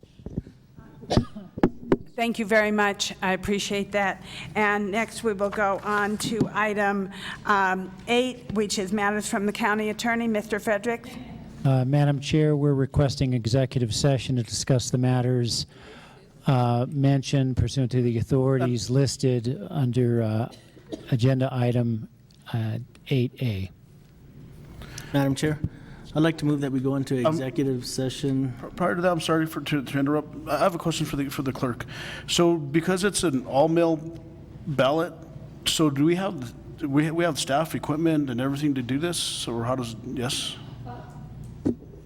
The county clerk has always helped the school boards run their elections, so that's not different. There's just been some changes that we're going to handle it. We're going to handle the canvassing. We've cooperated very well for many years with the school board, with the community college. We've run their elections. The only big major difference is that we will also be running the municipal elections. Okay, so, and those boards had to opt in. Both Edgewood opted in about 2 weeks ago. I went to their board meeting and they opted in, but they're opting in to start their election on 2021, I believe. The city passed, they had an election to ask the citizens to have that election. So the county clerk will now run the elections for the municipalities, the village of Edgewood, and now the school board. Yes. Just because, Madam Chair, the only reason why I'm asking is because now we're going to mail out how many registered voters are. And so if you were a registered voter in 1992 and you never ever registered to vote, you're still going to get a ballot, correct? You will receive a ballot if you have participated. There's a federal law that tells us how we manage our voter rolls. It's called list maintenance. And so there are postcards that are sent out to qualified registered voters. If there's no activity, there goes out another card. And so if there's no activity at all, eventually they will be removed from the voter rolls in Santa Fe County or any county. So there's a large process that goes through that with the Secretary of States and all county clerks. So if you've were registered in 1992 and you have not participated at all, voted, it is likely that you are not an active voter, a registered voter. So it's important that anyone who may have registered in 1992 to consider registering, and the opportunity can be online. They can do this online through the county clerk's office website or through the Secretary of State's website. Okay, good question. Thank you very much. Okay, back to Madam Chair, I'd like motion. to, thank you. I'd like to move that we go into executive session for the items that were outlined by County Attorney Frederick. Second. Although, roll call. Chair Hansen, Yes. are we now Chair Hamilton? Yes. Okay. Commissioner Roybal, Yes. Commissioner Moreno, and also Chair Hamilton, yes, and Commissioner Garcia. Thank you, all five. Thank you. We are now in executive session. We'll be back in an hour.